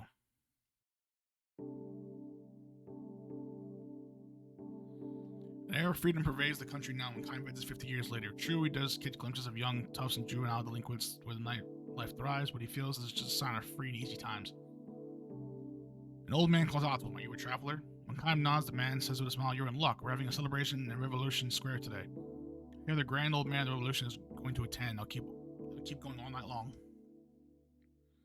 A celebration? That's right, so you're too young to know what happened here in the old days. We had a coup 50 years ago on the very day. The coup itself was put down in one night, but the rebel troops set fires all through the city, so the rest of us were running around like crazy in all directions. Fanned by the wind, the flames quickly enveloped the whole city, and a lot of the city people were stranded on the sandbar downwind. I was one of them. I had my pregnant wife and baby daughter with me, so I couldn't just dive into the river to escape. There, before we knew it, sparks were raining down on the sandbar, and I figured we were done for. It all burned to death as soon as the dry grass caught fire. Just as he was giving up hope, he says a helping hand was extended to them from the most unlikely source.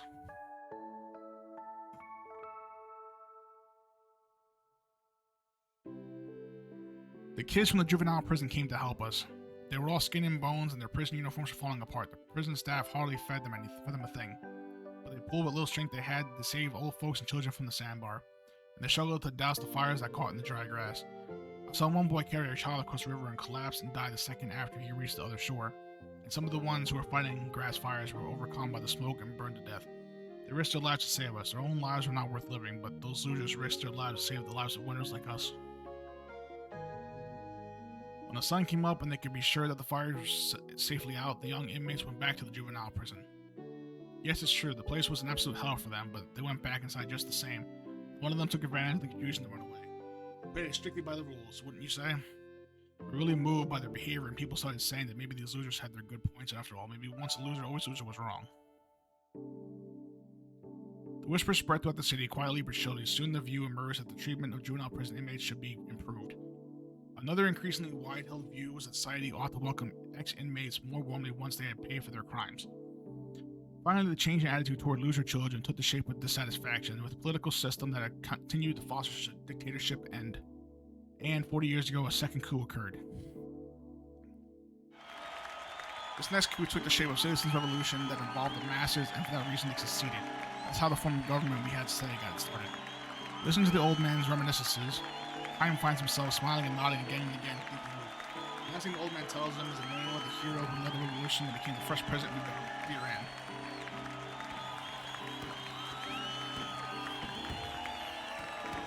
Tens of thousands of people have gathered in Revolution Square. As fireworks are set aloft and a brass band plays a rousing national anthem, the grand old man of the revolution takes to the stage amid thunderous cheers and applause. Dear Ran, our dear Ran. Advanced in years now and having long since removed himself from the center of politics, Ran is still that youthful, fiery gleam in his eyes. There is no way from the spot among the assembled throng. And even if he were to notice him, he could never imagine this, but this young man, unchained from 50 years ago, was temporary prison guard of a faithful knight. Still, the old hero proclaimed, "Keep it in chains. There are no winners or losers." The words are greeted with cheers and fireworks, and the excitement of the celebration reaches its peak. Kai makes his way through the stand at the far end of the end square and buys himself a cup of liquor. He raises his cup to the hero of the revolution, who, from this distant vantage point, appears to him no longer than a speck. He downs the drink in a single breath, and with the intensity of strong liquor has passed his throat, it leaves a sweet and mellow aftertaste. So he actually went back to the prison. Final story. I guess this is about Ming. So that one's Kang's final story. This is Ming's story. I'm assuming it's Ming's.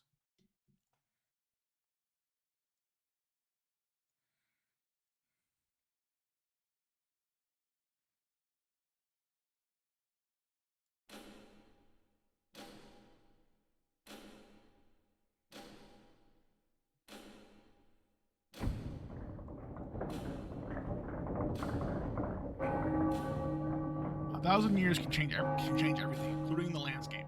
Queen Ming surveys her capital from the palace window. The panoramic view was like a great history book. The volcano towering in the distance, which used to spew clouds of smoke, went dormant 700 years ago. 300, 400 years, 500 years. Once part of the sea, the inlet was reclaimed 500 years ago to become a village for the fisher folk who spend their lives in the ocean.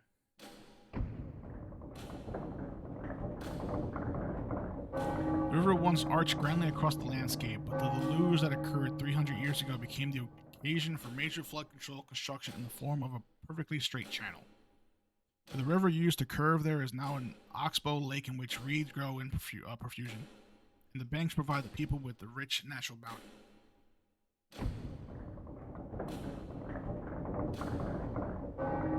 Even the area that formerly was a barren, rock-strewn wasteland became a vast fruit-bearing garden thanks to the irrigation project that was undertaken 200 years ago.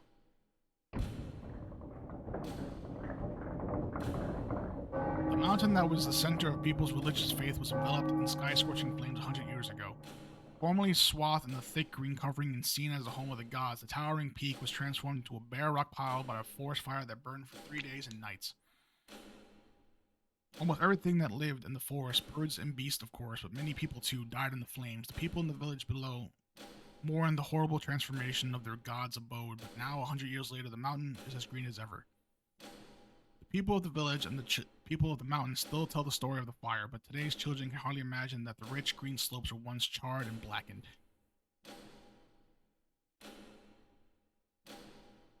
Restored though it is so. Okay, can you not do that, please? Thank you. That's throwing me off completely. Restored though it is to its original green lushness, of course, the mountain could well be enveloped in flames again, 100 years from now, 200 years from now, or even tomorrow. Even it should be charred bare again, however, trees would sprout anew. The birds and beasts and insects chased away by the fire returned to their homes, and given enough time, the mountain would be covered in green as before, such as the workings of nature. Given enough time, dizzying stretches of time. But no, to become dizzy at the thought of vast stretches of time is a privilege of the ordinary folk. Those who have no choice but to devote all their energies to living in the present. How fortunate they are to be able to look back to the past of 1,000 years ago like an old man telling the child fairy tale. Once upon a time, a long, long time ago. And how truly fortunate one would be to be able to tell the story of this country's future as a rosy dream, the way children relate to their own dreams in the future with flashing eyes, and to entrust that dream to the next reign. Ming stands at the window like this every morning. It's a special time of day for her when she thinks about the livelihood of her subjects, watches for signs of enemy intrusions, and ponders measures she might wish to adopt. She has done this every day without fail for the past 1,000 years. The country has flourished, the people are no longer starved as they did when she first took the throne. Future historians will no doubt sing the praises of Ming's 1,000-year reign. She will be extolled as the 1,000-year-old queen, and her noble figure will be vividly engraved in people's memories. Cherishing these memories for her, however, people will die before she does. The historians who praise her too, instead of witnessing her reign to its end, will themselves become part of history. Ming has been queen for the past 1,000 years, and probably will be for the next 1,000 years as well. Her Majesty is in excellent spirits again this morning, I trust. She hears the voice behind her. Her gaze still fixed in the streets of the city below. Ming answers, "You are early today." Not so early, for Majesty herself has already observed the smoke rising from the cauldrons of her people. She did not turn to ascertain the identity of the smiling face behind her. It belongs to Nagram, her senior minister. The smile is courtly, gentle, but deep within the narrowed eyes she knows there resides a dark gleam. Today I will accompany Her Majesty in the inspection of the troops. You? Yes, owing to the slight change of assignments today. Is that so? I'm hardly up to the task. I will do my best if Her Majesty will allow me to serve her in this capacity. I beg her permission. With her back still turned to Nagram, Ming gives a solid nod. Ah, yes, she thinks to herself with a bitter smile. Their plan goes into action today. Ming has sensed for a very long time that Nagram is up to no good. He apparently has seized command of certain units of the Royal Guard. Scattered throughout the city, too, his people are lying low, ready to set fires as soon as orders come down. No doubt about it, today, when the regular ceremonial inspection of the troops is scheduled to take place, is the perfect day for a coup. When Nagram leaves, Ming enters her office and summons Hannes, the most senior of her ministers, a true elder statesman and her most trusted confidant. Hannes, who sports a luxurious beard, has served Ming for over 40 years. Your Majesty, I understand Nagram was here earlier. Yes, apparently he is to accompany me in the inspection of the troops. This is all she has to tell him. Stroking his bushy beard, Hannes says that means they've run out of patience. I know, replies Ming. I'm sure they can't wait to get started.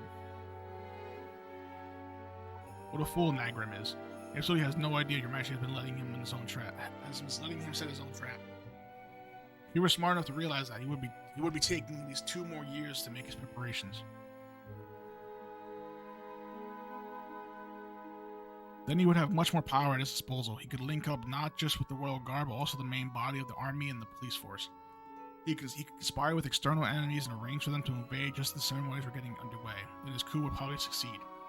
If he had the long-range vision to include the wealthy merchants and the intelligentsia among his allies, he might even be able to mount a revolution that would overthrow the monarchy itself.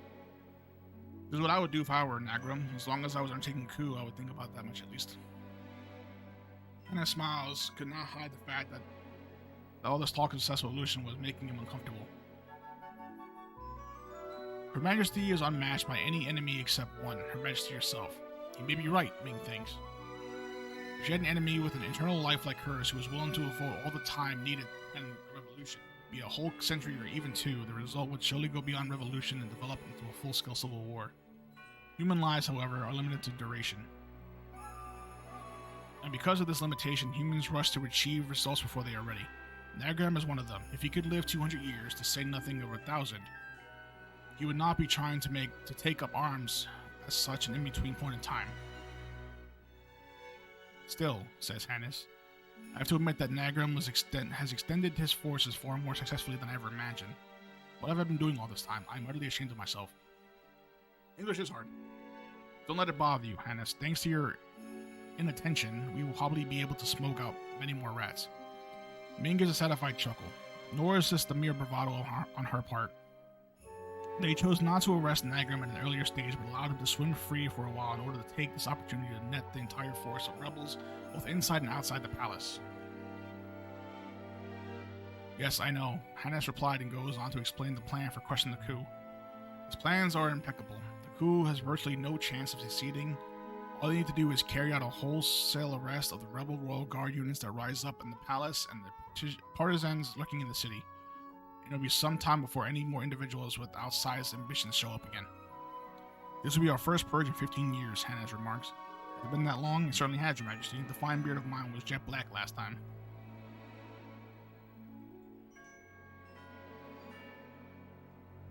Hannes commanded the troops that put down the coup 15 years ago. Loyal, courageous, and cool-headed, he is the ideal staff officer.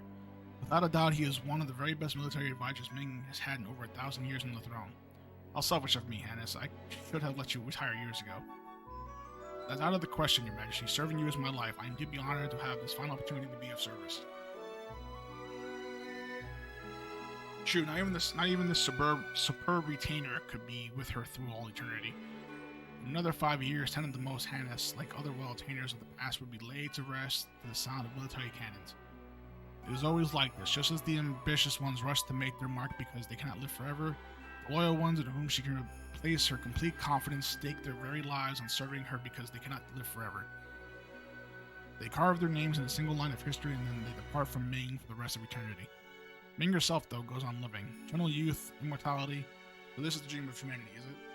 None of them knows the loneliness of eternal life. When Hannes next addresses Ming, this is a new urgency in his voice, about the troops that will quell the uprising. I will command the ones outside the palace. Do I have Her Majesty's permission to put command of the interior palace guards in the hands of my young protege, Yan?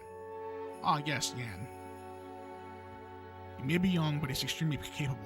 I have nurtured him carefully. I know he will serve Her Majesty splendidly after this cold soldier is gone. I would like to give him the opportunity to distinguish himself in a current emergency. Ming herself is fully aware of Yan's outstanding qualities.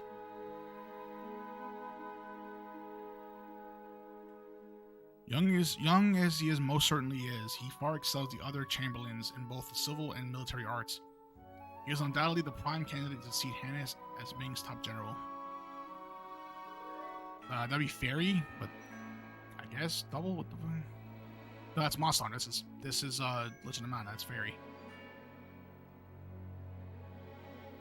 What are Majesty's thoughts on the matter? All right, then, let him take charge. Majesty has my unbounded thanks. I am sure Yan himself will be deeply moved to learn that he has earned Her Majesty's confidence.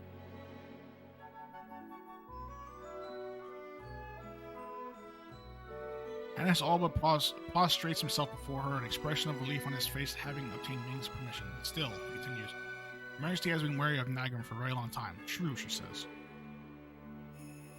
Meanwhile, this old soldier of yours had no idea whatever that Nagram might be planning a rebellion. I am deeply ashamed. Understandable. I'm deeply ashamed to confess it now, but to me he seemed the very model of loyalty. How is it that Her Majesty was able to see Nagram's actual disloyalty? Ming only smiles without answering this question, the same thing that happened at the time of the coup 15 years ago. As continues, the only reason that we were able to suppress the revolt before it even got started was that Her Majesty saw it coming before anyone else, and as now is blind to the traitor's plot. You say so, Highness. Has Her Majesty forgotten? Well, it was so long ago.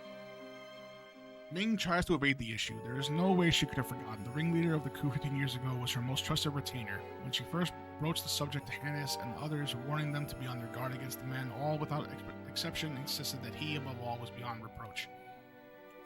In the end, Ming's suspicion proved to be correct. She knew, however, faithfully he carried out her orders. However warmly she wore his loyalty, she knew these days, however, she had begun to wonder on occasion if that is something to be grateful for.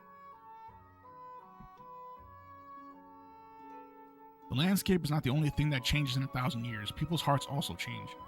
After numberless meetings and partings over the centuries, Ming has come to realize the fragility, the evanescence of trust. She no longer trusts anything in words, neither can she fully trust everything in action. She knows by looking at a person's eyes, the way that she can tell everything to a mysterious and disheartening degree. In the eyes of all those who would bring harm to the country, without exception, there resides a dark gleam. It is there in all of them, the man plotting a coup, the man secretly involved with foreign enemies, the man fattening his purse with heavy taxes wrung from the people, the female spy who seduces high ministers to extract state secrets, the man who attempts huge bribes from merchants eager for the glory of becoming an official purveyor to the royal household. Neither of their words nor their deeds give them away. Often the man himself has no idea of the misdeeds he will later commit. But Ming can tell, only Ming, who has lived for 1,000 years, the silent voices tell her, be careful of this man. Don't take your eyes off that woman. This was not the case in her youth, but having repeatedly tasted the bitter experience of betrayal, having been assailed by her own regrets and self-reproach, she has learned to doubt. Ming can see what no one else can. The dark gleam deep in the eyes. This has enabled her to ward off a variety of disasters before they could start. The kingdom has managed to flourish because Ming has more often chosen to doubt than to believe. This is the best course for her to follow as queen. It is, however, an infinitely lonely way to live.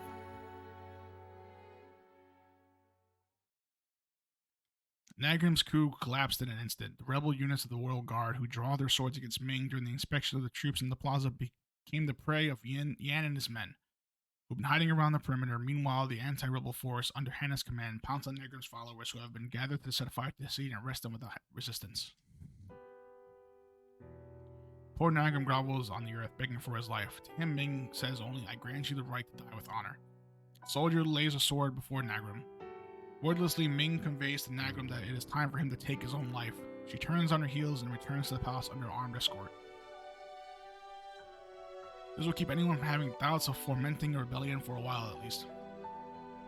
The peace of the kingdom has been preserved, but it will not last forever. When the memory of Nagram's coup begins to fade 10 years from now, or 20, or even 100, another man with ambition will emerge, as has happened so many times before. It is the role of the queen to accept this endlessly repeating cycle, Ming tells herself, sighing. Ming is standing at the palace window, surveying the city streets below when Yan enters the room. Your Majesty, I'm here to report that Nagram successfully took his own life a short while ago. Oh. Did he dispatch himself with dignity? He did. Traitor though he was, he died in a way befitting a commanding general. Return his body to his family with all due ceremony. She turns and stares straight at Yan, whose spine stiffens under the onslaught of her gaze, and when she sees it, without a doubt, the dark gleam flashes deep within his eyes for one fleeting instant. So Yan is another one, is he? She thinks with a bitter smile. Unable to fathom the meaning of her smile, Yan is at a loss for words. Thank you for your efforts, Ming says to him. Suppressing a sigh, she turns to the window again.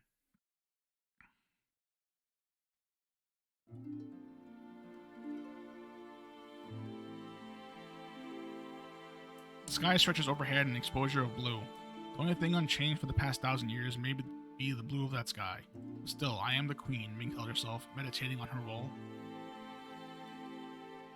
I'm the one who rules this country and maintains the people's happiness. She gazes long and hard at the sky, rising to her full, proud height. Oh look, it's Queen Ming. A little boy in the alleyway below the castle spots Ming and begins waving at her wildly. Queen Ming, Queen Ming. A woman, the boy's mother no doubt, charges out of the doorway and, bowing humbly to Ming, begins scolding the boy for his rude behavior. Ming herself, however, waves back at him, and places a smile on her face. Smiling joyfully at this unexpected response from Her Majesty the Queen, the boy starts jumping up and down, shouting, "Long live Queen Ming." Ming stares again at the sky above, unchanged though it has been for 1,000 years. The blue of the sky penetrates more deeply into her eyes and her heart than it ever did in the days of her youth.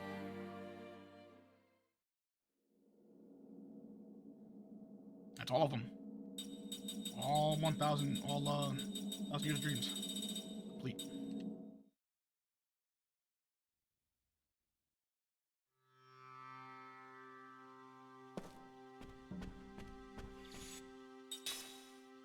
And with that, nah, you know, over. I still have to kill Gongora. So next stream, I'm gonna go right to the end of the game and finish it up. For now, I'm gonna cut streams. I've been streaming for 5.5 hours. Goes with the real game. I mean, it could be.